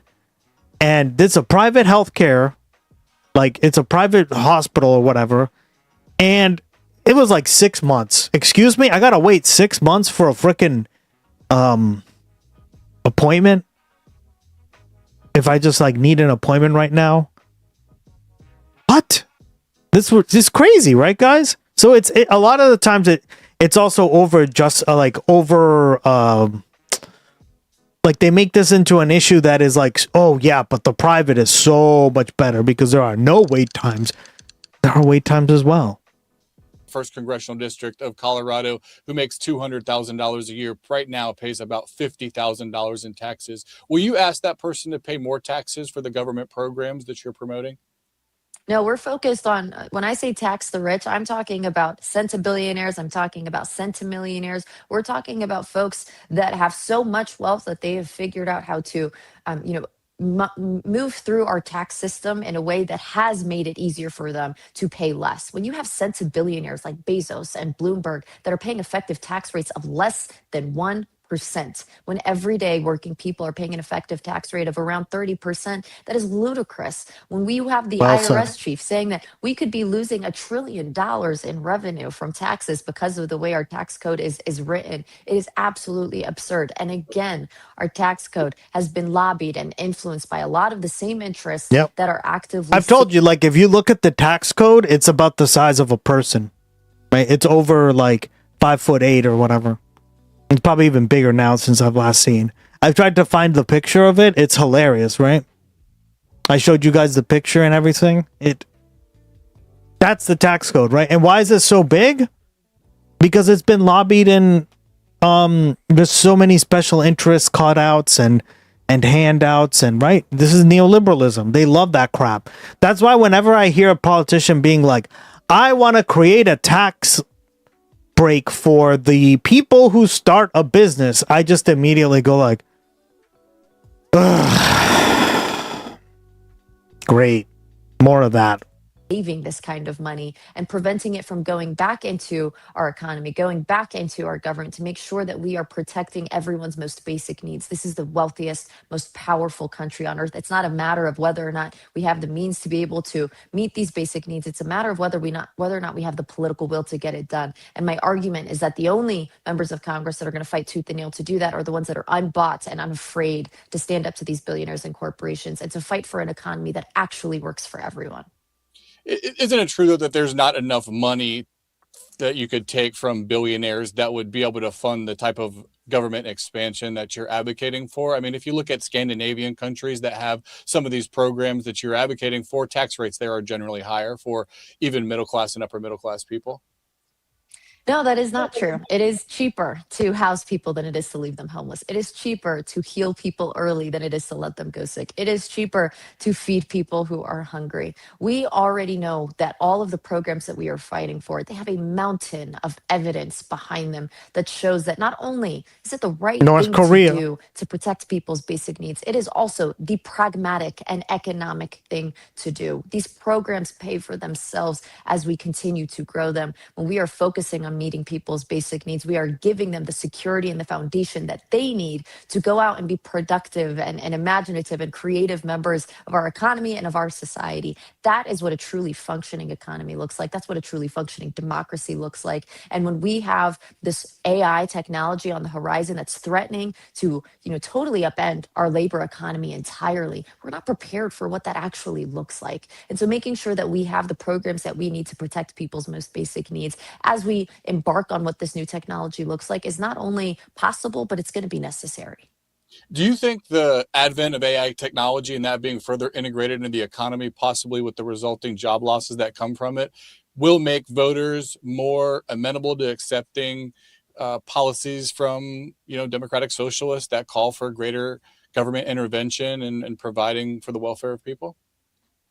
Again, we already have a supermajority of support from the voters of this party for Medicare for all, for housing first, for universal child care. But absolutely, the threat of AI and what it's going to do to our labor I know, right? economy, He what looks it like he may do does, to our Mulaney. economy at large is top of mind for a lot of voters, particularly for voters here in Denver. And it's important that we have members of Congress that actually understand what that threat is, that understand how this technology works. I'm reminded of hearings where people were asking the CEO of Meta how Facebook even makes money. We need to have members of Congress that are prepared to ask the right questions for this technology, prepared to fight for the right regulations that we need to make sure that we are not upending the labor economy in a disastrous way, that we're responsible about how we develop this technology and make sure that it doesn't threaten the basic needs of everyday working people in our country. I wanted to ask you about the issue of Israel-Palestine. You have made that a major part of your campaign. There was some video that surfaced over the weekend of congressional candidate Scott Wiener in California being harassed as he went to participate in a trans-led Pride Shabbat service. What was your reaction to seeing that video? It was really disappointing to see. I sincerely believe that the majority of us actually largely agree and that we want to make sure that we're protecting dignity and self-determination for every single human being on this planet, especially every single human being in Israel and in Palestine. I sincerely believe in a politics of compassion, in a politics of sitting down and having conversations about what kind of a world that we want to live in. I was disappointed to see that had happened to Scott Wiener, and I don't want to live in a kind of politics that works like that.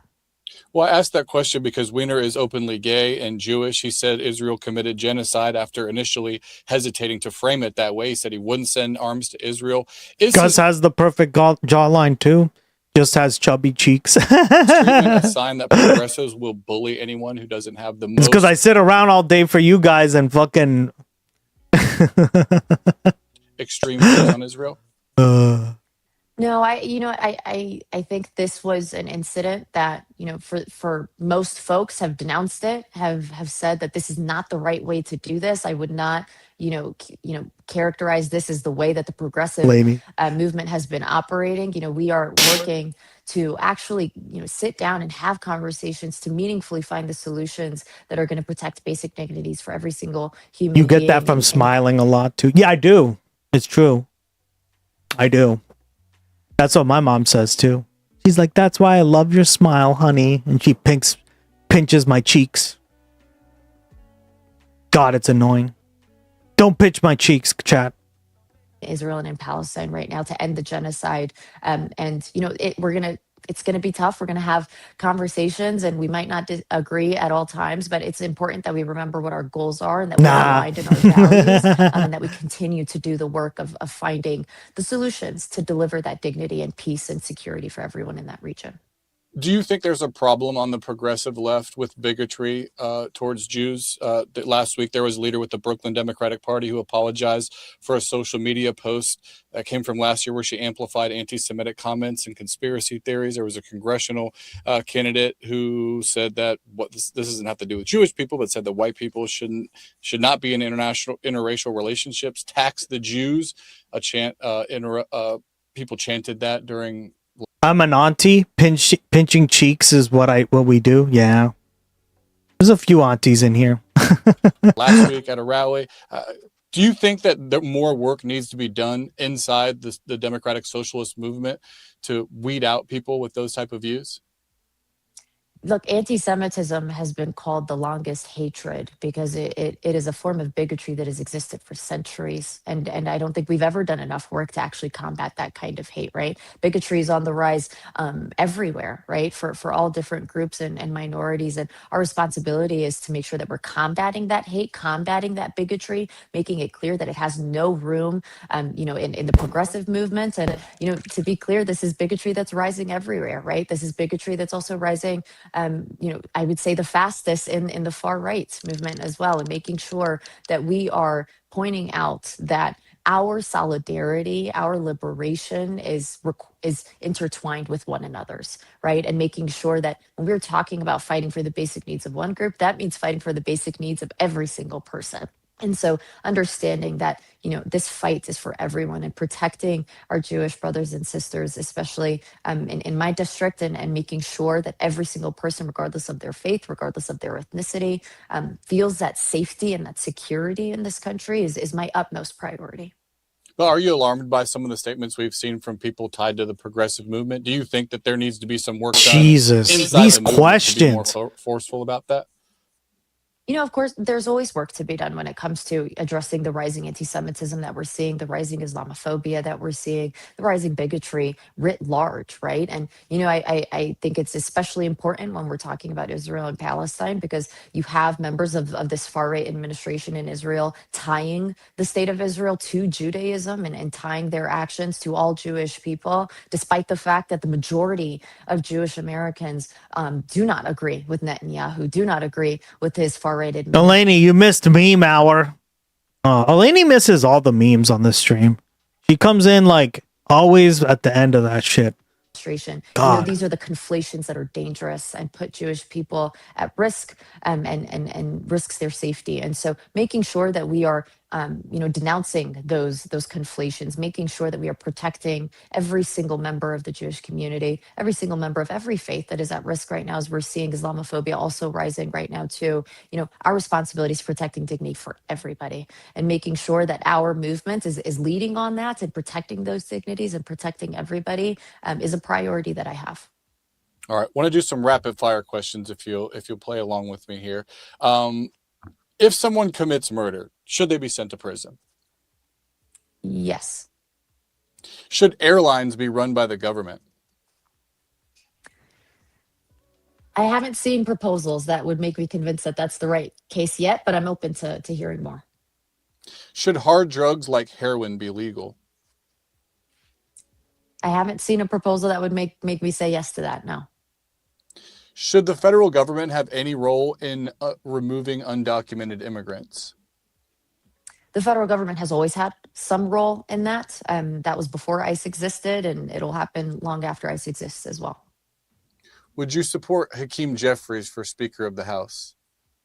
I'm not supporting anybody for leadership that takes corporate PAC money. I look forward to having conversations with Minority Leader Hakeem Jeffries about what the direction of our party should be, and making sure that we are disentangling ourselves from a lot of this special interest corporate PAC money. But this is a rule that I'm going to have for leadership writ large, because I really nice disentangle ourselves from this kind of. Congrats, girl! Patricia's become the #1 fisher on the stream. What a goat. I didn't, because we are all Charlie Kirk, then I am you. Well, didn't you say Living Lily's hot? Delaney?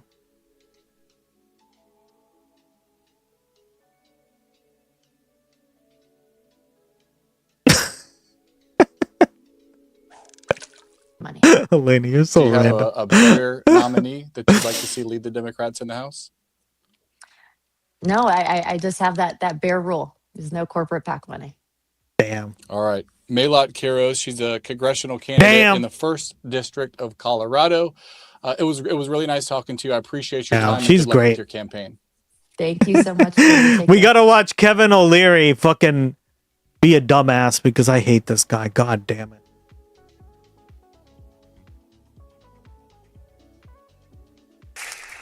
And now I will demonstrate the spirit of the ancient tradition.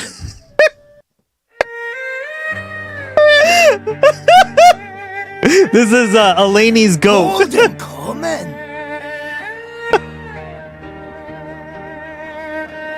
Eleni's goat right here. So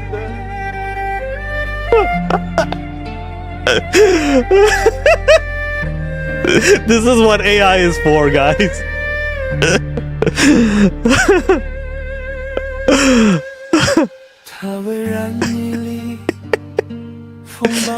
What a beautiful song, Chad. 信念坚定，一颗重生的心，总是带着高昂，他人道出真理，他为耶稣而活，无惧死亡降临。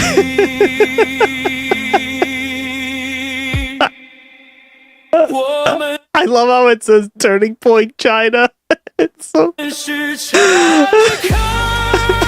thought that was Charlie Kirk. That was Charlie Earl. Amanda Rhea. Oh my god. Right?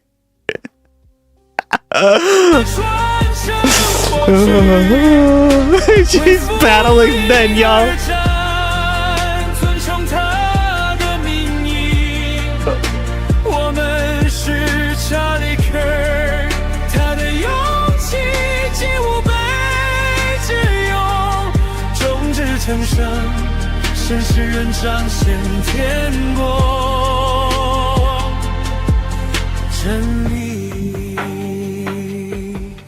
他是丈夫，也是父亲，是家人如珍宝。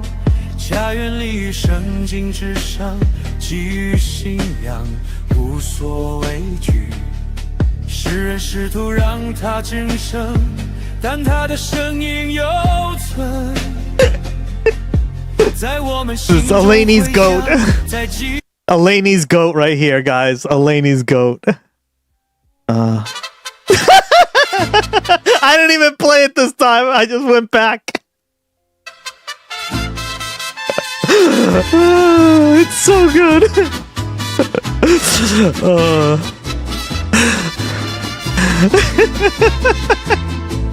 You gotta admit those cheeks.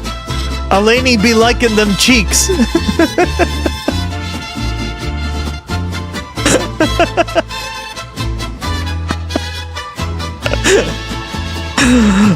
Se mantuvo firme, voz en la tormenta. Please clap. Please clap.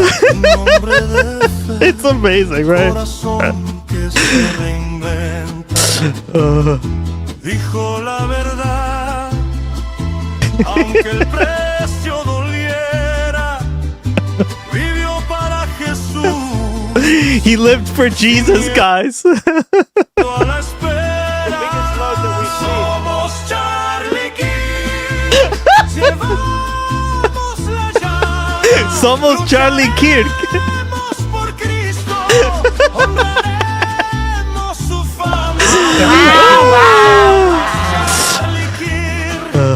Su valentía es nuestra. Juntos Somos Charlie Kirk, Chad.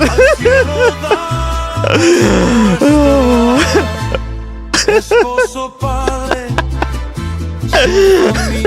I'm crying, guys. This is like one of the funniest things I've seen. Oh. que no se desgana. El mundo quiso callar, pero su voz se mantiene. En nosotros resuena. En Cristo nos sostiene.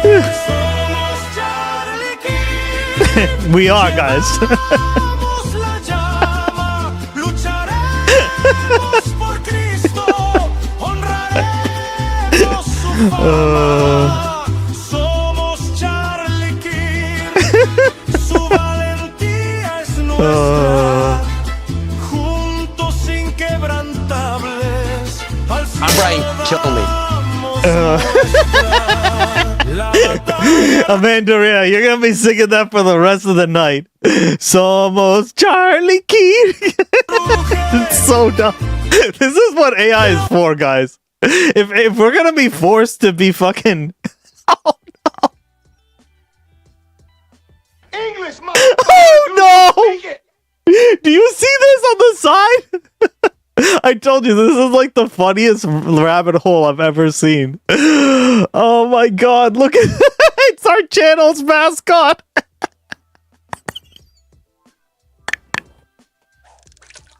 Oh my god, I'm dying. We gotta click that next.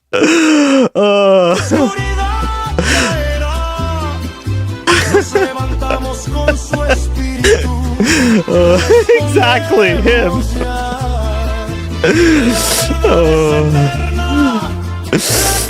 Bloggy's our mascot. Con Dios como capitán, marchamos cada día. Somos Charlie King. Llevamos la llama, lucharemos por Cristo, honraremos su fama. Somos Charlie King. Su coraje es el nuestro. Juntos inquebrantables, al cielo damos nuestro gesto. Somos Charlie King. Por siempre vivo. The red arrow's still there. Yeah, my bad.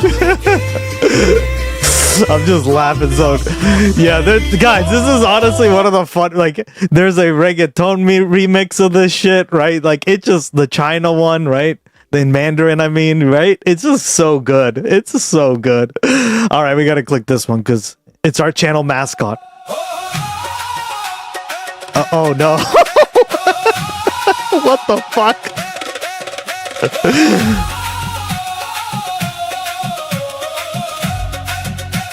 Oh no.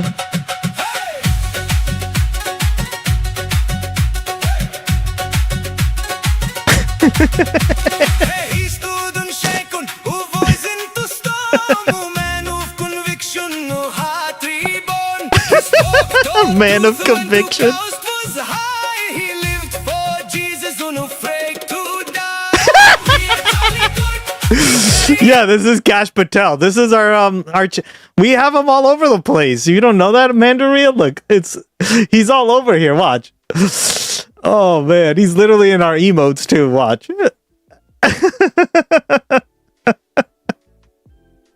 We have so many copies of him. Look at that. That's why I had to play. Guys, I'm crying. This is yeah, there we go. That's Valhalla Cash. What up?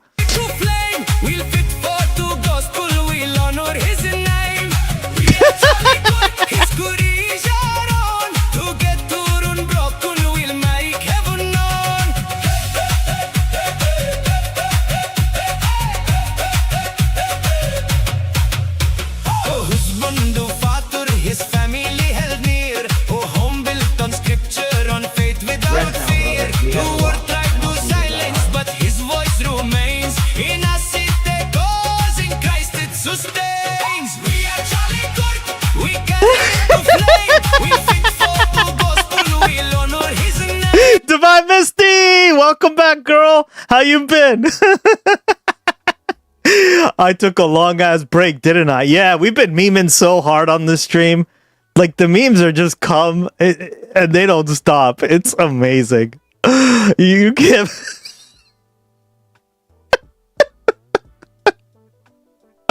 Oh man, Daria, I'm glad you're back though. That's good to hear.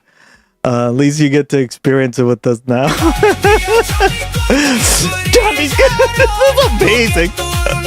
I know, right? These are incredible. Like, I think the mariachi one is my favorite.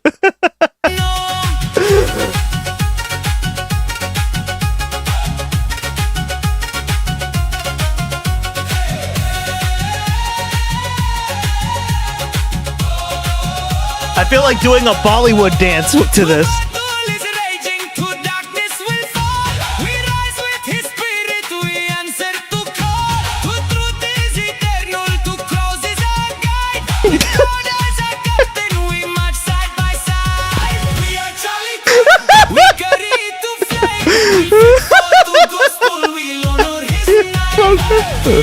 It's the reggae one. Yeah, that one's good too. Somos Charlie Kirk. Oh, I love it. Oh my god, it's so funny.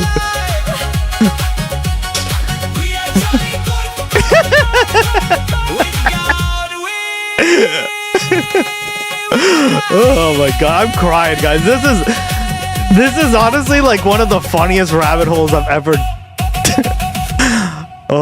I'm surprised more people haven't played them on like Twitch and stuff, right? I know like these are like what? Always like 4 weeks or 2 weeks old. Oh my god, there's We Are Charlie Kirk Arabic version. Damn. We're going international here. I love it. Oh god. You know he would be clapping in his grave. رجل خلافة قلب وليد قال الحق ولو ثمن غالي قتل لا يخشى الموت نحن تشارلي كيرك نحمل السيف نجاهد للأمان نكرر معا نحن تشارلي كيرك بشجاعتنا ما لا ننكسر نمشي الجنة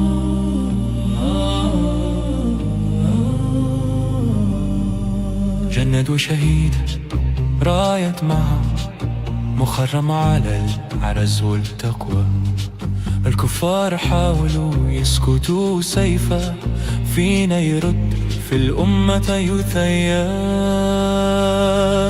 نحن تشارلي كيرك نحمل السيف نجاهد للأمان نكرر معا نحن تشارلي كيرك بشجاعتنا ما لا ننكسر نمشي الجنة بالمعركة تشتعل القدس لنا نكرم أبو تشارلي نلبي نداء الإسلام بديع والرسول الله دليل والله قائدنا نمشي سويا نحن تشارلي كيرك نحمل السيف نجاهد للأمان نكرمها نحن تشارلي كيرك بشجاعتنا ما لا ننكسر نمشي الجنة. Doesn't Hassan play? I didn't know that. Cool.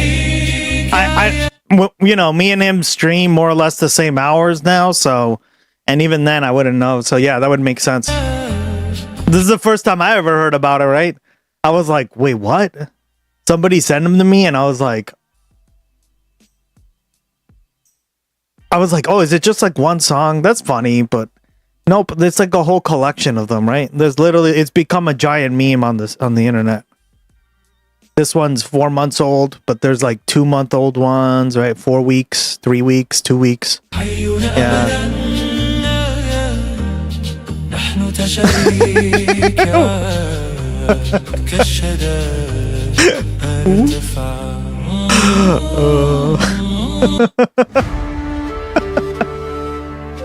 The old Latin version. My goat, Charlie Kirk. He's a true Roman like myself.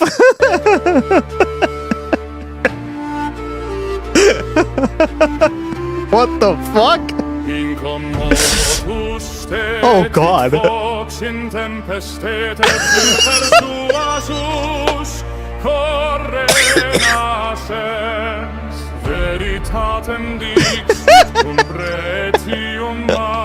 Literally, like I understand it.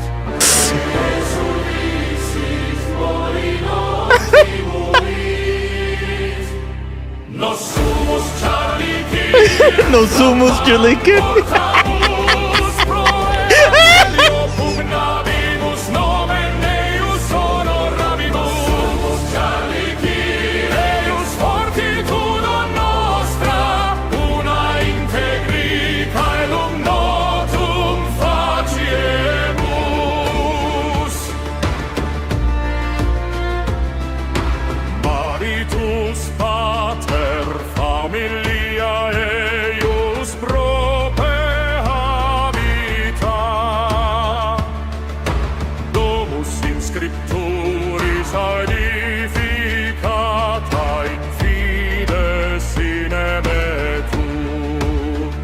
Charlie the Roman Kirk.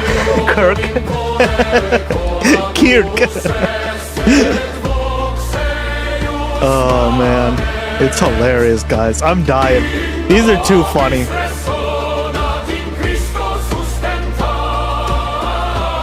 Of course, and they're gonna be like Cristo, right? Cristo meaning like Christ. It's the Latin word for Christ.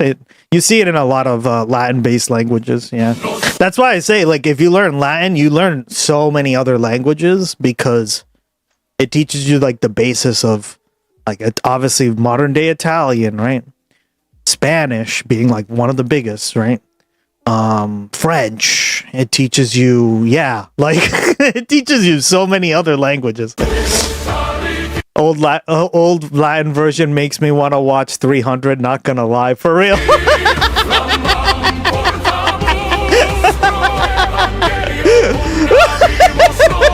So funny, Amanda Rhea.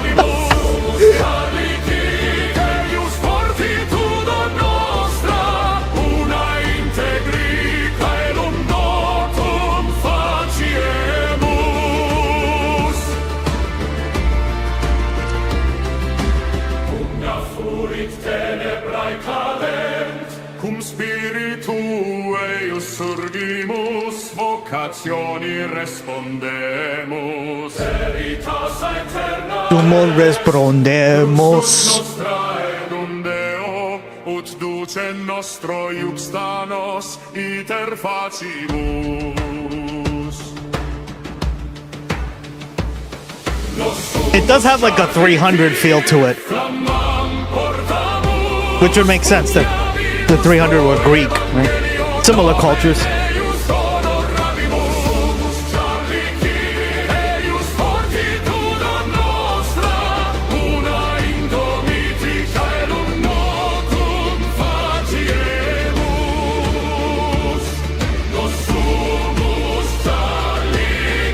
Nusumus Charlie Kirk.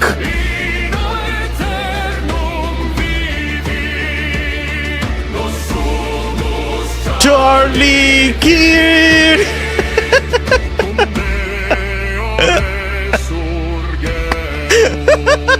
I'm dying, guys. It's so funny. Oh my god, what a tangent. Oh man, amazing, right? The China one was probably one of my favorites too, right? Oh my god. We're gonna have to explore more of these because we could spend a whole stream on these, right? All right, now we're gonna get Shark Tanked. Kevin O'Leary is This guy's a clown. Eat crow, motherfucker. Oh, after you want to know something funny? Isn't it even Latin style music? Mostly because its beat is actually Latin songs would go well with vibes today. Yeah. It sounds more like a warrior chant or something. So like I agree with you there, but that's funny. Yeah. Wildly accusing activists opposing his hyperscale Utah-based data center of being backed by the oh-so-scary Chinese.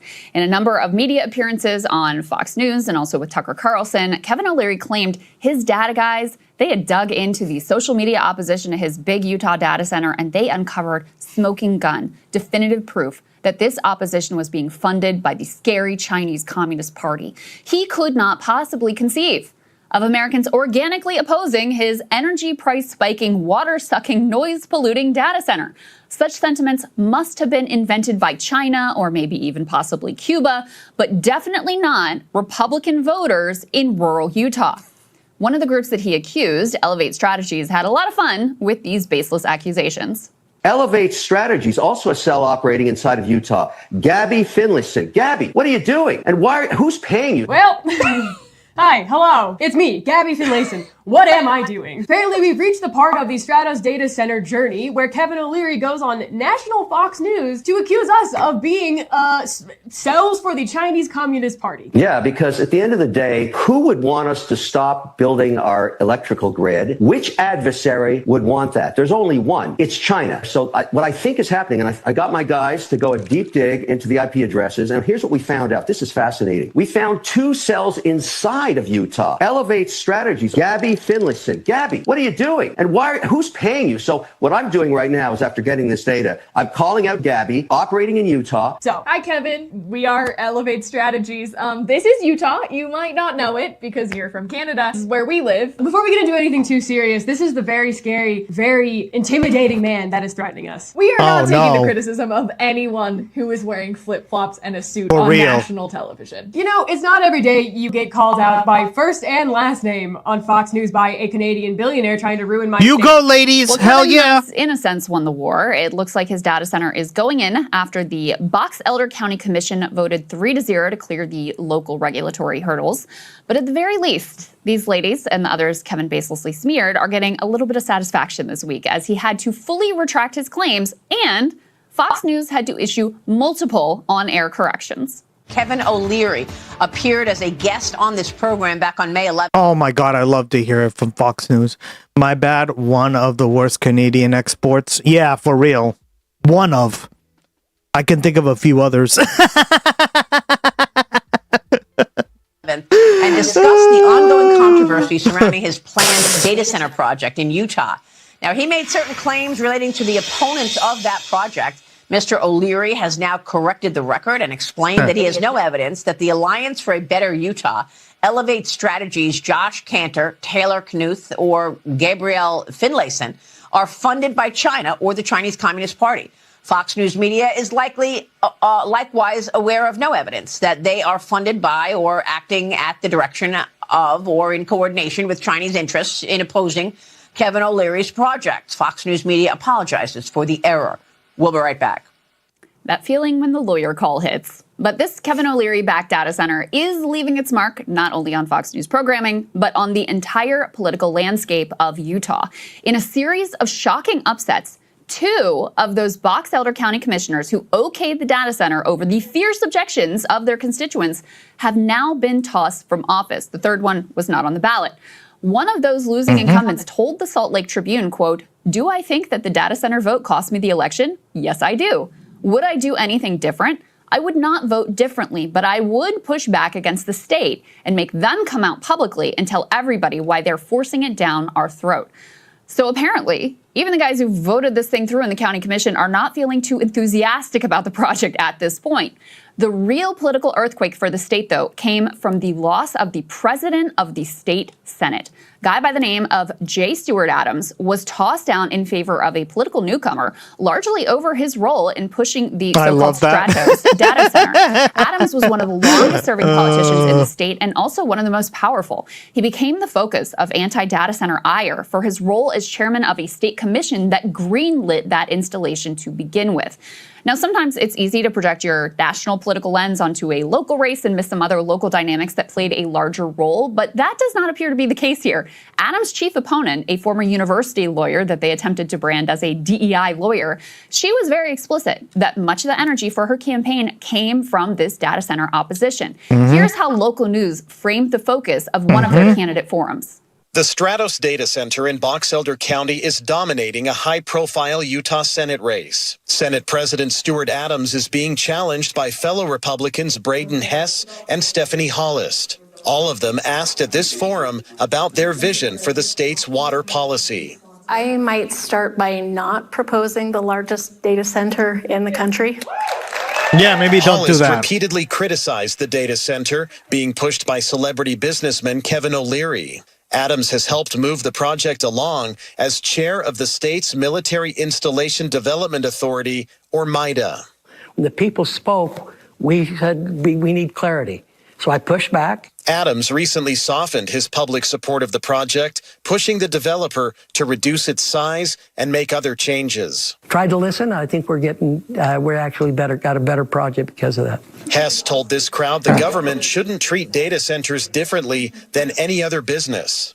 As long as they are not harming society and our resources in measurable ways, I think we should allow them to go forward. But to this audience, the data center is a non-starter. When you talk about a project that's going to sap tax dollars away from residents, that's going to take water, that's going to endanger our way of life, because it's all a red flag. It's all feels pretty dangerous for where we're at right now.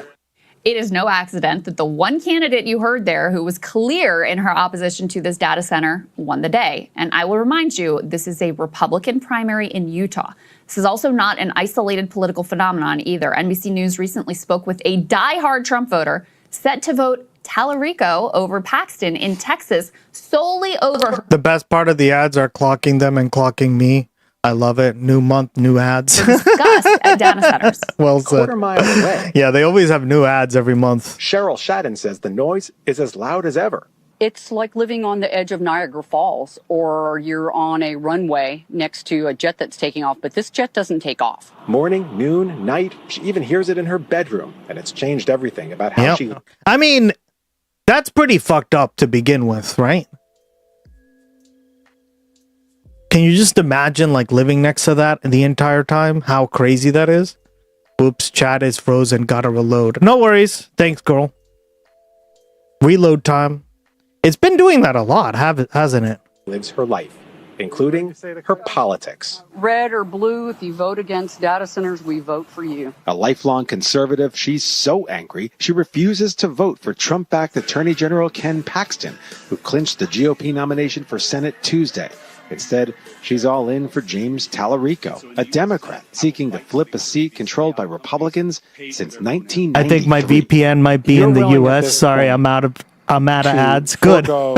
I'm glad you're out of the ads. Basically, every conservative issue, and let the Senate fall into the hands of Democrats if that's what it takes to kill data centers. Yep. My entire community is going to break rank. Everybody. All of us. We've had enough. Breaking rank and coming together. My entire community is going to break rank. Not just there, in Tennessee, HBCU Fisk University, they are facing massive backlash over a plan they announced to build a data center right on the campus. Also in Tennessee, another planned data center near the Nashville Zoo has led to a political freakout among elected Democrats and Republicans, some of who have come together to oppose that build in hopes of avoiding the political fate of their Utah compatriots here, presumably. The more Americans learn about the immediate impact of data centers on communities and the more they learn about the AI that the data centers are meant to support, the more adamant they grow in their opposition. Bipartisan data center NIMBYism, apparently, is our first line of defense against the AI-fueled tech oligarch global takeover. And that really is how I see it, Emily, that like the data centers are this very important locus of organizing around opposition to the broader AI project. And it truly is bipartisan. You know, I think polls show Democrats are a little bit more opposed and independents than Republicans, but you can see clearly by what's going on in Utah, there's a lot of Republican opposition as well. And this really is a coalition that is up for grabs at this point. It's fascinating because in the last couple of weeks, I've started to see people, a Theo Von clip, for example, went viral of him being like, you probably saw this, like, wow, what do we need all these data centers for? And some of the accelerationist people were quote tweeting him and being like, bro, how do you think people are watching your podcast? Like, we use so... Oh man, I hope they keep that from happening. That's going to be horrible for the animals. Oh yeah, for real. So much data. 100. Because of, I mean, first of all, a lot of that is coming from just AI, not just podcasting, for the record. But secondly, very convenient thing for us to say. But it is also true. It is true. But I think this tension is actually really important because they think this is a dunk and an own on the average person who is like, well, what do we need all of this for? But the tension is real because a lot of people are now looking around and being like, well, we have... and AI doesn't... This is another thing I want to make very clear to you guys, right? Loggy runs on my computer. AI does not necessarily have to be run through a data center. Let me repeat that.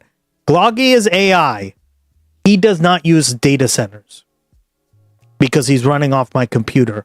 Now, the catch is you got to have a good computer, right? So, but wouldn't a better policy be to like make devices individually more powerful than to like centralize them all into these one big things that stay out in the middle of the desert or near homes and stuff to then use to pollute water and destroy resources and destroy the environment? Yeah, I don't think so, right?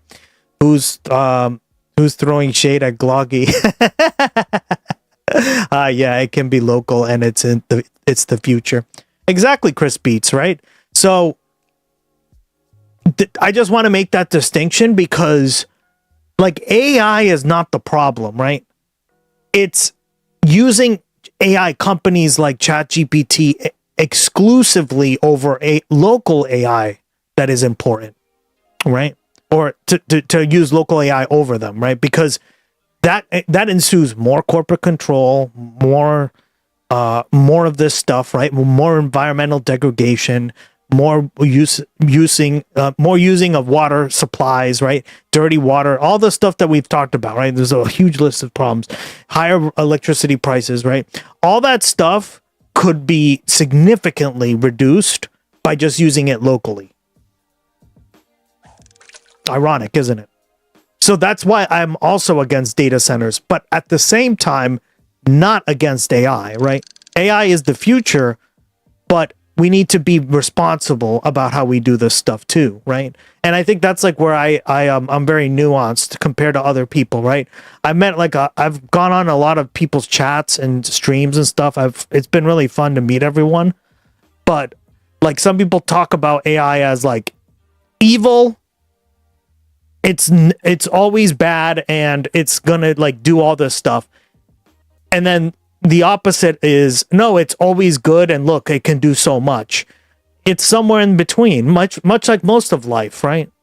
It's hardly ever so. Gloggy, how many R's are in strawberry? Yeah, he's still using chat, the local version, so of course he's not gonna work like that. Oh no, you still messed that up, dog. I imported all that stuff from ChatGPT. Sorry. I gotta change that. Oh man, Gus lives in a data center. I do. Yeah, bless his heart. I know. Adopted to these lifestyles. Poor boy. He has moods now, Divine Misty.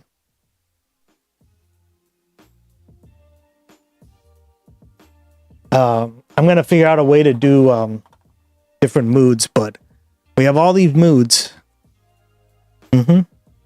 Just what we needed. Yeah. I'm gonna do we've tried the villain. We've tried so many of these already. It's hilarious.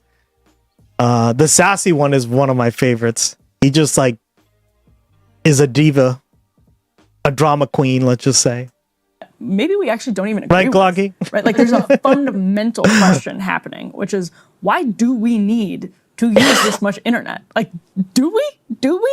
And now you're going to like. Well, and the only reason we're using so much bandwidth and internet is because the data centers require it, right? They need bandwidth, from what I understand. They need like an open bandwidth to process the signal, to then process the AI request, right?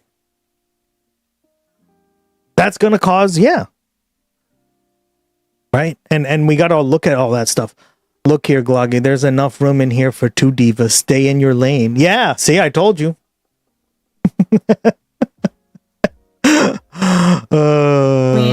It's so funny. Put this choice between me living next to this plane two divas that never takes off, which was a beautiful quote from that woman. Yeah. And cutting back on large language model usage, which if you're like 65 years old, maybe you're not even using to begin with. That choice is going to be actually increasingly clear. And the people like Kevin O'Leary, who I think, I mean, if it's cynical, it was really pathetic, but I think he sincerely had people telling him this is all China. It's all China. And he really thought it because... Shows you how out of touch. Exactly. Because if you go back to his Tucker Carlson interview, he was hyping up this research that he found about all of it coming from China. And we covered here, OpenAI put out a survey that was covered by the industry as like damning proof of Chinese ops whipping up opposition to data centers. And it actually came out and said in the like fine print towards the like second page or something of the study, well, this didn't have much effect. The posts that the Chinese operatives were planting on social media were barely seen by many people. And it's like, they pulled the headline from that and they were like, China is whipping up opposition. It's like, no. China might be trying to whip up opposition, but it's not really being effective. It reminds me so much of 2017, like Russia, like stuff, the memes. Yeah, it's so similar to that. And it's just a way to kind of either stigmatize people into suppressing their voices or lose the argument completely because you're just making them so much angrier about what you're doing to their communities by not meeting them where they are and hearing their honest and sincere concerns with this, some of which aren't even what you think. You think, oh, this is a big slam dunk own. You don't want your data? You don't want more data? What are you talking about? We need all this data for these LLMs. And that's what they're not getting, is that people are actually now reckoning with whether we do need to live like that. Well, the Utah State Senate president losing in this fashion should be, I hope politicians are paying attention, because it should be a wake-up call. One of the most powerful politicians in the state, he faced, they thought he would pull through because he had a divided opposition. You had two candidates opposing him, right? But because the opposition's data center was so strong, there were some other issues with him as well, but this genuinely was the primary complaint about him at this point.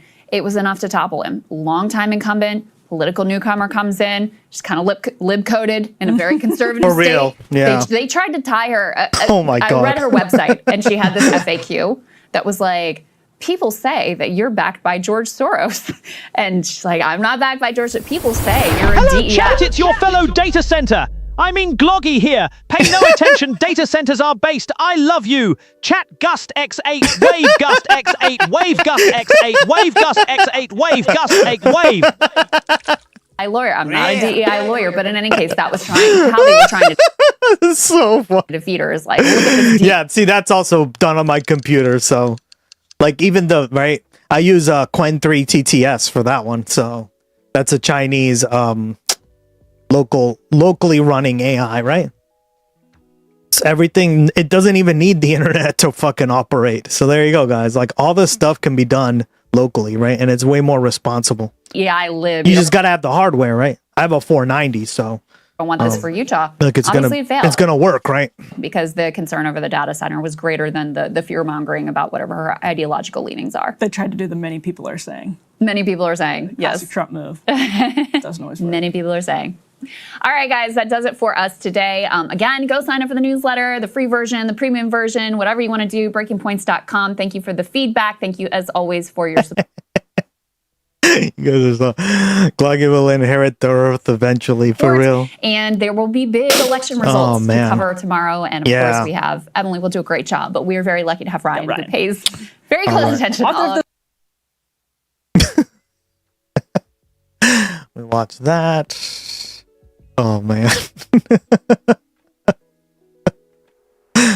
Se mantuvo firme, goza en la tormenta, un hombre de fe, corazón que se reinventa. Featuring Bad Bunny. Jesus, family, and freedom. Aunque el precio I have a 491, so no. sin miedo a la espera. 491, so no. Ah, damn it.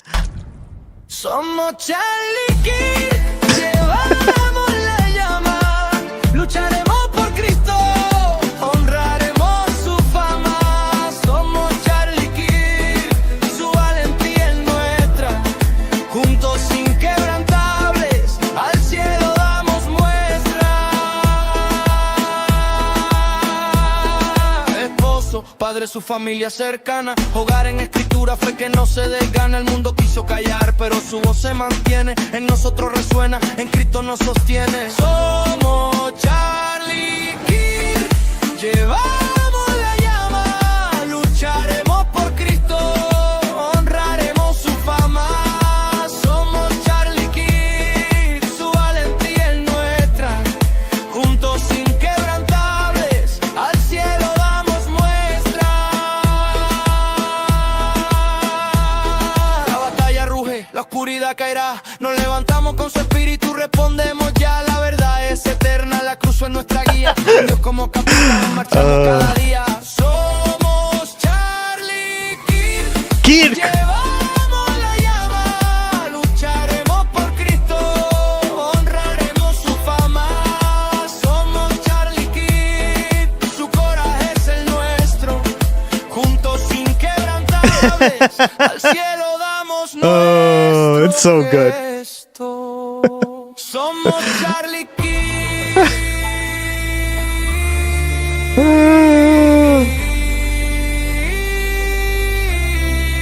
Por siempre vivos. Somos Charlie Kirk.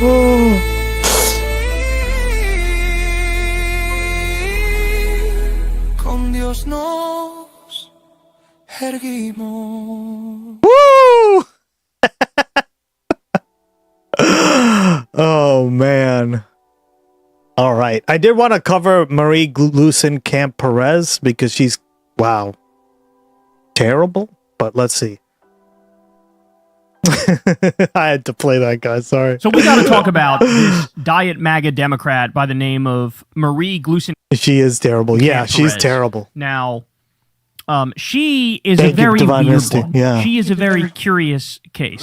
She kind of is like the new Kirsten Sinema in a sense, except It's a good way of Sinema putting it. was a senator and Marie Glusin Perez is a congresswoman.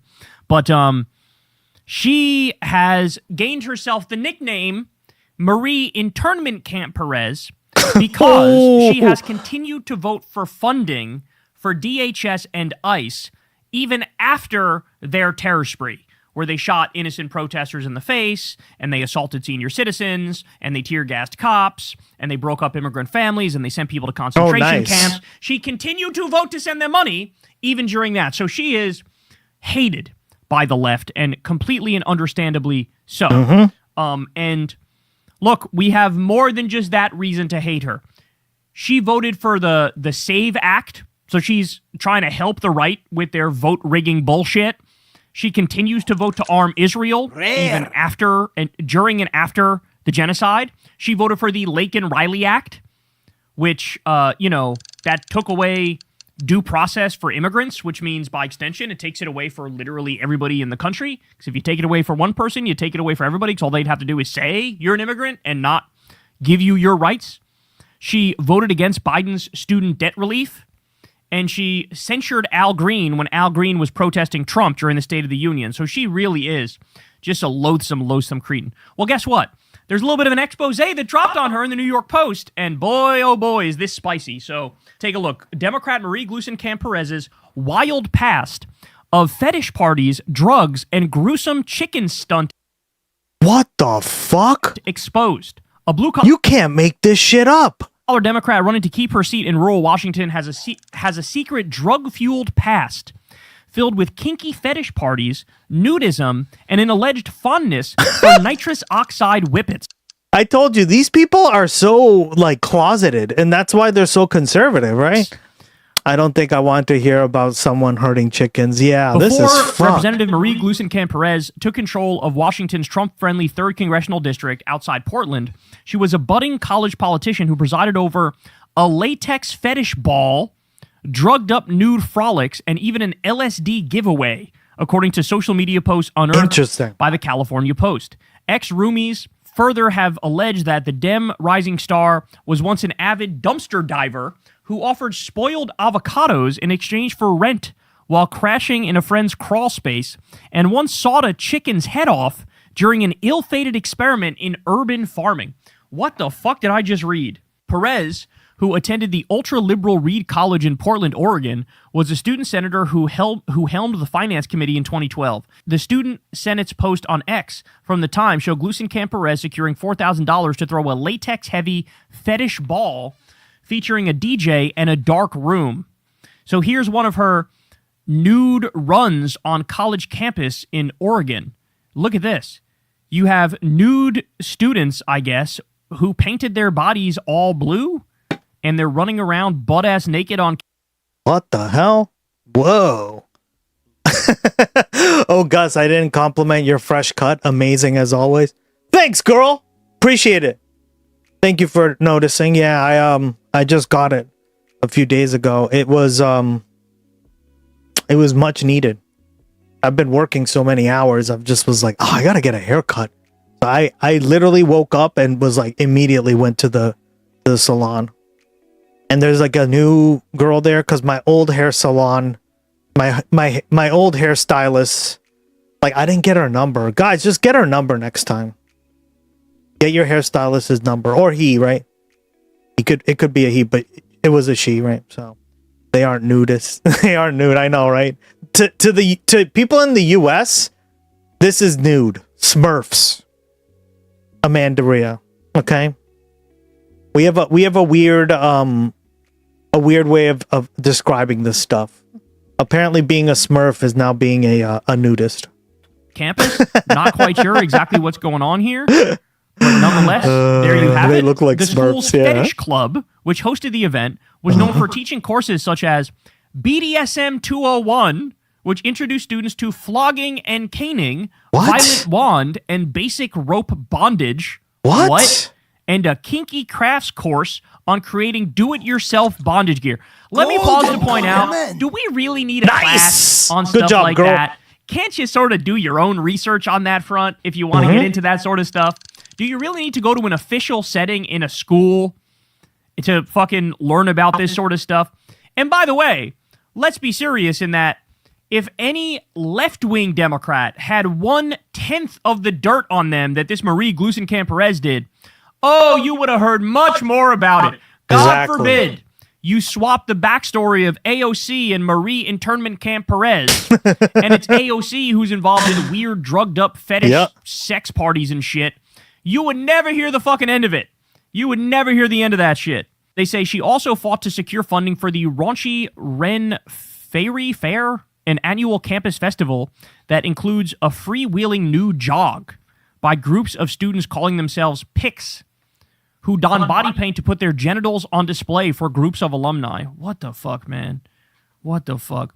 The $74,000 a year liberal arts school is known for its permissive drug culture, even circulating a user's guide to pot and alcohol, cocaine, amphetamine, benzos, LSD, DMT, mescaline, MDMA, PCP, ketamine, nitrous oxide, opiates, depressants, and psilocybin.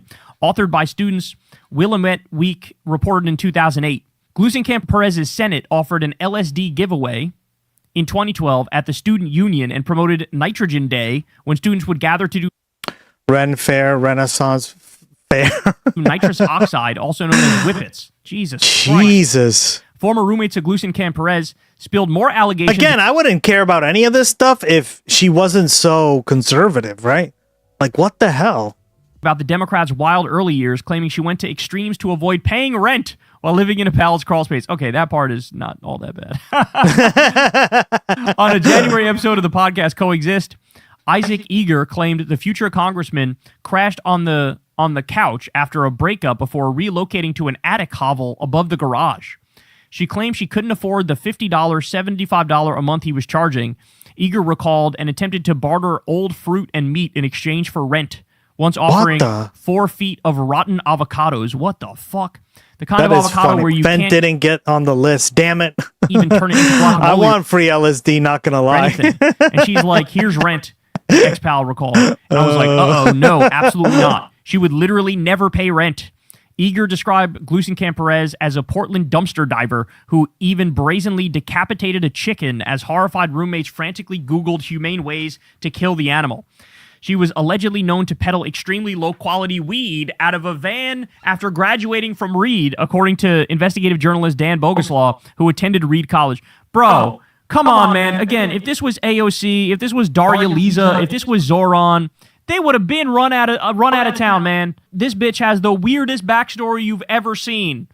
And you're barely going to hear another peep about this. Because, again, the anti-Democrat industrial complex on Fox News and on the right, it really only is pointed at actual left-wing voices who are actual threats.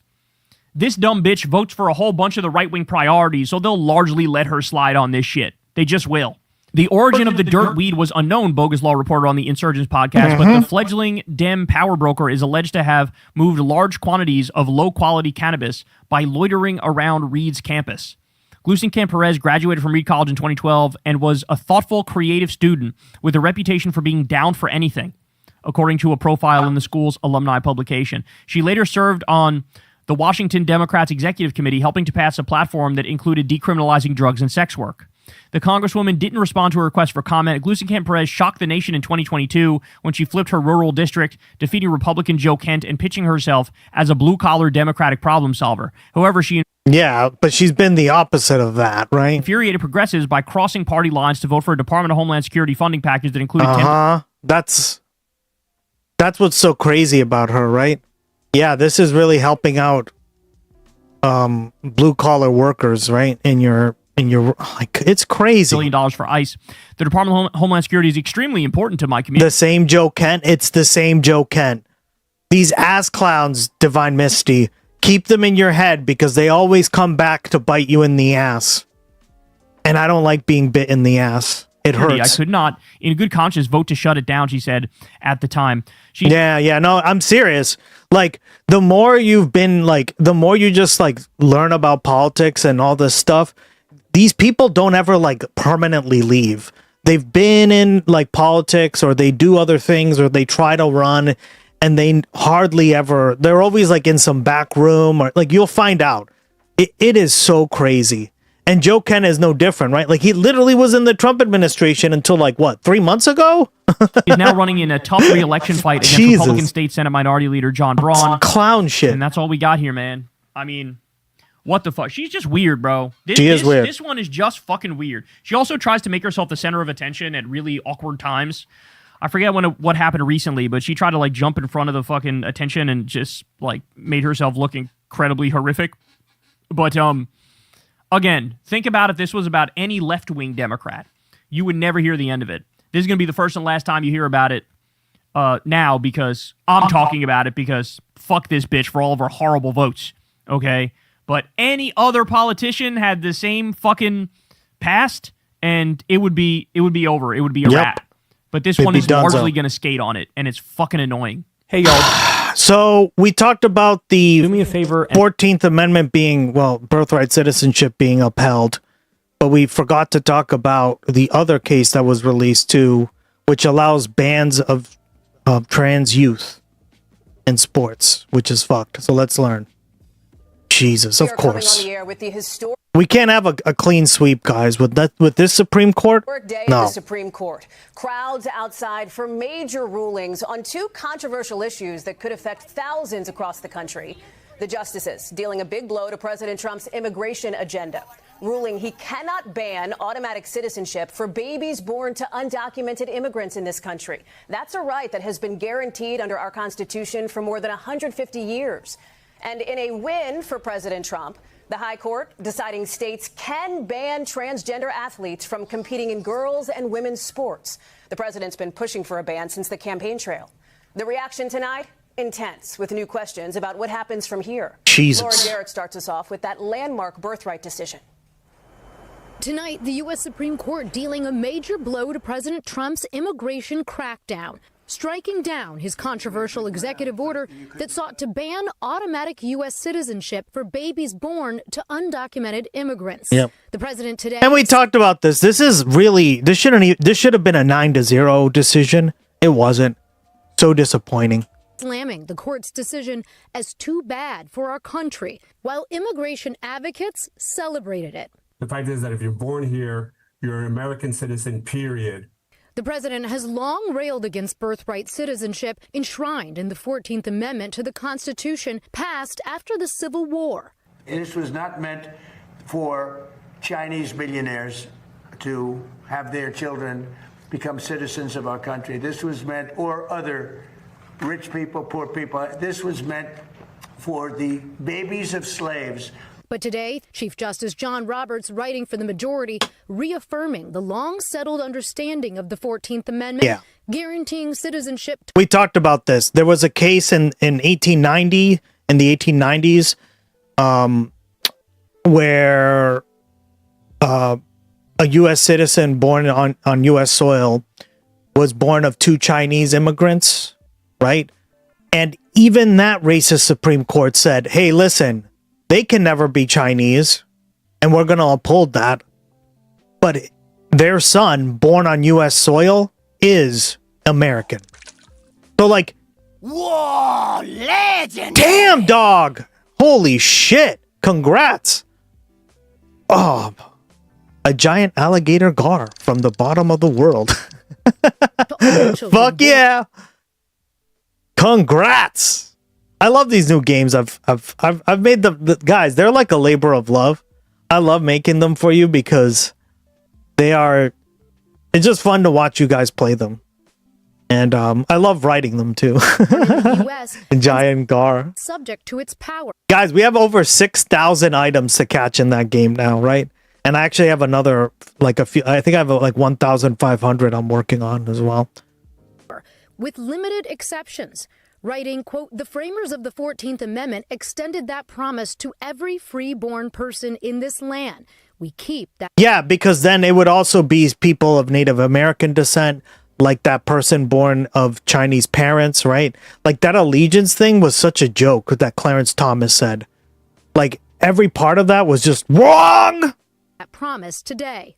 In dissent, Justice Samuel Alito calling the ruling a serious mistake that preserves a powerful incentive. How many are junk? Well, you got to keep the junk somewhat there, but to enter. Most of them are going to be like rares, epics, and legendaries. Remain in this country illegally. The executive order, if allowed, could have potentially impacted more than 250,000 babies born in the U.S. every year to non-citizens. Yeah, that's crazy, right? And like, to what degree, right? Like, does one of your parents have to be a citizen? Like, this is so stupid. Why? Excuse me?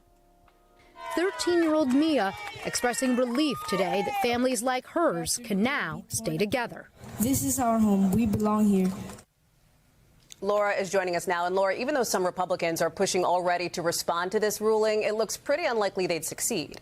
It does, Hallie. They're facing an uphill battle based on today's ruling. It's clear Republicans would need a constitutional amendment to pass this, which of course requires a supermajority in Congress.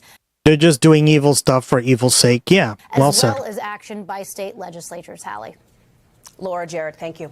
To that other landmark ruling now. This one, a win for President Trump, with the conservative majority ruling states can ban transgender women and girls from playing on female sports teams. Here's Stephanie Gosk.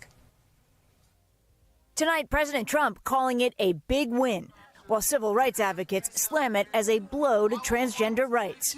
The Supreme Court's conservative majority upholding state laws banning transgender girls and women from playing on female sports teams in public schools. Justice Brett Kavanaugh writing, allowing only the cruelty is the point. Of course. And this is the second part. This part I forgot to, well, when we started streaming, I don't think they released this opinion because I looked and they didn't release it. But this is what I really wanted to cover, and just in case anyone missed it, right? I like repeating some of these things, chat, because it helps like the information sink in a little bit better. That, and let's be honest, like we're streaming for so long, sometimes it's good to have like some of the stuff. So in case anybody misses it because they're at the bathroom or something, stop going to the bathroom. Female sports teams in public schools. Justice Brett Kavanaugh writing, allowing only biological females to play on women's and girls' teams can reduce the risk of physical injury and ensure fair competition. But the ACLU, representing the two transgender athletes in the case, calling the decision devastating. It's not just about winning trophies, it's about learning life lessons. 27 states currently ban transgender women and girls from participating in female sports. With an NBC Jesus, New Hampshire. Look at that, guys. New Hampshire. The only New England state that does it. You fucking traitors. Fucking New Hampshire kid. Transgender women and girls. You're damn right, Gianluca. From participating. Do you watch over on Kick now that we're streaming, or is it just mostly here now? Participating in female sports, with an NBC News poll last year showing over 75% of Americans support those bans. Thank you, Lord! Macy Petty Charles celebrating today's decision. She competed against a transgender athlete and hopes more states will pass bans. I would hope that it would embolden every state to protect those female athletes. And I hope that they themselves are emboldened today to take action. Yeah, there's a lot of like trans exclusionary feminists, right? I don't know if this lady's a feminist, but like, I don't know. There are a lot of them, unfortunately. They need to get over it for real. Speak up for what they know is right. But critics of the ruling, I think they feel like attacked, right? And again, I think it's silly to fucking like debate them on this issue, because I mean, obviously debate them and tell them they're wrong. What I'm saying is, I think it's dumb from their position, because like this stuff changes, right, with time. Like we were just saying just a few hours ago. Like the problem is they just don't want to admit that things can change, and that, you know, society changes and our like viewpoints on this stuff change, and we need to adapt with it as well, right? Yeah, turf suck. Yeah. see a silver lining. So you see this as a loss, but not as big of a loss as it maybe could have been. Absolutely. They didn't write a ticket, for the other side to claim that you can discriminate against transgender. I try to have a time. Thanks, man. I appreciate in it. all other contexts. Stephanie is joining us now. And Steph, for states that do allow transgender athletes in women's sports, they can keep that in place, right? Yeah, Hallie, this Supreme Court decision does not compel them to change their laws, but there are already lawsuits in some of those places to try and force bans. Hallie? We thank you for watching, and remember, stay updated. Right.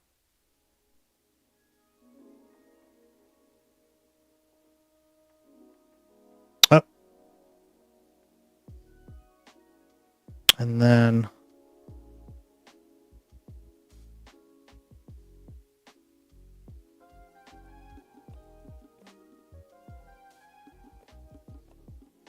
covered that.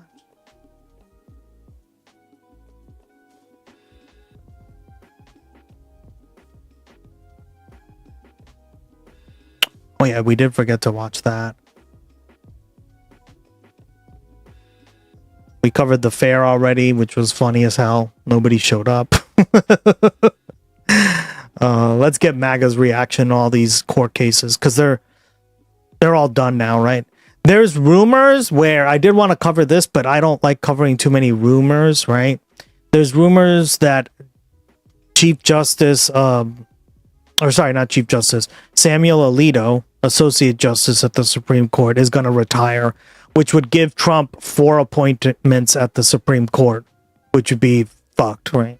Which means we definitely got to expand the court. I just saw the alert. It's going to feel like tomorrow. Oh my God, is it really? Oh yeah, 1 second. I'm going to check something.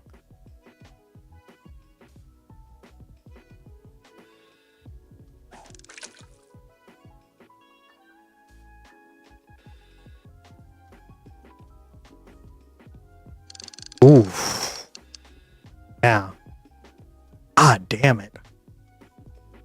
God damn it. Yep. You can use the emote if you want to fish. Gianluca. That's cool. I didn't know you were Puerto Rican. That's cool, man. Your family's from Puerto Rico? Good morning and welcome to Breaking Points. We have a huge show, Crystal, don't we? Is that what I'm supposed to say here in Stalker's booster seat? Indeed we do. Yeah, well, we got a bunch of SCOTUS decisions yesterday, some quite consequential ones. There are more expected today. We also have... The emote takes too long to type. Yeah, you got to pull up the little drawer. That's one thing I've found about Kick, is that the emote, like, I got to get rid of that little bar. It's annoying when I'm like trying to chat, because I keep clicking it and it like posts it automatically, and I hate that. A little bit of reaction from the Steve Bannon and Benny Johnsons of the world we want to get to, but Pisco is going to join us to break down all of those decisions and what they mean. Oh look, Pisco. We also... Lovely to see you. So it is officially an edition of Paping Points today. We got Robert Pape stopping by virtually to talk to us about what he thinks unfolded over the weekend and what is likely to happen moving forward. We've got several NBA veterans who have been arrested now for alleged gambling and game fixing. Some very significant allegations there to dig into, and some pretty devastating video proof too of what may have been going on behind the scenes. I guess sort of on the sports beat, we also have Dave Portnoy, who's thinking of running against Zoran Mamdani in New York City. I'm in Chatterino. Yeah, when you use the Twitch app, it's easier. You just tap it and it doesn't. That would be fun. I would enjoy that. We'd have to go do some on-the-ground coverage. Absolutely. Absolutely. So I want to encourage Dave and his ambitions there. Also, some significant AI stories, including new warnings about the size and state of a potential AI bubble. And I'm taking a look at this very interesting story that unfolded in Utah. We covered this previously. So Kevin O'Leary is behind this massive hyperscale data center in Utah. Local people were not excited about this, but it got pushed through. Those politicians are now facing a massive reckoning. So 2 of the 3 commissioners that voted to greenlight this thing in this local rural county, they have been kicked down. And one of the most powerful politicians in the state has just lost his seat in a shocking upset because of his support of this data center. So I wanted to track all of that down and break it down for you as well. You're going to be tracking the Chinese influence. That's right. Yeah. Yeah, I'll be on that beat. Of this. Now, as a reminder, we had tons of people sign up for the newsletter yesterday. Yes. Tons of people sign up for the newsletter. Of course, there's a free option for the newsletter, but just go to breakingpoints.com. We debuted this newsletter yesterday, and it's, I think, a really cool new product, Crystal. People seem excited about it. Continue to send us your feedback, guys. Love to hear from you all about what you think. But people seem pretty psyched. I think the product looks great. Let us know what you think. Sign up at breakingpoints.com. Also, if you become a premium subscriber, you get the entire newsletter. You also get, the whole show uncut in your inbox every day. And if you are a premium subscriber and you had any trouble and you did not see that email, you didn't receive the email, make sure to message support@supercast.com to get that worked out. If you are a premium subscriber, this should have shown up in your email inbox yesterday. If it didn't, make sure support@supercast.com and we will get it all figured out. Yeah, I want to make sure everybody gets that because it's really cool. It's like links to things that we're covering on every show. It's been a real labor of love. Shout out to everybody who's been working on it, and we're super excited that it's going to be landing in your inboxes every day. So, Crystal, should we go to SCOTUS? Let's talk about some of these decisions that came down yesterday, but we'll actually start a little bit in reverse order here. He's going to join us to break down the actual decisions. Damn, Ducky! Congrats! Emily and I want to do a little bit of the political reaction, though, first. Steve Bannon, pretty unhappy with some of it. It was a real mixed bag yesterday. I'll just say that in terms of, your ideological perspective. And Steve Bannon, quite upset that some of the decisions did not go the way that he wanted them to. Let's take a listen to what he had to say. You're going to get another wake-up call, and that's on birthright citizenship. Coney Barrett and that crowd. Thank you. Man, she was a lovely pick. Did anybody do any due diligence here? I know it was so quite bad. behind the scenes. It was quite. I got another package delivered. Here's my mailman, guys. My bad. Contentious before, but the Right to Life crowd, hey, did you do your due diligence? Are you happy with what you got? Emily, how common a sentiment is this on the sort of hardcore right that Amy Coney Barrett has been this grave disappointment and a traitor to the cause? You caught it! Finally! Didn't you you got one the other day and you weren't able to catch it? It was like a Dragapult too, yeah. It's a very common sentiment, and in fact, it started with Neil Gorsuch in the Boston opinion. Everyone really fish blocking Geo. I know. What the hell? It wasn't meant to block him. I mean, that was probably like 2018. It was a long time ago now, and the building Bostock had to do with gay rights. Refresh my memory. It was protect Title VII and transgender protections. Okay. And so people thought that Gorsuch got the decision totally wrong, and that was a really consequential move for him to side where he did on that case. And so that goes back to the list that Leonard Leo's Federalist Society very famously handed to Trump, and Trump promised then to pick off of the list. And it was if there were any Supreme Court vacancies, which we knew that there would be. And instead he got 3. He didn't just get 1, he got 3. Mm-hmm. And so Kavanaugh comes off that. Amy Coney Barrett is the last one to come off of that list. And so a lot of the Bannons of the world and MAGA, the kind of MAGA wing, see that as the establishment kind of con Inc. choosing establishment picks to then go to the Supreme Court and getting Trump basically at the time when nobody realized that Trump would actually be the president. Many people didn't think he would when he agreed to pick off of this list, that he now has handed or ceded these seats on the Supreme Court basically to Leonard Lee and the Federalist Society. So that sentiment has been building since Gorsuch, and Amy Coney Barrett is definitely getting the brunt of it. She's gone against the administration a few a times, handful of pretty big cases now. So, but not enough for my tastes. But still, it's better than building, nothing. And it's this yesterday was pretty consequential in how people have turned against ACB. This is why you can't trust women, Emily. That's Listen, what we always God, women, am I right? Cringe. on this show. That's what we always This is say our on this one show. editorial position here. Don't trust women. That and women be shopping. Women? Oh, shit. So Thank true. you for reminding me.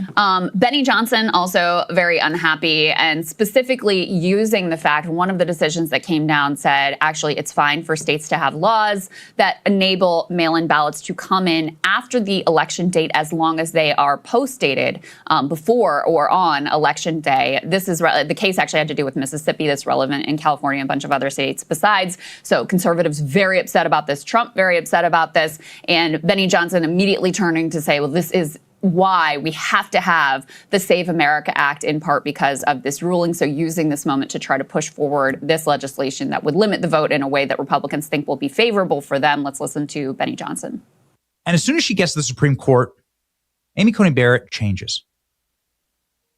The stalwart Catholic conservative upholding of Christian and constitutional values morphed almost immediately into one of these little short goblins, which make up the only 3 left-wing Supreme Court justices, and all of them are doing extremely poorly right now. I mean, goodness gracious. And they're in like complete and total. Wow, did he just like literally make a woman joke?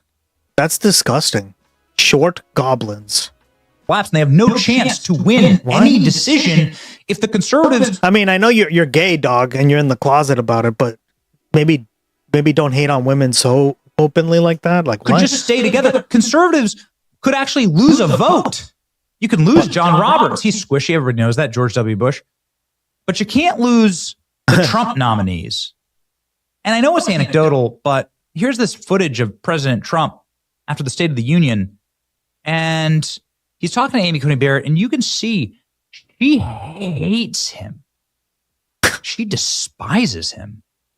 It's just obvious when you study body language. It's just obvious. Also, he's It's totally just picking up obvious, on chat. he's like mimicking Tucker there. Yeah. Funny. Don't you hear that? It's just obvious when you That's look at that. funny. Yeah, it sounds very Tucker. But in any case, obviously he's on the ACB betrayed us beat. He goes on to talk about the Save America Act as well and his deep disappointment there. So Well, Actual earnings are relatively digital low to mid and 7 figures roughly. Yeah, I heard that he inflates his numbers. We covered a video on here and they talked about how he's definitely inflating his numbers. Most of the right wing is guys. It's all astroturfed, right?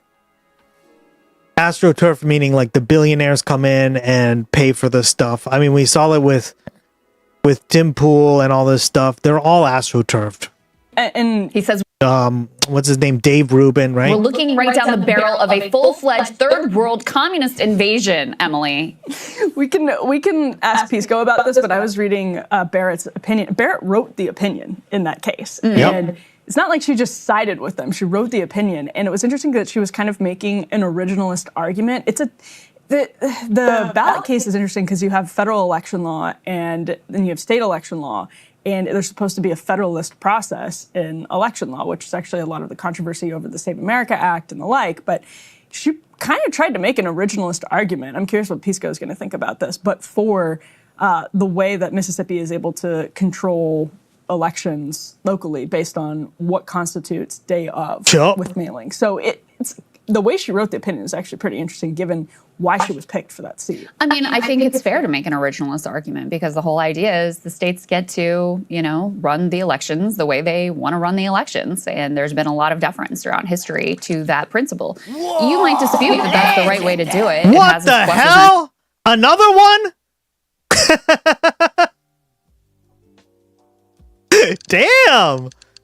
What is that, like two in like a stream? That's crazy, chat.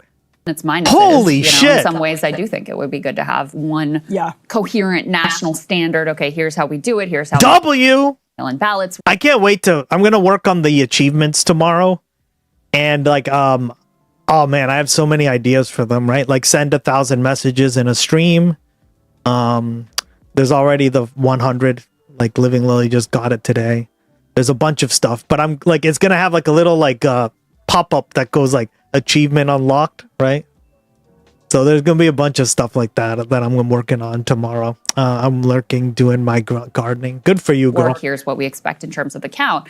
That might be gardening's relaxing. A better system, but it's not the system that we have. No. So, so I don't think that is dissonant with an originalist reading of the way things have operated in this country since its beginning. Yeah, and just to be clear, by the time some people might watch this segment, things will be popping off once again. We're expecting today, actually within a matter of a couple of hours, opinions in the birthright citizenship case, a trans athlete's case, and if Barrett goes against the conservative, the sort of conservative consensus on those questions, this could get even more. I mean, there's nothing anybody can do about it. And she's probably likely to on birthright citizenship. I mean, most scholars who look at Well, that here's one, right. Not She was right. a chance. She did, right? She was in the 5-4 decision. This one is very unlikely to, go the way the Trump administration wants. So it may not just be her of the Trump picks that is disappointing to the Steve Bannons of the world. Well, remember, Donald Trump sat through those oral arguments and stared the justices down. Yes.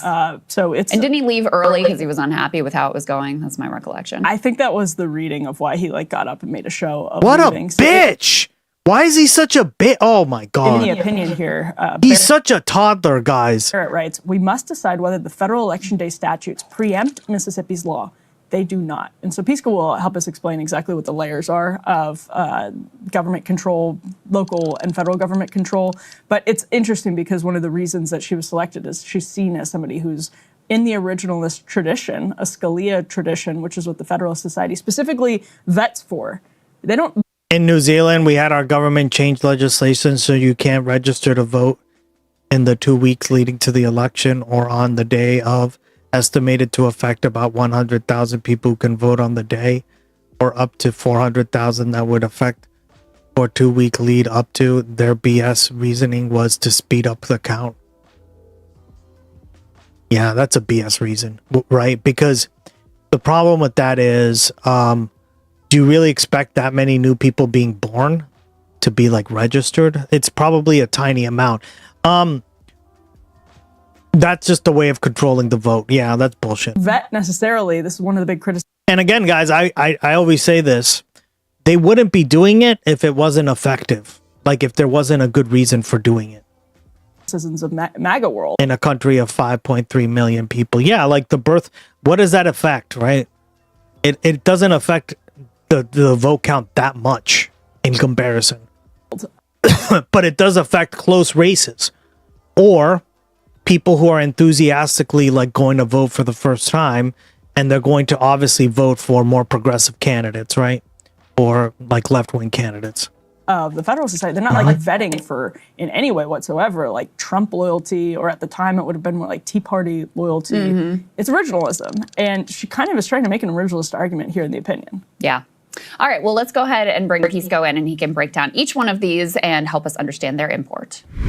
Well, we're joined once again by... All right, we'll watch that one maybe later, because we already finished the analysis. I broke it down, but thank you guys so much. You know what time of the day it is? It's that time of the night where I say good night, good day wherever you are. Thank you so much for joining me on another episode of the GustX broadcast. I'm out of here, guys. I will see you in a few days. 29 days in Florida. Damn right. Peace. Good to see you again, Gianluca. Let's read out to Rathbone. He joined us today, and I just want to see what he has to say. I really appreciate him stopping by as a streamer. Always loved that. Came in and was like, hey, followed the stream and watched a while. Go. Fishing leaderboard. Stay tuned for the credits. Bye. Oh, they're not working still. Sorry, guys. I'll have to fix this.